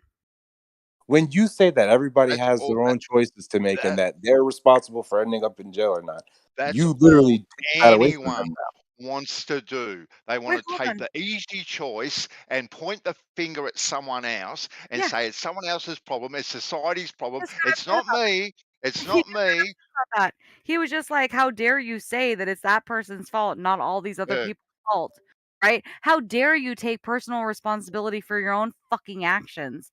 What the fuck is happening to society that people actually believe this leftist fucking crazy bullshit? Here's a cookie and a I'm hug. not even a It's not fucking your fault. leftist. It's everyone else's fault. It's not your fault. It's You're just a crazy. victim. You're a victim. You're a victim. You're not a fucking victim. And the more that people start standing up and saying you're not a fucking victim, the better things will get. And exactly my point. You don't identify the weapon being used against you. You can continue to see incarceration Identify rates what? grow. What are You you will talking continue to about see the weapon? incarceration rates You grow, have a no matter how choice. many people take Everyone adherence has to a choice. your abstract idea of choice. So People will free still will end up in doesn't jail. exist. So free will doesn't Doesn't matter exist, what the right? fuck they're talking Hold about. up. Free will doesn't exist. Yo, free will doesn't exist. Does free will exist? If you ask Or are me, we being no. controlled? If So you free ask will, me, I you're don't think saying it free will truly doesn't does matter. exist. Yeah, then you're lost. Free will definitely exists. What if you're in the wrong place at the wrong time? How about that?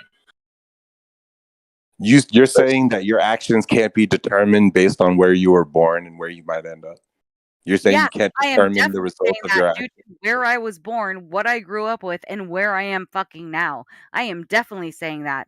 You have a choice to make. You get to decide your own destiny. You can say no. All You right. can Well, get this out little of it. belief system that you got that you How think dare reigns true you say is that people literally don't have helping free will? people end up in So jail. can you make somebody love you then? So then you like this girl, you can just be like, "Yo, I like you. I can just manipulate you into loving me because you don't have any free will What are you whatsoever." talking about? That sounds Do unrelated. people have free will? You were legitimately just said that people don't have free will. Love is one of the ultimate things that proves free will. So if there is no free will, then you can make anybody that you're infatuated with, you can be like, "Yo, you're going to love me because you don't have free will. I'm going to make you love me." You can't do that because That's a for lot I of anybody think notions. the Well, Damn, and bro, fuck religious giving people got love. such a broad stroke with these notions. And giving love is the ultimate choice of free will too. Exactly. You have Exactly. love, like you have love naturally. It's an inbuilt thing for your children. Right, that comes natural. Right, it's already there and it lasts forever. But when you give will to someone else that's not related to you, for argument's sake, your partner, your husband, your wife, or whatever, that is the ultimate free will. When you give it unconditionally, with no boundaries, right, that's the ultimate free will. I think the argument. Ultimate gratification too. Yeah, no. The free will argument, there's a lot of variables you could throw into it to eliminate your concept of free will. Why not? You could literally disillusion someone into thinking they don't. So what the fuck is it? I think the argument is that your brain is choosing for you, and you have no choice. Your brain is the master of you. I think that's the argument. Correct, Electric? What happened? What did I say? I'm sorry, dude. What'd you say? I think the argument is that the free will argument is that your brain, against free will, is that your brain is choosing things for you that you're actually not in charge. Is that what you believe? There are things that can be determined about what you consider choices you make. Like I could determine, like I feel like you could predict things people are gonna do, even though they feel like they're making a choice. Like tomorrow, I'm gonna decide what I want for dinner. Do I want, a salad, a sandwich, da da da da da. But I think you could determine based on my past experiences what I'm gonna pick. That's determinism. Okay, that is the opposite of free will. But what if you And if decide you don't to go want on to a respect diet? somebody with this opinion, then have fun getting upset and trying to crumple it up. What if you and throw it decide all to go away. on a diet? Can you do that and break your pattern? That's not proof free will. Let's say you wanted to go like on a fast, right? Wouldn't that break your pattern? Wouldn't that There are proof? so many variables that affect our choice, our decision making, and Is to it too say many to that explain? we are not bound to is that crazy? Is it too many variables to explain? Any variable can create the power of suggestion. To consider yourself over these variables, you're just considering yourself God. Hold on, and Dave, your mic is really crappy, buddy. Okay. Go again. Yeah, it's really crappy, mate. Just was looking for just one variable to explain. You called variable. Hold on, Godric. 2 secs. Go, Dave. Nah, it's still bad, mate. It's still bad. All right, let me try again.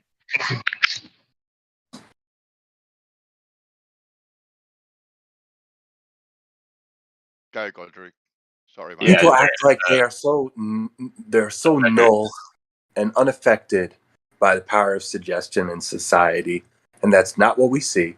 Everybody is being coerced into decisions that they shouldn't be forced to make. And to act like that you have free will during a situation like this is ridiculous. Well, I think free will is on a sliding scale. I think, we do have free will, but it depends, right? For example, like, let's say that you're in a restaurant and an old lady walks towards you and she's just fumbles because she's old and feeble, falls right there at your feet. And she's like, "Oh, Sonny, help me, I'm falling." Now, I'd say most people will be compelled to help this lady up. Compelled meaning you don't have free will. You're just going to help her because that's the right thing to do. Hang on, let me finish. It's the right thing to do.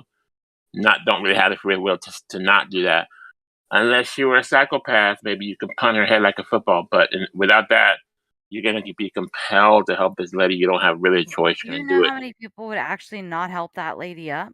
And it's not psychopaths. Now, It's that's the regular, dark-ass version of average society I don't like. people that That's will that not help that lady up. That will actually, if that person was the person at that store and they were the only person in that store and they saw that lady have a seizure and fall, they would go and rob the store and leave the lady there and run out.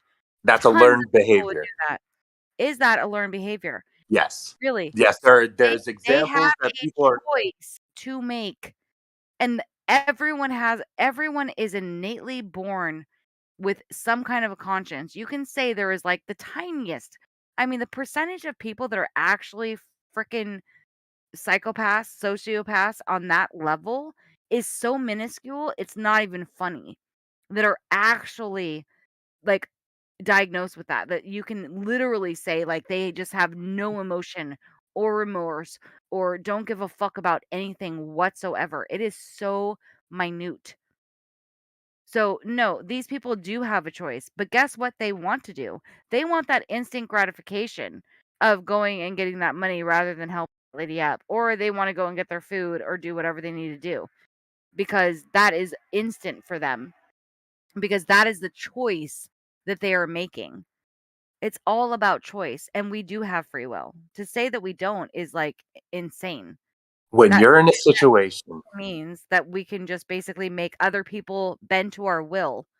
If people don't have free will, then we can make others bend to our will all the when you time. are in a situation and you are vulnerable and you are finding things relatable to getting out of your state of desperation, if you see this as an option, that's not a choice. That is That is that is an definitely a choice. implication of society. You That is not see, something you no, chose that to is do. definitely a That choice, is and you're like, suggested. "Hey, yo, I can get one up here. I can get an instant gratification. I can definitely, get mines instead of, like, helping somebody and seeing where that road might take me. Like, if I actually do something good, if I actually just help another human being, I would rather get one for myself." That is that is a choice. And for you to play that is somehow they are a victim to their own circumstances of making that choice, that is the problem with society today. Is that They so don't many create people their own that circumstances. so That's the many thing. people I don't believe so. today are this mob mentality of like, oh, we're all victims. We're victims. I'm such a victim. They're a victim.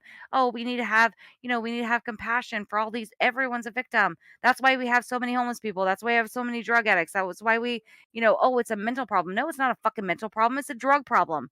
It's a fucking hood problem. It is a fucking Do you problem ever know that why there is such thing as a hood and victim. drugs? Do you know why there's drugs in the hood? They Oh put my them there. And nobody god. chose to go and bring them into the hood. It was It doesn't suggested. that was a choice, and they chose to do the drugs. Yep, you had a choice. Did you wanna do the drugs or did you not wanna do the drugs? And guess what? So I know a you sound lot like of you people hate in the yourself. hood that n what did you just say? You sound like you hate yourself. No, and now you're tripping again and spiraling. Because I grew up in the hood, and I know a lot of fucking moms that didn't do the fucking drugs. I know a lot of dads that didn't do I the grew drugs. up in the hood too. All these people that tried to help the community because they I'm in chose the hood not right to take now. the drugs. So, I'm what is like the still in difference the hood. between So what the that fuck you person and the talking person about? who chose to? What's the difference? And you think that those people in the hood are going to say that those people are victims? No, they're actually going to be the ones that are going to stand up and say, "No, they aren't fucking victims. They're assholes and they shouldn't have chose that and they need to get their shit together." And they're going to be like, "Get your shit together.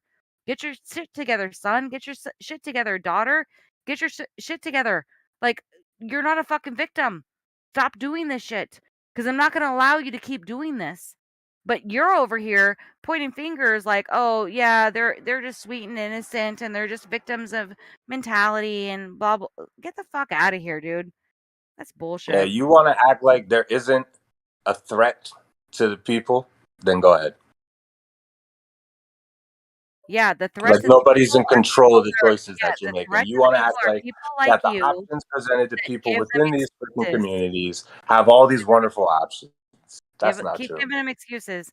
Keep telling them that it's okay for them to act like this because it's not your fault. That's It's not not what your I fault said. that you act like that. That's I'm not exactly the one what who's you're going to saying. act like this. It's the fucking people It's suggesting the same exactly what you're concept. saying. You're blaming Right. other people than the people that are making the choices. That is That's right. exactly what you're doing, So, and you don't even so hear it. other people, yeah. So other people put the drugs in these communities. All right. So are Yeah. these Don't people drink the actually juice. Yeah. Okay. Yeah. are these people actually shooting it into people's arms, or they're actually smoking it for people, right? Are they making them do it, or are they giving them a choice? You can here's a drug for you. It's going to make you feel really, really good, right? Now you can choose to take it and choose to feel really, really good for a short time, instant gratification, or you can go, you know what, I won't do that. You still have a You know, choice to do it, it's this popular belief. regardless It's that popular regardless belief. whether or not someone Nah, else I put can't the even play game. drugs I can't even play games right now. That's crazy. or bad things Really, in the you can't community, take the facts right? of the matter that people have choice. You can't No, handle that. I don't know. I don't Too much understand for how you, this goes huh? over everybody's heads so quickly. You're But like, I'm gonna say it can't again. handle the truth. I'm gonna say it again. You just want to You blame could try to everyone ignore else. it. You could try to ignore what I'm saying, but I'm gonna say it right now. There's a threat against the people, quote unquote, in the hood, and it's not just the hood. The only threat It's is pretty much against anybody. themselves. Okay, you want to pretend there's no such thing as demasculinization, redlining. Okay, Yeah, learned demasculinization. behaviors, Yeah, manipulation they're of doing where it to you live, themselves. manipulation of what Redlining, you they're think, doing it to themselves. They're manipulation of doing it what to you believe. themselves. They're doing it to themselves. They're doing it to themselves. This is, Everyone's okay, so you're allowing it to covering your happen. ears and going la la la la la la la. That's healthy, right? No, I'm not I'm covering sorry. going la la What's la. redlining? Out the fucking problem. And you are acting like everyone is just a simple victim with no I didn't control. even finish what the fuck I was saying. So what I was saying is that there is a weapon being formed against you, and you want to pretend that it's not there, and that's not the reason that people are getting sent to places that they don't actually want to go, quote unquote, choose to go. Okay, nobody truly chooses to have 25-year fucking prison sentence. Really, Nobody then maybe truly they should have murdered chooses this somebody and lifestyle for themselves. It is year. suggested. It is Really, a they pathway did choose presented, that. If and somebody they are has a sent 20, down it you need to stop. based on If somebody conditions. has a 25-year prison sentence, You that would love to that they believe that every they single human stabbed being somebody, is they going to murdered be somebody, so a unaffected 25-year prison by these sentence? Are conditions. you joking me? Everyone is 25 supposed to years. be above indoctrination. But why does indoctrination work? Because it is what it is. Crazy. You want to act like all these Who people are is this supposed to be guy? so above this level of indoctrination. They're supposed to fight and pick themselves up by the bootstraps. Everybody in the hood, you shouldn't ever go to jail. And what I say is all based on your choice. You can't do anything about the fact that you ended up in jail, though. That's Yeah, what you're saying. you That's have what you're lost your telling these people. Yeah. 25 years prison. You think, yeah, that is definitely a choice. And I would definitely say you have a biased perspective because you probably have actual fucking What do I have? connections to what I'm saying. You know exactly what the fuck Go I'm on. talking What about. do I have? Go on. Give me another ad hom. Say another thing that's not true about me. What You do would you want love to ad think homs that about you're not a victim, right? You're saying that all these I'm people not a think they're victims, victim. so you Sure as weren't a fuck, victim. I'm not. Nope, not a So who victim suggested at you to all. do drugs? They weren't predating on you. Oh, no. I was definitely suggested to do drugs. I Okay, was so definitely you were molested. I was predated definitely upon, raped. I and you were was suggested definitely that this was fucking not a choice of yours. tried You were out to presented fucking at a young age like, an yeah, don't option get me that started. was not supposed to be there, I right? am not a victim at all. With all the shit that is taking place in my life, I am still not a Yeah, fucking people victim hate the at word. all. No, you think that's some kind of demo I had liberal choices. narrative that everybody wants to have a victimhood. Everybody wants to be so boo hoo wah Yeah, ha. that's what you're Me, saying. me. Everybody, I got hurt one day. Look at me, I Exactly. got hurt. Everybody feel bad for me. That's what you think is going on? That's exactly what you're saying. Yeah, so you're straw manning me into some weird demo liberal progressive movement How that am I I never tried strawmanning to you? That's assimilate with in exactly this what you've been argument. saying this entire time. There is no free will. These people are victims. It's all a setup. These people didn't choose to get 25 years in fucking prison after murdering somebody. They didn't choose to be on death row. Yeah, they fucking did. If They you're didn't choose to learn the behaviors that oh led my them into god, they society. had a choice, and you're still missing the point. Well, You there's still. behaviors I I really hope you're learned. not a flat earther. I really fucking hope you're not. I really hope you're a glober. Cause hot damn, this is amazing. This is like Stop getting brilliant. offended. Have the conversation if you Should want. be offended. Don't get so upset every second. I hope you get your shit together, that you're offended, and you don't play victim. A Like, nigga coming from Project 8 and shit like that, talking like make a sob choice. stories, acting like Make a you choice. don't got you got choices, nigga. Yeah, You were you do born in have a Section 8. choice. Yeah, was that a choice? Bruh. Was it a choice that your family had to depend on the government to fucking support your life? No, that wasn't my choice because I was a child. But guess what?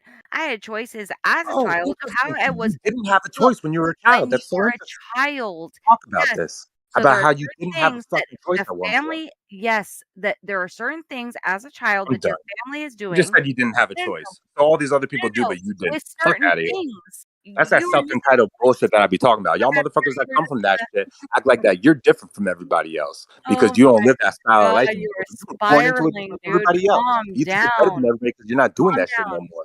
You're Calm just like down. everybody else.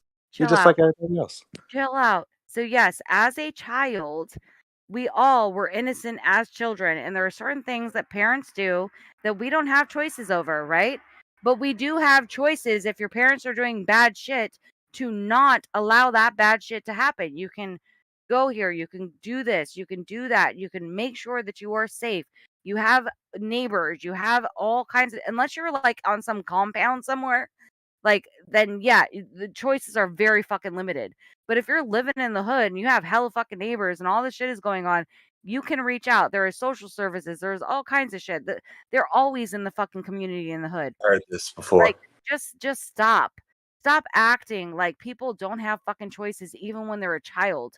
Yeah, there are certain things you can't choose. You can't choose where I you're forced a friend of mine that was selling can't drugs. choose what I color your forced him to go skin see is. a counselor and Can't get a fucking and get one of those apartments that gets paid for by the government. I choose. forced him to do this. I forced my friend into a counseling program. You can't. You don't Yeah. gotta tell How me well about trying to present choice to how people well that they does don't see for forcing your friend themselves. into Because I counseling? actually like doing that type of stuff. I'm letting you know that these people don't see them for themselves. God. How well did it go forcing your friend into a fucking counseling program? I bet they really just stayed sober and were good after that, after you force them into it. Because if they don't want to change, they're not going to change. Because guess what? They have free will. That's a lot of presumptions you're making about someone you Not never a met in your life. presumption. I have been there It's a almost like you million would love to times. assume all these things just to support your argument, even though you have no base for it. You are spiraling. Just take a. Let's talk about something else. Does anybody else have a different topic? This has been going on long enough. Yeah, you're running away again. No, I'm not running away. We're fucking You always done. run away. I always run away. Again, with your lies. Does anybody else have something we want to talk about? That would be great. Let's have a look. Let's have a look what we can find. So what do you guys see when I'm screen sharing? What do you screen? Hold on, Larry. I didn't know you Let's screen do that. sharing. Okay, let's look at Larry. Let's have a look, Larry. Come on. Perfect.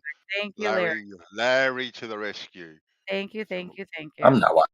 Call of Duty. So that's what you see? I Cool. see Call of I Duty. was wondering if it worked. Hold on. It's loading. Hold on. My computer's thinking. Call of Duty. Okay, cool. I don't know if you guys could see that.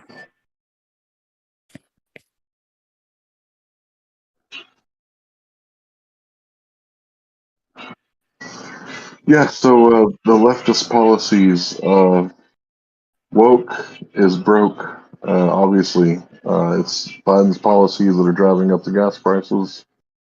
The gas prices are like really ridiculous right now because we want, green energy, right? So we go to Saudi Arabia and they frack like crazy.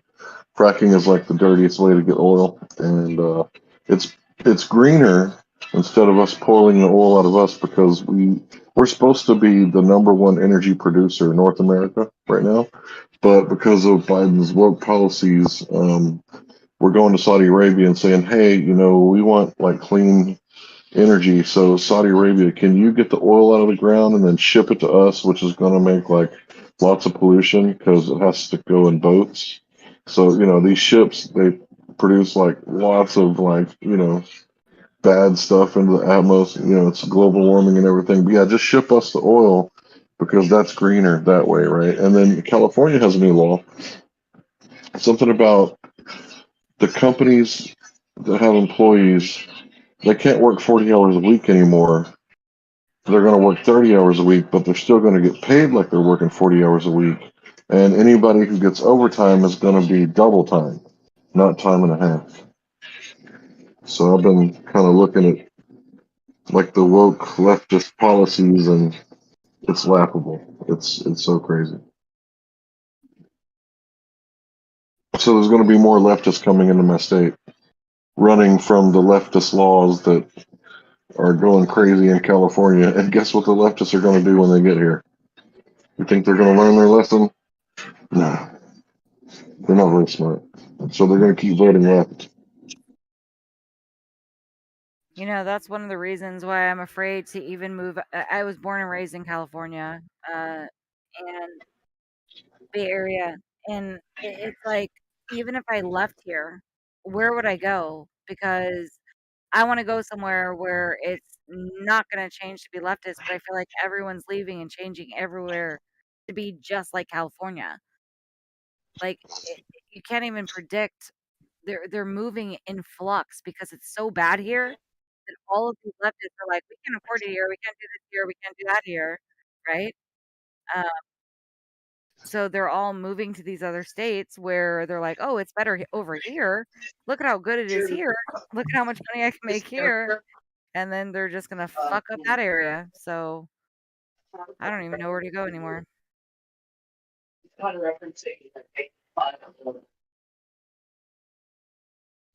Oh, you don't got a choice. Right? I never said I didn't have a choice. You're really trying, aren't you? God. I thought you were supposed to see the option. Larry, you're hot micing. Larry. Mute your Larry, shit. you're hot micing. I'm gonna mute you. Larry, you're hot micing, buddy. I muted him. I'll send him a message. Oh, yeah. Just tag him so he knows.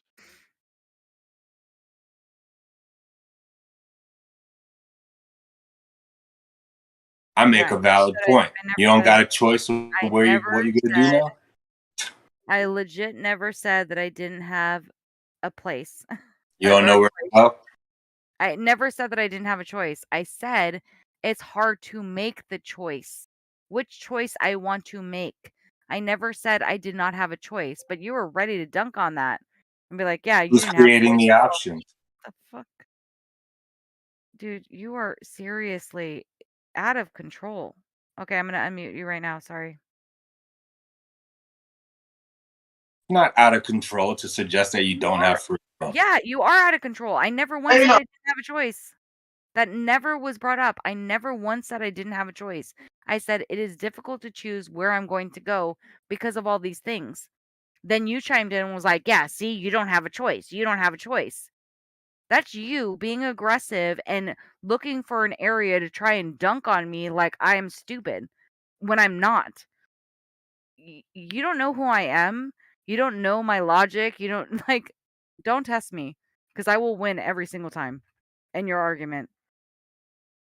You don't have an argument. I will always win. You don't like the conversation of free will, it sounds like. No, I do love the conversation of free will, and I'm telling you right now, you're not going to win. Okay. I know for a fact. Sounds like you don't even want to have the conversation. Based Saying off you're the not going to arguments win, like, we have what is had, that?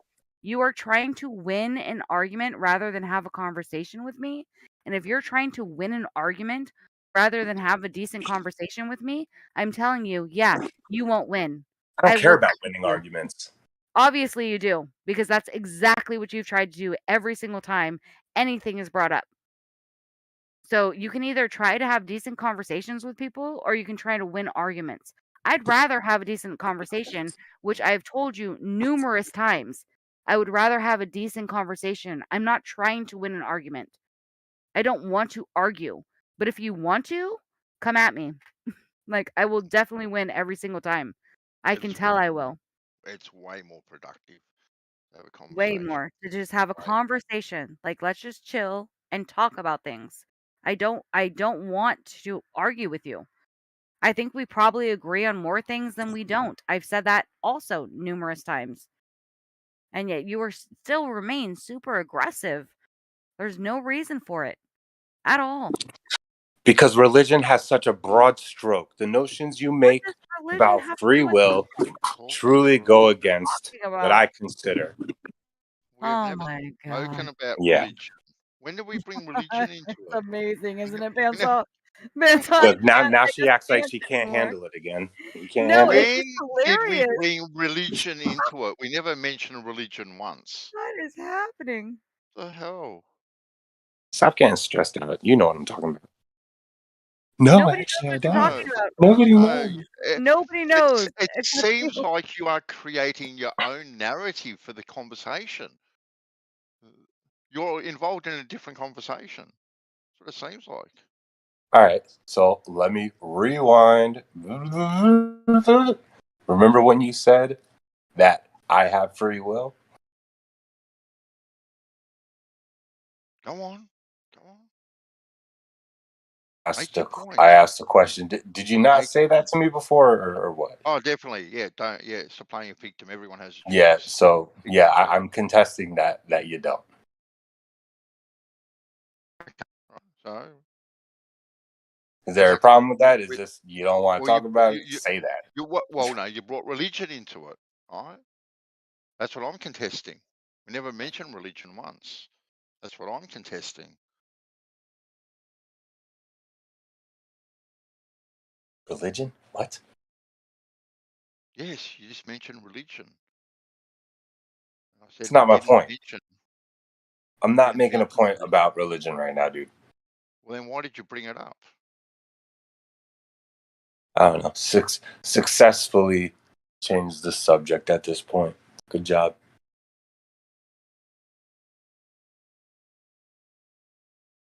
But yes, we have free will.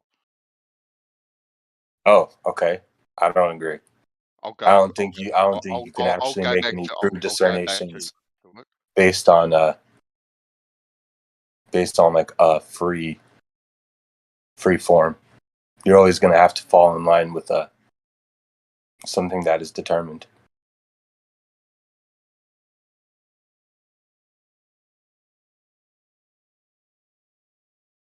You have free will. You can make choices. Those choices are either good choices or they're bad choices, and they will determine. The choices you make will determine the path. Yeah, I think this is an illusion. I think the free will argument is an illusion. This is why people are so okay with making bad decisions and then saying, well, they had a choice. Everybody is okay with capital punishment, but not what leads people to receiving it. Who said everyone? Who said everyone was okay with capital punishment? God, we're back to the beginning again. It's gonna circle back all the way back around again. Now we're back to capital punishment and what that means and why somebody's there. And are you okay with somebody that there might be an issue there and you know that they're not actually guilty or there's questions. Yeah, of course, we're not going to kill them. Somebody who is a complete sodomite, killer, serial killer, horrible human being. Yeah, I would have no problem with pulling the switch. Done. I would do it myself to protect humanity Cool. Pulling the switch is one thing. Not an issue. Determining what led this person to We're back to become the beginning of this argument after what like how many hours made this person. I don't give a fuck what made that person. They had choices All within right, so their you can lives. expect a bazillion more ready to So do the same you are thing. you are more concerned that this person somehow made the choices that they did, and whoever is you're blaming other people that they're guilty for this person becoming who they were, rather than the person making the choices that they made, that they decided to, let's just say that they raped a child and then cut their fucking head off and ate it. And you're going to be like, you know what? It's society's fault. We shouldn't harm that person. We shouldn't kill that person. We should let them back out we should give them a hug and a cookie because, it's society's fault that they became that. What the fuck are you talking about? People have choices. And somebody who is going to go and It's do not. This is a that's very a surface level problem. way of looking at it. And That's very surface level. the fact that you cannot even admit that that would be a problem for somebody to sodomize a child, cut their head off, and then eat that head, and you're like, no, we should really talk about the underlying issues here, not the problem that person did. Let's talk about the underlying issues of what made them become. What the fuck? I'd like to. I don't know what examples you like to use, I'd like to, but I'm talking about something else. Instead of, all right. Well, let's stop pointing the finger. All right, let's stop pointing the finger. I'd like to actually hear what your solution is, which is a question I posed about 20 minutes ago. He's What is never had one. what I'm is your disillusioning solution? people into thinking that they are, bro. What is your solution? Listen, we live in a society that is heavily manipulated. Our behaviors are manipulated. Where we live, what we look like, what we eat. Okay? If you don't want to attribute any of these things that are literally terraforming social situations, You don't want to take into account like the endless work of these people that want to manipulate people's behaviors. That has nothing to do with people's behaviors. That's what you're You are telling me. all you're still continuing to do The thousands of years of efforts to listen. manipulate human behavior I didn't hasn't finish worked, my and everything is sentence. still based on what a I human didn't finish my what a human. sentence. All right. You are still just pointing the finger, right, and not offering a solution. Do you actually think that we are ignorant and naive that there are influences on people? All right. I'm Because we not are just well, pointing the finger. I'm not just pointing the we finger. are well aware of the influences in society, right? And what people are Good. You and what should people be. are subjected to. So, what Yep. is your solution to this? Instead of just pointing the finger and saying that we are all manipulated, right? We are all trained to do this, that, and the third. Right? What is your solution to this? Right. Get I'm on, gonna get answer you on, now. I'm get gonna answer you in now, positive mode. dude. You want to provide proper education to align people's behaviors so they can better make choices. I know that sounds like a really abstract statement, but I'll try to say it in a different terms for you since maybe that didn't grasp, maybe you didn't catch it. You need to get to these kids early.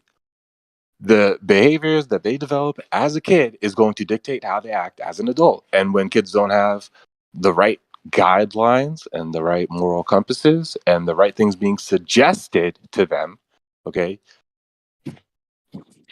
then they will see negative options. They will see things that are not truly the most beneficial path as the only path. You need to start teaching kids how to see their actual options, not just chalk everything up to, oh, you should have known, or you should have known for yourself when you're 12 years old being suggested to do something you shouldn't do. That's going to end up you in jail. You should be already so about your wits that the choices you make are 100% your fault. Like to a 12-year-old in an area where I am, this is never the case. All these kids end up in jail. None of them are sovereign or truly understanding enough of their choices to just say that they're making their own honest choice. They're not aware of their own choices. Period. So the Wait, schooling hold on. system When is is somebody aware of their own choices? When would you say somebody would be aware of their own choices?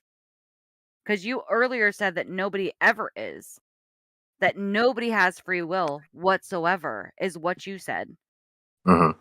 So, it doesn't matter if you're a child or an adult, you can never make your own choice because You nobody has can free better will. align with choice. You can better align with more positive choices. Yep. Oh, you don't like the way that sounds? Yeah, no, I don't agree with it. Flat out, I do not agree with You what you don't were saying agree at all. that if you don't align with behavior,